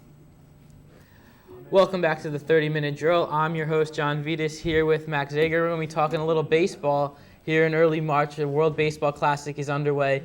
Now, Team USA had 2 nice wins in their first 2 games. They edged out Canada 6-5, holding on to a close win in that game. And then they blew out Venezuela in the second game, so they've advanced to round 2. But they have one more game to get to play in their pool play round against either the winner of Venezuela or Italy. So, Max, who do you think is going to win that, or how do you think the USA matches up against those 2 teams? I think their match is pretty good. I think Venezuela is going to end up beating Italy in that one. I think Venezuela just has a lot more talent in every aspect of the game. And, the U.S. has been playing great so far. They've been scoring runs. Pitching didn't start off, too well in the Canada game, but you could see that it's getting better. They were struggling at points, but getting through innings and getting outs when they need them. So I think that the U.S. has a chance to definitely beat Venezuela and be the number 1 team out of that group. Yes, I think the U.S. should have not too much of a hard time going up against either Venezuela or Italy. Obviously, Italy had a big upset win, so they're making a little bit of a run. But I think the U.S. pitching there, I think their relief pitchers are going to settle into their 1-inning role, and they have to be ready to come in the 3rd, 4th, or 5th inning because the starters are still in spring training mode. They're only throwing 50, 60 pitches. So I think the relief pitchers are going to be able to settle down and get the job done.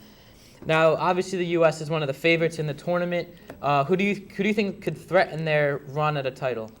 I think Dominican Republic is the biggest threat to them. I think that they're the team with the most talent. They have the most players who could just change a game. I think David Ortiz, they have Miguel Tejada, Hanley Ramirez, Jose Reyes. I mean, they're fully loaded, especially hitting the baseball. So I think that the Dominican Republic gets rolling, they could be very tough to beat. You know what, Max? I agree with you. I think Puerto Rico and Japan could also make big runs, but I'm going to agree and say it's the Dominican Republic. They had a huge wake-up call in their first game, losing to the Netherlands. I think they're refocused now. They have a great offensive lineup. Every player on their team's a major leaguer, so I think they'll be able to get through the opening pool play round and move in and threaten Team USA to win the championship. Now, moving over into that Caribbean bracket, like I mentioned, the first game the Dominican lost to the Netherlands, so they had to go into the losers bracket where they were able to beat Panama, and now they play the Netherlands again in an elimination game. Winner goes on, loser goes home. Who do you think is going to win that matchup? I think Dominican Republic's definitely going to win that. Netherlands had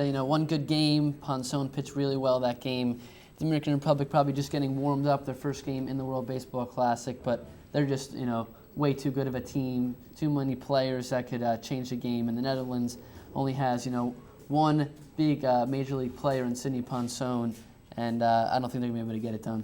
Yeah, I agree, Max. I think the loss that the Dominican Republic suffered against Team Netherlands is going to really wake them up. Like I said, I think they were a little tight coming out of into the tournament. I think they took the Netherlands for granted in the first game, and I think they're not going to do that again. I think they're just too focused now. They have way too much talent on that team. I think Jose Reyes is going to get things going at the top of the order. So I don't see the Dominican Republic having a problem moving on. Now, the other bracket we haven't talked about yet is the Asia region. They're completely done with all their games. Japan and Korea moved on. Now, Japan had no problem getting through their first two games, but then in the seeding game against Korea beat them in a little bit of an upset. What has stood out for you in that tournament? Well, I think Japan is a very tough team to beat. I think they're going to be a tough out, definitely, when anyone has to play them. They have a lot of guys that are going to eventually come over to the MLB, a lot of young talent, and of course they have Ichiro and Matsuzaka. So I think that they're the top team in that region. But Korea is also a surprise team. They could creep up on some teams and eventually make it further than a lot of people probably thought. I think Japan is a much better team than Korea. I did get a chance to watch a couple of those games. I think Japan is going to show that their pitching is far and above better than Korea's. But the thing that stood out for me in that tournament was China's play, because going into the Olympics this summer, China was supposed to be a joke. They just got in, obviously, because they're the host country. But they won a game in the Olympics, and then they went out and beat Chinese Taipei and won a game in the World Baseball Classic. They kept it close with Japan. They actually tied the amount of hits Japan had when they played them at 6. So I think China's starting to stand out as a team that could be a force in the future. But a guy that stood out for me on that China team was Ray Chang. He's the shortstop. He's in the Pittsburgh Pirates AA organization. And he made a lot of big plays in that game. He batted close to 600 for the tournament, hit home runs, doubles, really made things happen. So I think in the future, Pittsburgh Pirates fans could look forward to seeing this guy on their team. Yeah, Ray definitely had a good performance. Now, who's your sleeper team for this tournament? We talked a lot about the USA and the Dominican. Obviously, those two teams are the favorites. But besides those two teams, and along with Japan, who's also another favorite, who do you see as a possible sleeper to come out of nowhere and win it? Well, team you said earlier, Puerto Rico. I think that they're a very good team. They have a lot of talent. Pudge and Carlos Delgado, Beltran on the team. And they're playing really well right now. I don't know if there's a team playing better than them. They're hitting the ball well. They're pitching pretty well. So they could really be a surprise team and end up winning this whole thing. Yeah, I agree with you. I think Puerto Rico could get very far in the tournament. But I think also Mexico could be a sleeper. But I'm going to go with Cuba because no one knows any players from Cuba. Right. They're all guys that live there, play there. No one's ever heard of them. But they've played as a team for a long time. They train together. And no one has seen them so far because all the games in that bracket haven't been televised. So I think they're going to easily get out of that round. And I think they can threaten teams like USA and Japan in the future. So that's my sleeper team, Cuba. Now going back to Curacao, real quick, do you think they could be a force in the future? Obviously, Andrew Jones and Sidney Ponson coming out of there. I mean, they get to the Little League World Series every year. They're younger guys. How do you see them doing in the future? Yeah, I think the Netherlands, has a big future. Andrew Jones obviously is a great player. He didn't play for them now, but he could definitely, make a difference there and get baseball really going. Yeah, I agree. I think that the Netherlands, led by the island of Curacao, can be a big force in the future. Now, that's all the time we have for this week of the 30-minute drill. We're on a 167.5-hour break. Tune in next week.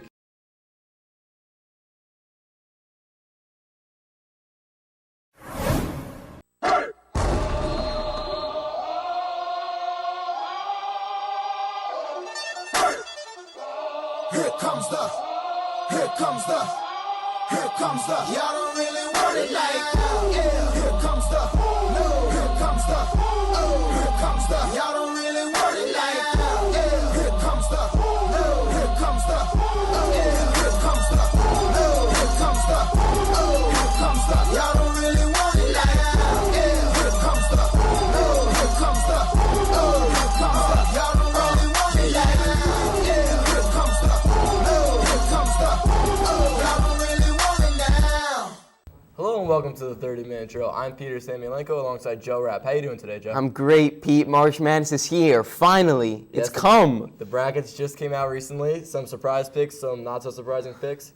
Let's jump right into it. The 4 number 1 seeds, Louisville, Connecticut, Pittsburgh, and North Carolina. 3 teams out of the Big East, not so surprising. We thought they were the best conference in America, and they've proved that once again. So let's talk about the number 1 seeds. Who do you think deserved it and who didn't deserve it? Well, I think personally they all deserved it. I mean, the selection committee got it right.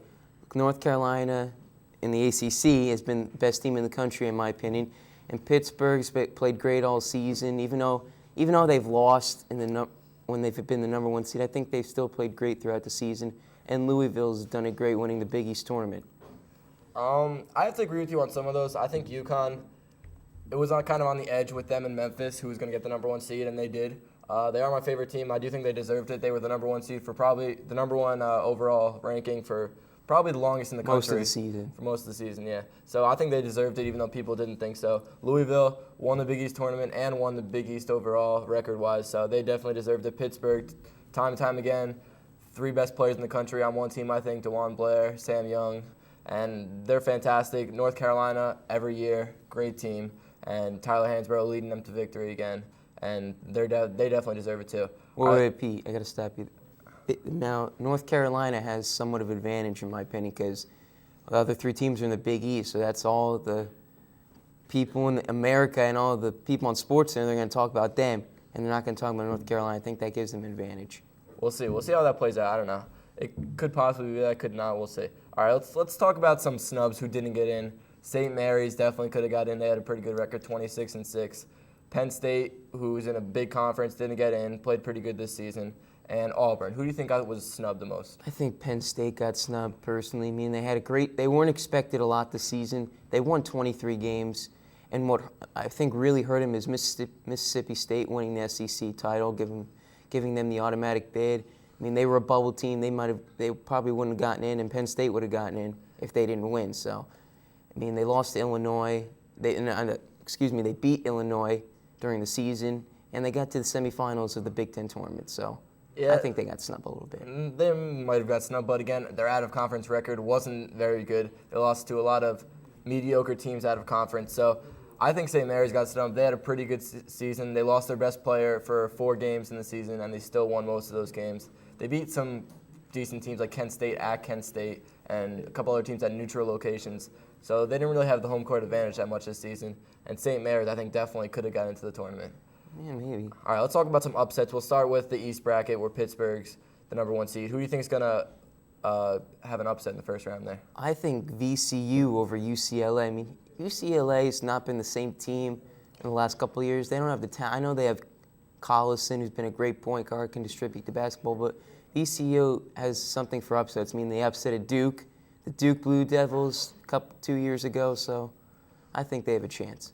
I totally agree with you. Virginia Commonwealth has proven themselves the past couple of years in this tournament, and I think they will do it again. UCLA is not the team they were last year or the year before that where they made it to the Final Four a couple of years in a row. So VCU is consistently a good team when it comes to tournament time, so I think they'll win this game. I don't think they'll win the next game against Villanova, though, pending Villanova beating American, which they should. All right, let's move on to the South bracket where North Carolina is the number 1 seed. Who do you got for upsets there? I got Western Kentucky over Illinois. I mean, Illinois, I mean, they've kind of gone under the radar, but I don't think they're really that strong of a team. Western Kentucky's been playing well all season. Didn't think they'd be good this season, but they have. And I think they're going to have a strong game against Illinois. I might agree with you there, but I'm going to have to go with Temple versus Arizona State. I think Arizona State's a very good team.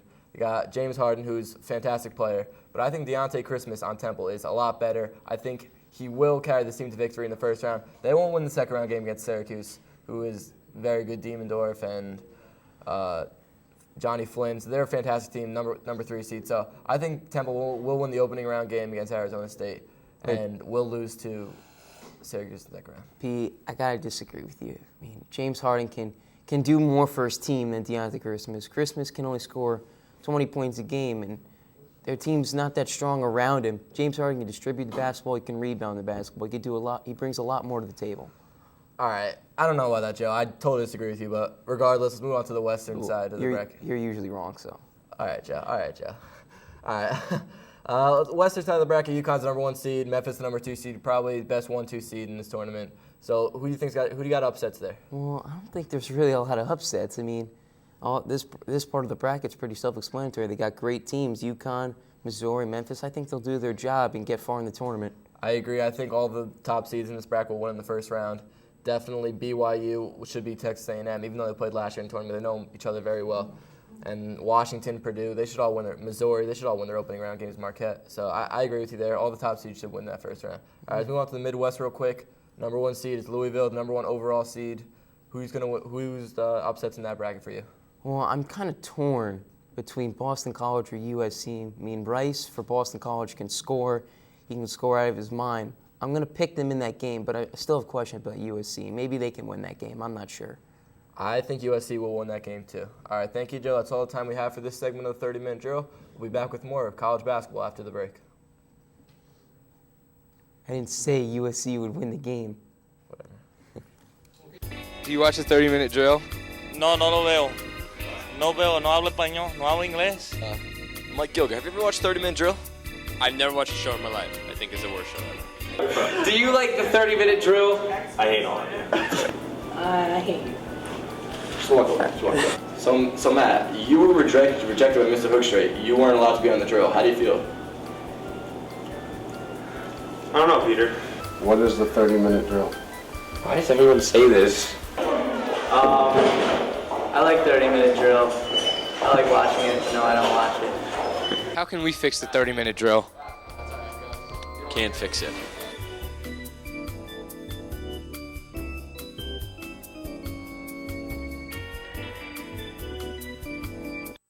Hello and welcome back to the 30-minute drill. I'm Peter Samylenko, once again with Joe Rapp. How you doing again, Joe? Pete, I haven't changed since the last 5 minutes. All right, let's jump right back into it. Let's talk about the second round. We talked about most of the first round.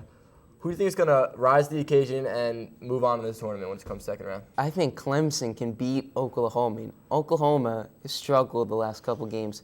I don't think Blake Griffin is entirely healthy. And Clemson is a dangerous team. I mean, they haven't closed their season well the last couple of years going to the NIT, but I think they're going to have a great tournament run and beat Oklahoma and get to the Sweet 16.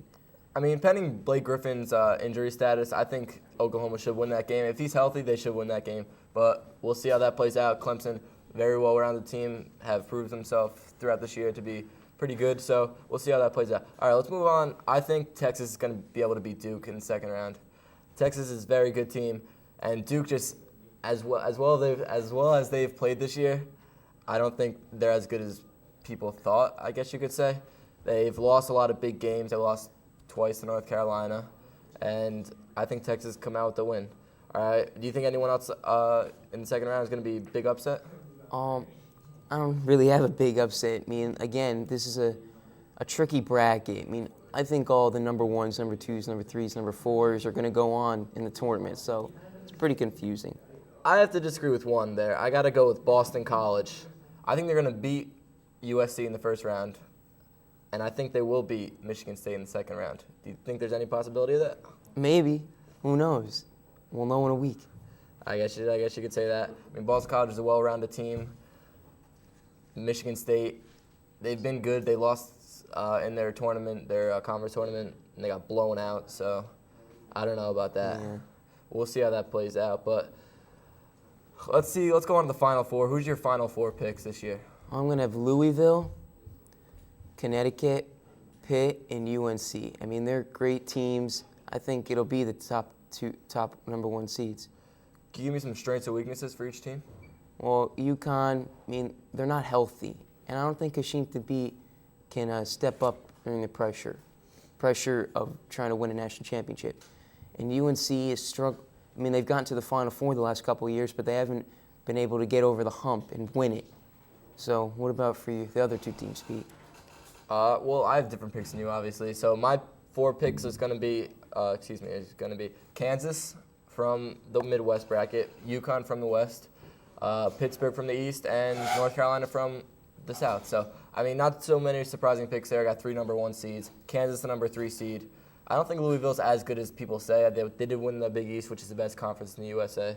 But I don't think they're as good as we thought they were. I mean, I think if they played UConn in the Big East Championship, I don't think they win that game. Syracuse was worn out 6 overtimes, then they had the 1 overtime game.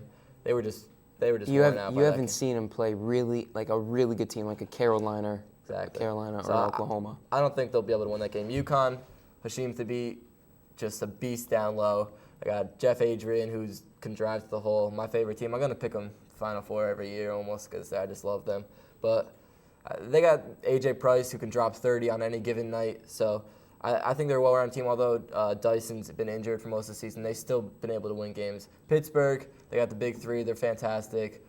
If DeJuan Blair doesn't get in foul trouble, they're virtually unbeatable. And then UNC, Tyler Hansborough, Ty Lawson, if healthy, should be a Final Four team. What do you think about my picks, Joe? I think you're going to be wrong. Well, somehow you're going to be wrong as usual. I don't know how, but I think you missed one on UConn. I know that's your favorite team. I mean, you're sounding like a Duke fan, honestly. Duke fans, man, they're just messed up. All right, thanks, Joe. That's all the time we have for this segment of the 30-minute drill. We'll be back with hockey after the break.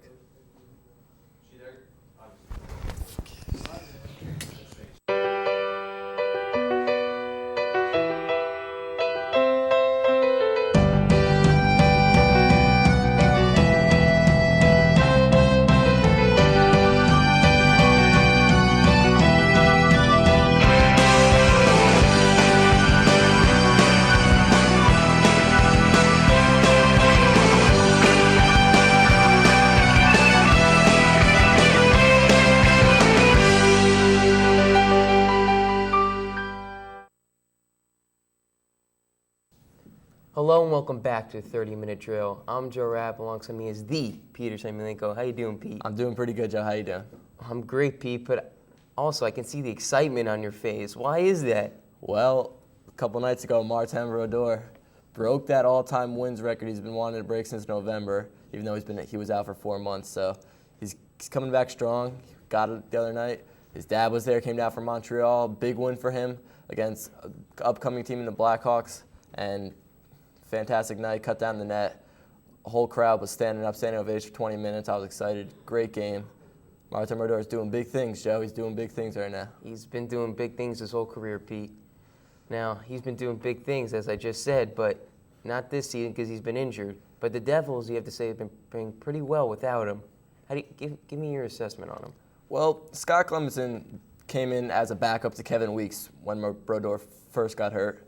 Kevin Weeks didn't do as good as expected. Scott Clemmensen came in, played fantastic, won over 30 games for the Devils.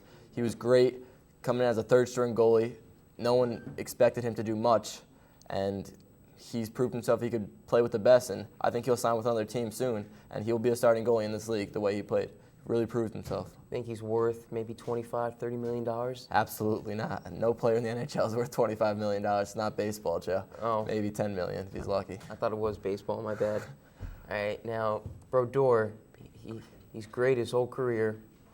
I'm sure he brings some intensity on the ice, but he has to be great in the locker room and off the ice with his teammates. What does he truly mean to this team? He means the world to this team. Without him, I don't know where this franchise is. This player has basically been the face of the franchise for 15 years. He's 36 years old, and he's won 3 Stanley Cups with the Devils, potentially could have won 5. They lost in '94 to the Rangers in 6 games, a triple overtime game. And they lost to Avalanche, I believe, in 03 or 04 in Game 7. So they could easily have 5 cups, and he's, in my opinion, the best goalie ever to play in the National Hockey League. Maybe Patrick Waugh's right next to him, but in my opinion, Brodor's the best, and he's still got 3-4 years ahead of him. So he's only going to do more. Well, with a healthy Brodor, and Devils have a tremendous amount of talent, they can go far. How far do you think they can go? They can go with a healthy Brodor. The sky's the limit, Joe. I mean, they got great defense, great offense, and tremendous goaltending. This team can very easily win the cup, and they've proved it this whole season. They've come from behind.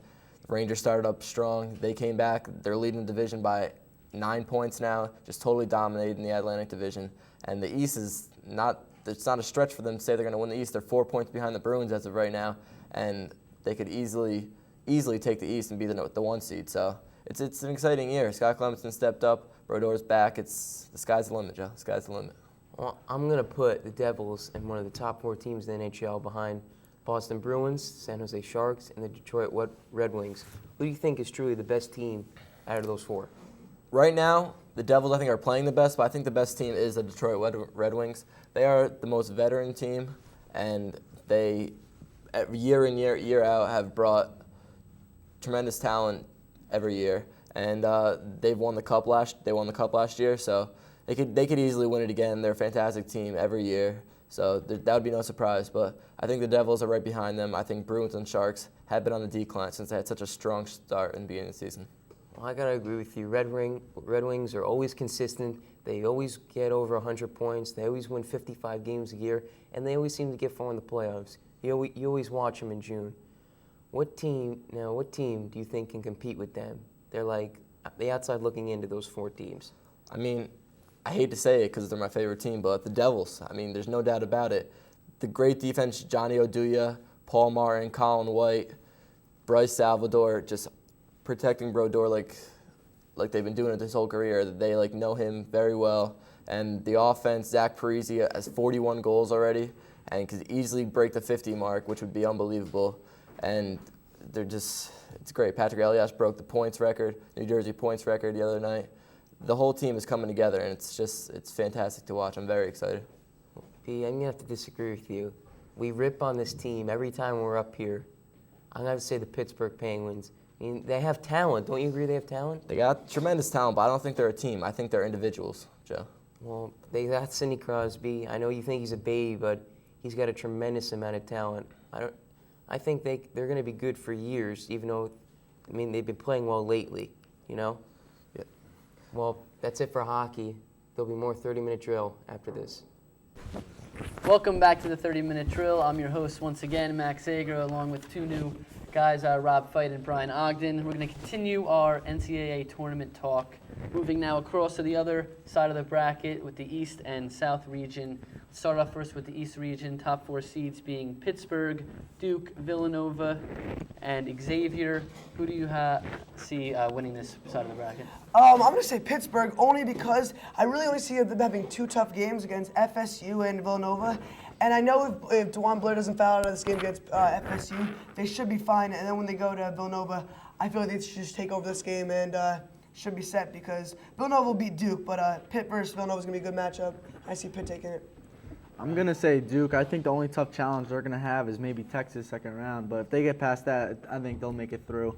And then Florida State may make a run, but Pitt is going to beat them. And I think Duke's going to figure out the way to beat Pitt, get DeJuan Blair out of the game. And then they're a smart team. They're going to figure out. Krzyzewski's a good coach. They're going to attack Blair, and they're going to win that East Division. I have Pitt. I think Duke has 0 chance of beating Pittsburgh, considering they have no inside game whatsoever, so Blair's threat of fouling out is pretty much 0.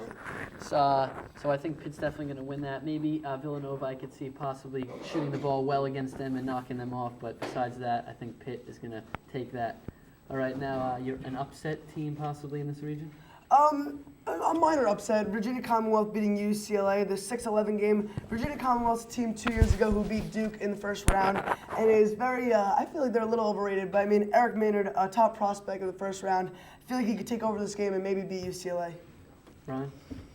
I don't really have any minor upsets. I mean, I have FSU beating Xavier, but people wouldn't consider that an upset, even though Xavier has a better seed. But I think Florida State's just been playing really great, especially in the tournament, this past tournament. So I have really no upsets for this side of the bracket. I have a big one. I don't know if it's gonna come true, but I could see Texas beating Duke. I really can. Duke's made a lot of exits, and Texas plays great defense. They have 3 good guys. A dominant big guy weighs 300 pounds. So if they can get a good game in that game, I could see them being competitive and possibly stealing it. All right, now your sleeper team out of this region. I'm going to have to go with Villanova. Villanova really isn't expected to go far in this tournament as a 3 seed, and they say they're overrated. But I feel that they should be able to beat Duke. I mean, Duke's played well in the ACC tournament. But I mean, Villanova's hot right now, beating some top prospect teams, and I think they should be able to win. Bryan? I'm going to say Texas. I mean, they have the ability to upset Duke. And I'm going to have to say Florida State. I mean, they just been playing great. I mean, they really playing great in the ACC tournament. I mean, yeah. They could make a run. I agree with you with Florida State. I think they're playing great. Tony Douglas could be the best scoring guard in the country, and he really carries that team. And they have the biggest team in the country, I think. Tons of guys in the front line that are 6'10" and above, so that could really frustrate Pittsburgh when they play them, possibly get Blair in foul trouble, and I could see them going pretty far. Now let's move down to the South region with North Carolina being the 1 seed, followed by Oklahoma 2, Syracuse 3, and Gonzaga as your 4. Who do you see walking away with this region? There was the Max. The Gonzaga Bulldogs. I really see it happening. UNC is bound to lose in this tournament. I don't know where, but I really see Gonzaga being able to match up against this powerful UNC team and winning this game. And once they win the UNC game, the momentum will carry them, and they should be able to beat Oklahoma's Blake Griffin and take the South region. All right, Bryan? I'm going to have to say UNC. I just think they're too strong when they have Ty Lawson healthy. You could obviously see that when he played. Without him, they were hurt as a team, but they're going to have him for the tournament. If he stays healthy, no one's going to stop them, but don't be surprised if Syracuse makes a run. Yeah, I agree. North Carolina is definitely the best team in the country, most talented. I don't see them slipping up as Rob thinks they will. So I have them, and I just like you, Bryan, I think Syracuse can make a run. Now, an upset in this region, some high seed that can knock off a lower seed? I really don't see that many upsets. Just my main upset is going to be Gonzaga over UNC. But I mean, most of the seeds are a lot better than their teams. I mean, you could maybe see an 8-9 matchup with LSU and Butler. But I mean, that's really it. I'm going to have to say Syracuse over Oklahoma. That's my biggest upset, I'm going to have to say. And, I mean, Syracuse has just been playing great. They were up 38-30 halftime of the Big East Championship. I mean, they just fell apart. But I think if their just legs probably just got to them after that 6 overtime game. But I have Western Kentucky beating Illinois as my upset. All right, real quick, your Final Four and winner. Louisville, UConn, Pitt, and Zags.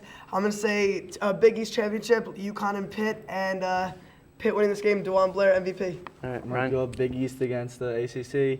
I got Louisville, UConn, Duke, and UNC. I'm going to have to say UNC is just going to be too powerful. UNC versus Louisville is my final. I'm going to have UNC winning. All right, well, you heard mine on the last segment, so that's going to do it. We'll be back next week. Let's go. Big night, big night. I don't think I can do it tonight. Steve, you have to. Suck it up. Steve, you were born to do this.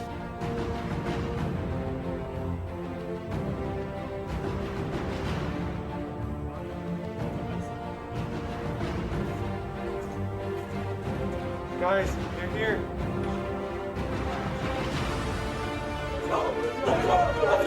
Let's go!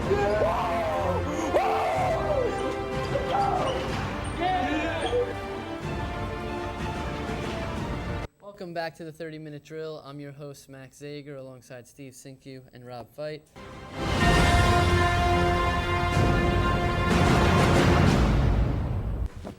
Welcome back to the 30-Minute Drill. I'm your host once again, Max Zager, along with 2 new guys, Rob Feit and Bryan Ogden. We're going to continue our NCAA tournament talk, moving now across to the other side of the bracket with the East and South region. Let's start off first with the East region, top 4 seeds being Pittsburgh, Duke, Villanova, and Xavier. Who do you see winning this side of the bracket? I'm going to say Pittsburgh only because I really only see them having 2 tough games against FSU and Villanova. And I know if DeJuan Blair doesn't foul out of this game against FSU, they should be fine. And then when they go to Villanova, I feel like they should just take over this game and should be set because Villanova will beat Duke, but Pitt versus Villanova is going to be a good matchup. I see Pitt taking it. I'm going to say Duke. I think the only tough challenge they're going to have is maybe Texas second round, but if they get past that, I think they'll make it through. And then Florida State may make a run, but Pitt is going to beat them, and I think Duke's going to figure out the way to beat Pitt, get DeJuan Blair out of the game, and then they're a smart team. They're going to figure out Krzyzewski's a good coach. They're going to attack Blair, and they're going to win that East Division. I have Pitt. I think Duke has 0 chance of beating Pittsburgh, considering they have no inside game whatsoever, so Blair's threat of fouling out is pretty much 0.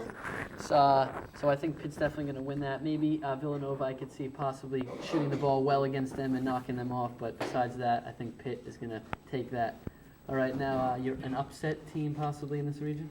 A minor upset. Virginia Commonwealth beating UCLA, the 6-11 game. Virginia Commonwealth's team 2 years ago who beat Duke in the first round, and is very, I feel like they're a little overrated, but I mean, Eric Maynard, a top prospect of the first round, I feel like he could take over this game and maybe beat UCLA. Bryan? I don't really have any minor upsets. I mean, I have FSU beating Xavier, but people wouldn't consider that an upset, even though Xavier has a better seed, but I think Florida State's just been playing really great, especially in the tournament. This past tournament, so I have really no upsets for this side of the bracket. I have a big one. I don't know if it's gonna come true, but I could see Texas beating Duke. I really can. Duke's made a lot of exits, and Texas plays great defense. They have 3 good guys. A dominant big guy weighs 300 pounds. So if they can get a good game in that game, I could see them being competitive and possibly stealing it. All right, now your sleeper team out of this region. I'm going to have to go with Villanova. Villanova really isn't expected to go far in this tournament as a 3 seed, and they say they're overrated. But I feel that they should be able to beat Duke. I mean, Duke's played well in the ACC tournament. But I mean, Villanova's hot right now, beating some top prospect teams, and I think they should be able to win. Bryan? I'm going to say Texas. I mean, they have the ability to upset Duke. And I'm going to have to say Florida State. I mean, they just playing great. I mean, they really playing great in the ACC tournament. I mean, yeah. They could make a run. I agree with you with Florida State. I think they're playing great. Tony Douglas could be the best scoring guard in the country, and he really carries that team. And they have the biggest team in the country, I think. Tons of guys in the front line there, 6'10" and above. So that could really frustrate Pittsburgh when they play them, possibly get Blair in foul trouble, and I could see them going pretty far. Now let's move down to the South region with North Carolina being the 1 seed, followed by Oklahoma 2, Syracuse 3, and Gonzaga as your 4. Who do you see walking away with this region? There was the next. The Gonzaga Bulldogs. I really see it happening. UNC is bound to lose in this tournament. I don't know where, but I really see Gonzaga being able to match up against this powerful UNC team and winning this game. And once they win the UNC game, the momentum will carry them, and they should be able to beat Oklahoma's Blake Griffin and take the South region. All right, Bryan? I'm going to have to say UNC. I just think they're too strong when they have Ty Lawson healthy. You could obviously see that when he played. Without him, they were hurt as a team, but they're going to have him for the tournament. If he stays healthy, no one's going to stop them, but don't be surprised if Syracuse makes a run. Yeah, I agree. North Carolina is definitely the best team in the country, most talented. I don't see them slipping up as Rob thinks they will. So I have them, and I just like you, Bryan, I think Syracuse can make a run. Now, an upset in this region, some high seed that can knock off a lower seed? I really don't see that many upsets. Just my main upset is going to be Gonzaga over UNC. But I mean, most of the seeds are a lot better than their teams. I mean, you could maybe see an 8-9 matchup with LSU and Butler. But I mean, that's really it. I'm going to have to say Syracuse over Oklahoma. That's my biggest upset, I'm going to have to say. And, I mean, Syracuse has just been playing great. They were up 38-30 halftime of the Big East Championship. I mean, they just fell apart. But I think if their legs probably just got to them after that 6 overtime game. But I have Western Kentucky beating Illinois as my upset. All right, real quick, your Final Four and winner. Louisville, UConn, Pitt, and Zags. I'm going to say Big East Championship, UConn and Pitt, and Pitt winning this game, DeJuan Blair, MVP. All right, I'm going to go Big East against the ACC. I got Louisville, UConn, Duke, and UNC. I'm going to have to say UNC is just going to be too powerful. UNC versus Louisville is my final. I'm going to have UNC winning. All right, well, you heard mine on the last segment, so that's going to do it. We'll be back next week.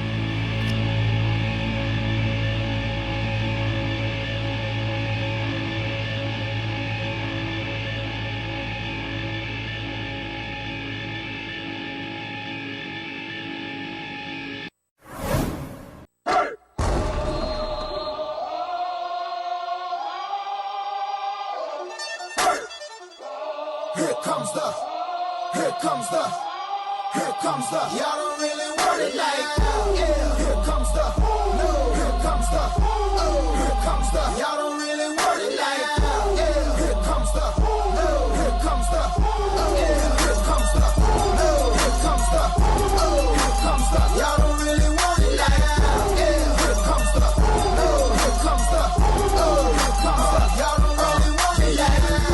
Yeah. Here comes the, no. Here comes the, oh. Y'all don't really want it now. Hello and welcome to the 30-minute drill. I'm Peter Samylenko alongside the Joseph Morgan Rapp. How you doing today, Joe? I'm great, Pete. March Madness is here. First two rounds are done. Yes, March Madness is well underway, Joe. We got a lot of upsets, a lot of great games, close ones, a couple buzzer beaters. It's been fantastic. Let's get to the number 1 seeds first. All 4 of them still in after rounds 1 and 2. All of them in Sweet 16. Who do you think is the most vulnerable, and who do you think is going to get out first? Well, I think Pittsburgh are eventually going to get out first. I think they'll make it to the Elite Eight, but then get eliminated. I mean, they're not. All the other number 1 seeds are blowing teams out, and Pittsburgh's not doing that. They're winning by 10 points or less. And usually, when you do that as a number 1 seed, you're not going to make it very far. You're probably not going to win. And Levance Fields is not playing as well as he should, being probably one of the best point guards in the country. Yeah, Joe. I mean, that's bad news for me. I got Pittsburgh winning it all. They're not playing as well as I thought. Not good for you at all. Yeah, but we'll see how that plays out. But I got to say, Louisville almost losing to Siena. I mean, not a great team, fast team. Not great, though. I mean, they got Arizona this round. That's a very dangerous team, and they could lose to Kansas or Michigan State. So I think they're going to be out before the Final Four. A lot of people have them in the Final Four. I don't think they will be. What do you think about that? Well, I have to agree with you. Louisville is very vulnerable. I mean, Clark and Williams got to really carry that team. They got to carry that team to the Final Four. So if they can't do it, they're not going to get very far. Let's talk about Connecticut now, who everyone's like shouldn't be a number 1 seed pre-tournament when the brackets first came out. And now they're just blowing out teams, playing fantastic. And I don't think Purdue has any chance at all to stop them. What do you think about them? Well, I think UConn's playing great. I mean, Hashim Thabit, you have to say, his performance has not been very good these first 2 rounds. A.J. Price has carried the team, averaging 20 points a game in the first 2 rounds. He's been great. Yeah, I agree. A.J. Price is, I think, top 5 point guard, if not the best point guard in the league. And Hashim Thabit, when he steps up, this team's going to be unstoppable in my eyes. I have them in the finals, losing to Pittsburgh. But I'm a big UConn fan, so I hope they win it all, no matter what. All right, let's move on to North Carolina. I mean, they're playing good. I mean, not as good as everyone expected.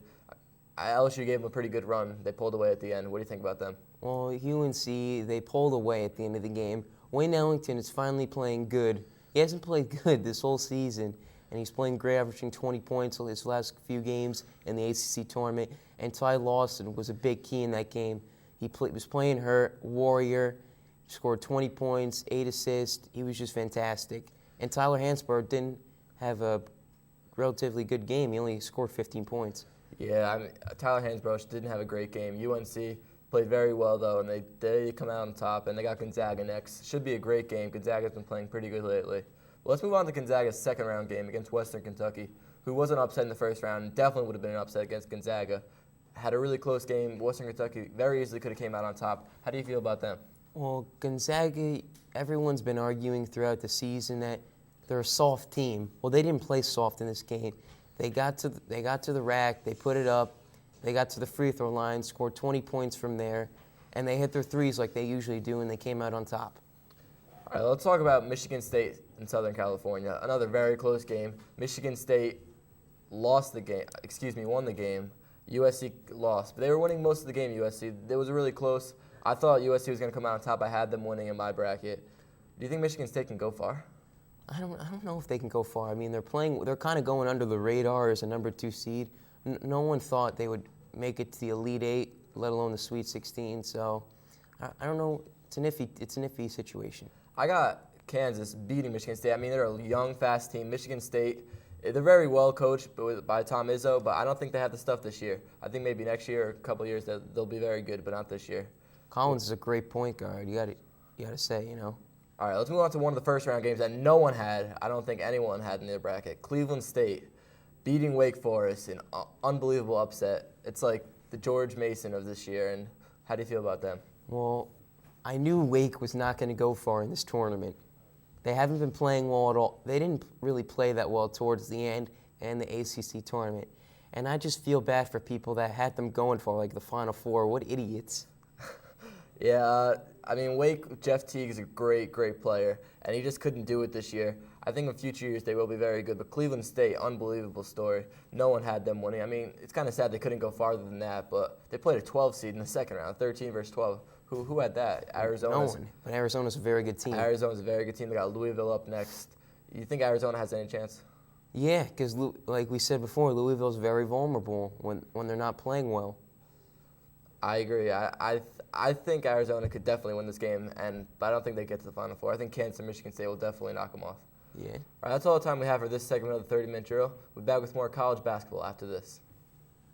Do you watch the 30-minute drill? No, no lo veo. No veo, no hablo español, no hablo inglés. Mike Gilger, have you ever watched 30-minute drill? I've never watched a show in my life. I think it's the worst show ever. Do you like the 30-minute drill? I hate all of it. I hate you. Just walk over. So Matt, you were rejected by Mr. Hookstraight. You weren't allowed to be on the drill. How do you feel? I don't know, Peter. What is the 30-minute drill? Why does everyone say this? I like 30-minute drill. I like watching it. No, I don't watch it. How can we fix the 30-minute drill? Can't fix it.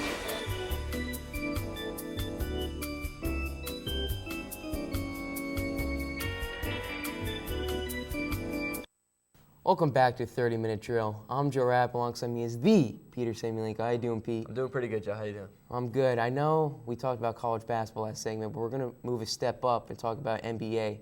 We're going to start with our team, the Nets. They're struggling for a playoff position right now. Do you think they'll get it?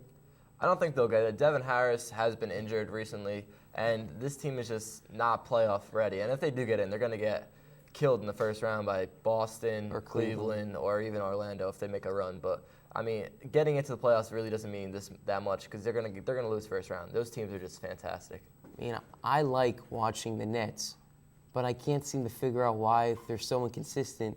I mean, they go on a 4-game winning streak, then they just went 0-4 on a West Coast trip. Why do you think throughout the season, why do you think they just can't make that final push and be a contending team in the East? I mean, there's really not a good, sufficient answer, Joe. They got good players. They got Brook Lopez, a 7-footer. When he's on, he's a great shooter. And Devin Harris, healthy, is fantastic. And Vince Carter, one of the best players in the league the last couple of years. I mean, they just can't put it all together. I don't know what's wrong with them right now. Do you think they could be good for future years? Future, definitely. I mean, if Vince Carter stays with them, they could be very good. But they got a young team. They're gonna do big things in the future. Well, this offseason, because I don't think they're going to make the playoffs in these next couple weeks. Do you? I don't think they're going to make it. It's too little too late. Milwaukee's playing pretty good right now, and the Knicks are even playing better than the Nets right now, even though they beat them last week. So, I mean, it's not their year, Joe. It's not their year. Well, what one or two players do they need to make that final push? What sort of types of players? I think they need a good power forward. They got Brook Lopez, and doesn't really play like a power forward. He's a big shooter. He could almost play shooting small forward, excuse me. Yeah. But even though he's 6'11", but a good, strong power forward would be great for them. Just stay down low with Brook, and I think that'll be a great player for them. Since they got good guards, they got and they got Brook. I think that's a big thing that they need, a good power forward. No, you're right, because since they let go of Kenyon Martin, they really haven't been the same team since then. I mean, they were great with him. They went to the finals. 2 years. Yeah, it's 2 years in a row with him and Jason Kidd. You say they need a power forward, so what players should they eye in the draft? There's a lot of players out there. I'm not quite sure. Maybe like a Tyler Hansborough if he's open by then. Maybe. I think that'd be a good fit. He's big. He's tough. He's going to do whatever he can to get the ball in the basket, to set up other people. I think that'd be a good pickup for them if he's open. If not, there's a lot of players out there. You could even go with a backup guard who could be good in the future with Devin Harris once Vince Carter leaves. So there's a lot of options for the Nets when draft time comes. You're probably right. We're going to go back a year ago at the trade deadline. The Lakers traded for Pau Gasol, and they went to the finals with him. How do you think he's been this last year? You think he's been a trade well worth it? Oh, absolutely, Joe. This is a fantastic trade for the LA Lakers. I mean, they had Andrew Bynum, who's been injury-prone the last couple of years, and Pau Gasol stepped right in, played fantastic. And without him, I don't think they're as good as they are right now. So great pickup for them. They didn't lose much, so I like that. That was really good for them. Do you think it hurt them that they had Pau Gasol, but they didn't have Andrew Bynum? I mean, they went out and traded for Pau Gasol because they didn't have Andrew Bynum. You think with them healthy, they can go all the way, maybe beat the Celtics or Cavs in the finals? Oh, absolutely. Andrew Bynum is a big asset to this team. When he's healthy, this team is much better. And when he's healthy, I think they're the best team in the league. I think they're better than Cleveland. I think they're better than Boston. Well, we're gonna go with the Phoenix Suns now. They traded for Shaq a year ago also. Now, he's been playing well this season, but didn't really help him in the playoff push last year. And they're probably not going to make the playoffs this year. How do you think, was that a trade well worth it? They got rid of a lot for him. I mean, they got rid of Sean Marion, who's been not great recently, but overall in his career has been a pretty good player. So that was a big loss for them. And Shaq is getting older. He has some good stretches where he scores a lot of points, and I think it was a good trade at the time. And I think in future years they'll be missing Sean Marion.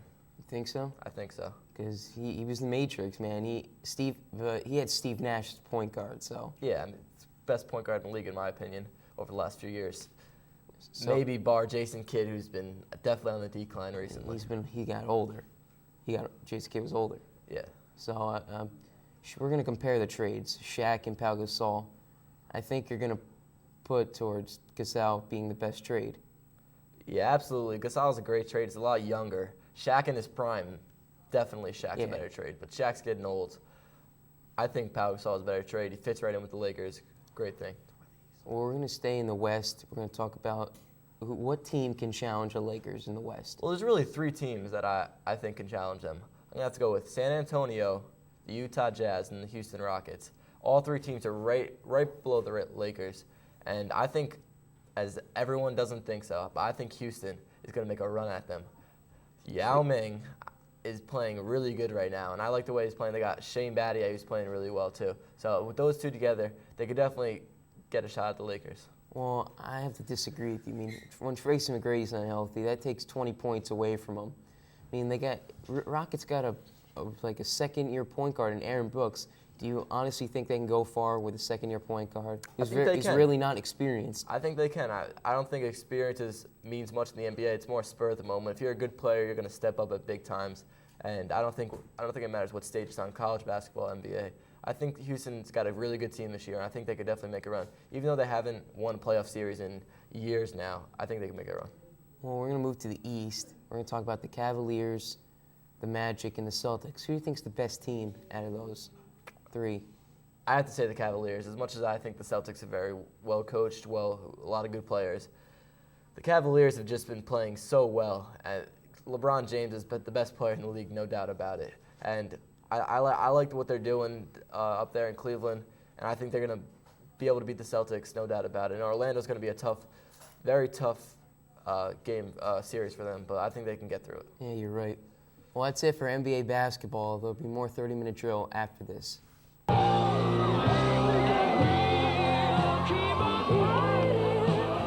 Emotionally, look at Greg. Wow, he's just ecstatic. He can't believe it. It's unbelievable. So with 10 seconds left to go, Monahan's gonna have to make it one more time.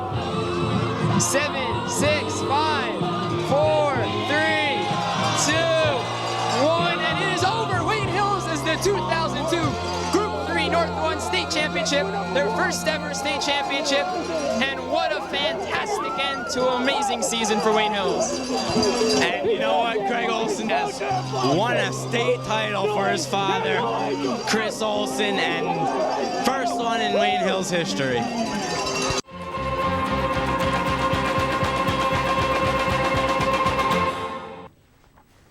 Welcome back to the 30-minute drill. I'm your host, Max Zager, alongside Steve Cinque and Rob Feit. Steve, welcome back from your illness. All right, guys, let's get into the NCAA tournament. It's been great so far. Tons of great games, tons of tremendous efforts from players and teams. So let's first start off with going into the next round is the Sweet 16. Do you have any upsets? We're going to be talking about the East and the South here. Well, if I had to choose an upset, I'm going to go with Syracuse over Oklahoma. You know, Syracuse playing tough-nosed basketball right now. In the Big East tournament, did a good job, but came a little short. great players. They have a lot of depth. Ogden, Anuaku, Rick Jackson, Jonathan, Paul Harris. That's just a few people off of my head, But great tradition over there. I think they could beat Oklahoma. It just depends how Rick Jackson can play on Blake Griffin. If they keep him controlled, they should come out on top. Rapp? My upset special this tournament is Gonzaga beating UNC. I know everyone in the bracket says UNC winning it. I'm Gonzaga too. I just see Gonzaga winning this. I mean, with Heifeld, Pargo, Bolden, Day, all playing good basketball. I know they almost lost to Western Kentucky, but I mean, if they have the ability, if Heifeld can stop Hansborough and Pargo matches up well against Lawson, I think they could. They have a shot against UNC, and then I see them going on to Oklahoma and just with the momentum beating Oklahoma or Syracuse. And they have a great coach in Mark Few, who's a lot better than Roy Williams. Oh, of course, Well, we'll get into the games a little later on. My upset, I'm not saying it's going to happen, but I could see Xavier beating Pittsburgh. Pitt is not playing well at all. Oklahoma State had a chance. It is unlikely, but I'm just saying if Pitt comes out slow, again, Xavier is a better team than they've been playing, and it could get ugly quick. Xavier, I'm sorry, but I did not see that happening. I mean, Xavier's, I think they're one of the most overrated teams in the nation. I mean, Duke played them. We didn't see they the 16 seed almost beating Pitt either, so you never know. Yeah, I just don't see it happening. No one's going to be able to stop DeJuan Blair. All right, well, let's see a player to watch in this side of the bracket. Well, I actually have two players to watch for. I'm going to go with two players from Duke, of course. Right. John Shire. If he hits the open shots, Duke is one of the best teams in the nation. He plays with so much heart. If you watched the game the other night, the play he made to save the game, just outstanding. And if Lance Thomas has a big game for Duke, which is, you're laughing over there, but if he has a big game against Cunningham, plays good defense, scores on him. All right. Rob? We'll win. My player to watch is DeJuan Blair, the Big East Player of the Year. I mean, they're going to go against Xavier, and I mean, yesterday looking at the game against Oklahoma State, they were down, but then he gets back in this game. Didn't have that many points in the first half, but took over the game, grabbed every rebound, and I feel like he'll have the ability to take over the Xavier game. No one's going to be able to stop him. Levance Fields will just give it to him down low. He should be able to have one of his triple doubles and take over this game and beat Xavier. Right. Can I just add something to that? Sure. DeJuan Blair, it's a good pick, but if he gets in foul trouble, watch out for Samylenko. All right. My guy's Tywan Lawson. Lawson just been playing amazing, best point guard in the country. If he's on, no one beats UNC, and if he's playing well, no one can stop him going to the basket. Except Pargo. In his toe. No. Yeah, and the toe's the only thing that could hamper him, but that didn't stop him against LSU. Okay, now let's break down each game. First, let's talk about Pittsburgh versus Xavier. Give me your thoughts and who you got winning that. Pitt. That's all I can say. All right. Rob? Needless to say. Pitt. I got Pitt too, but I'm just saying if they come out slow, Xavier gets a big lead. It could be a good game. It won't happen. Don't all worry right. about that. Villanova Duke. I wonder who I'm gonna pick here. It's a tough. I'm gonna go with Duke here. Wouldn't have guessed that. Best coaching, all of basketball. Great team. Finally starting to play well together. Nolan Smith finally getting stroke. Watch out for them. They're gonna make a run. Right. I'm gonna have to go with a 3-2 upset. Villanova here. I really see Cunningham and Scotty Reynolds just stopping this Duke team, and they're not making any threes. So then it's not gonna happen. I see Villanova playing Pitt in the Elite Eight. I got Villanova too. I think it's a pretty bad matchup for Duke, considering they don't really stop the dribble penetration too well. Texas's point guard absolutely shredded them on that, and that's what Villanova has. Corey Fisher drives, Reynolds drives. They got loads of guards that can penetrate, as well as great inside guy in Cunningham, who can also guard Singler because he's just and they kick it out really well. Right. So I like Villanova. All right, now let's move on. North Carolina versus Gonzaga. I'm gonna go with Gonzaga here. I would love an upset. Heitfeld, he's playing great. It's gonna be a great matchup between him and Hansborough, and I just think Gonzaga's gonna come on top.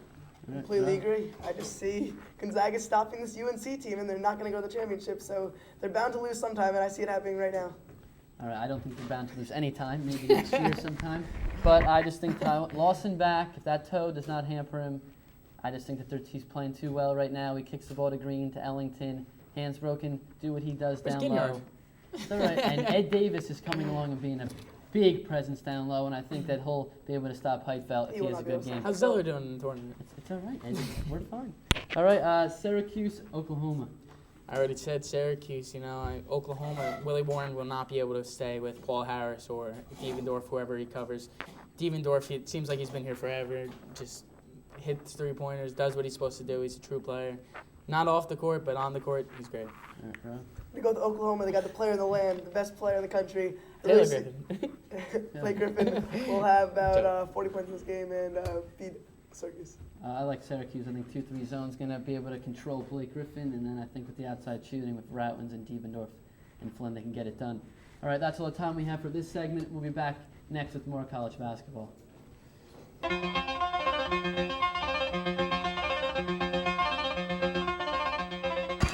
the crowd is fired up. What a huge play. We cannot stress this enough. This is just an outstanding kick. All the pressure relying on David Damo. The kick is up, and it is good! He kicks it through the uprights, and Wade Hills takes a 25-24 lead.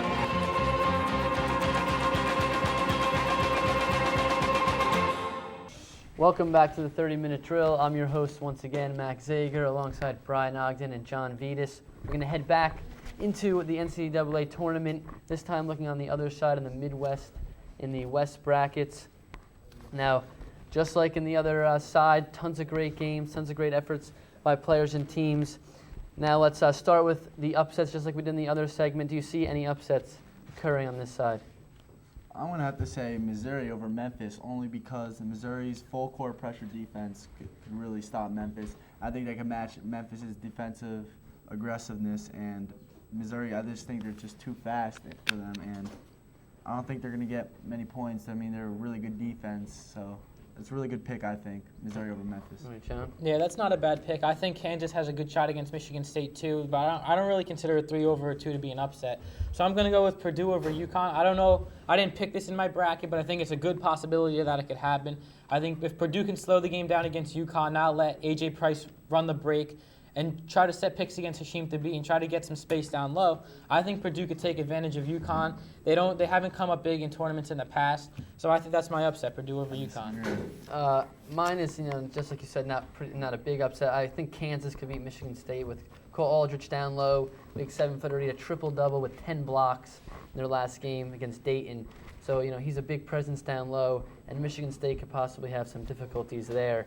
And I could see that happening, but I did not pick that in my bracket either. Okay, now let's go to a player that you should all watch out for.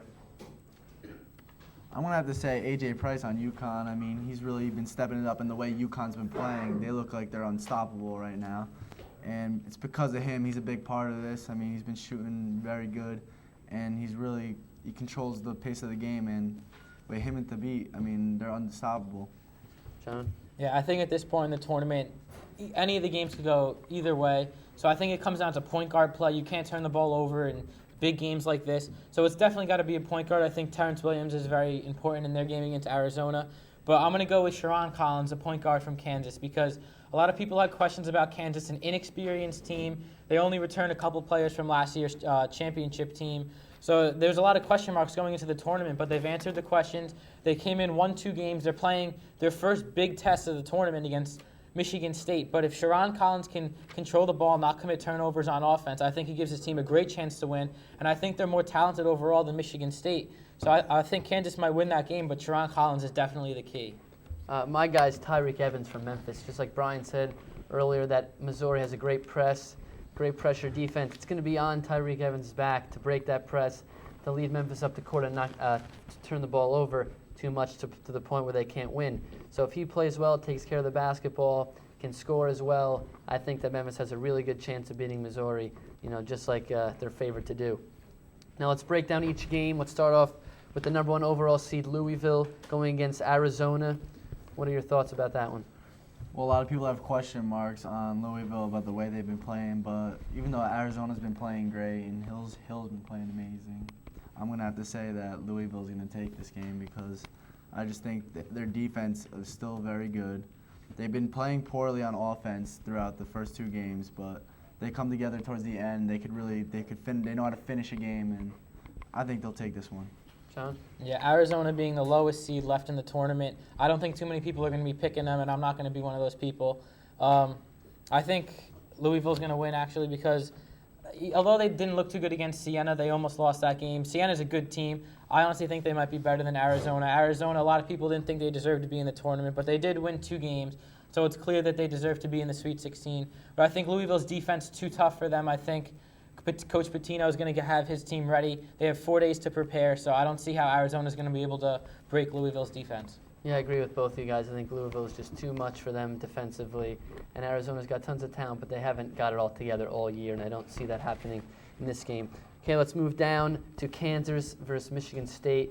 Who you got on that one?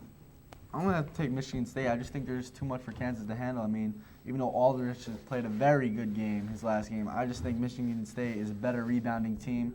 I think they're better offensively, and I think they're better coached. All right. Yeah, I agree. They might be better coached, but I think Michigan State plays a controlled style of play. They almost lost to USC, which would have been a bad loss for them. Kansas has proved that they can handle the pressure of the tournament, so I think they'll be able to run the break. Sharon Collins, I think, is going to play a good point guard for them. They should be able to get past the Spartans. I like Michigan State. I think they have the experience. Kansas is a little inexperienced, a lot of freshmen playing, and Izzo's a great coach, along with Raymar Morgan and Kalen Lewis, great player. I think Michigan State. Okay, UConn, Purdue. Definitely taking UConn. They're just playing unbelievable right now. They're not going to be able to stop the beat. John? Yeah, this game is my upset watch. I think Purdue will keep it close, but I think UConn just has too much firepower.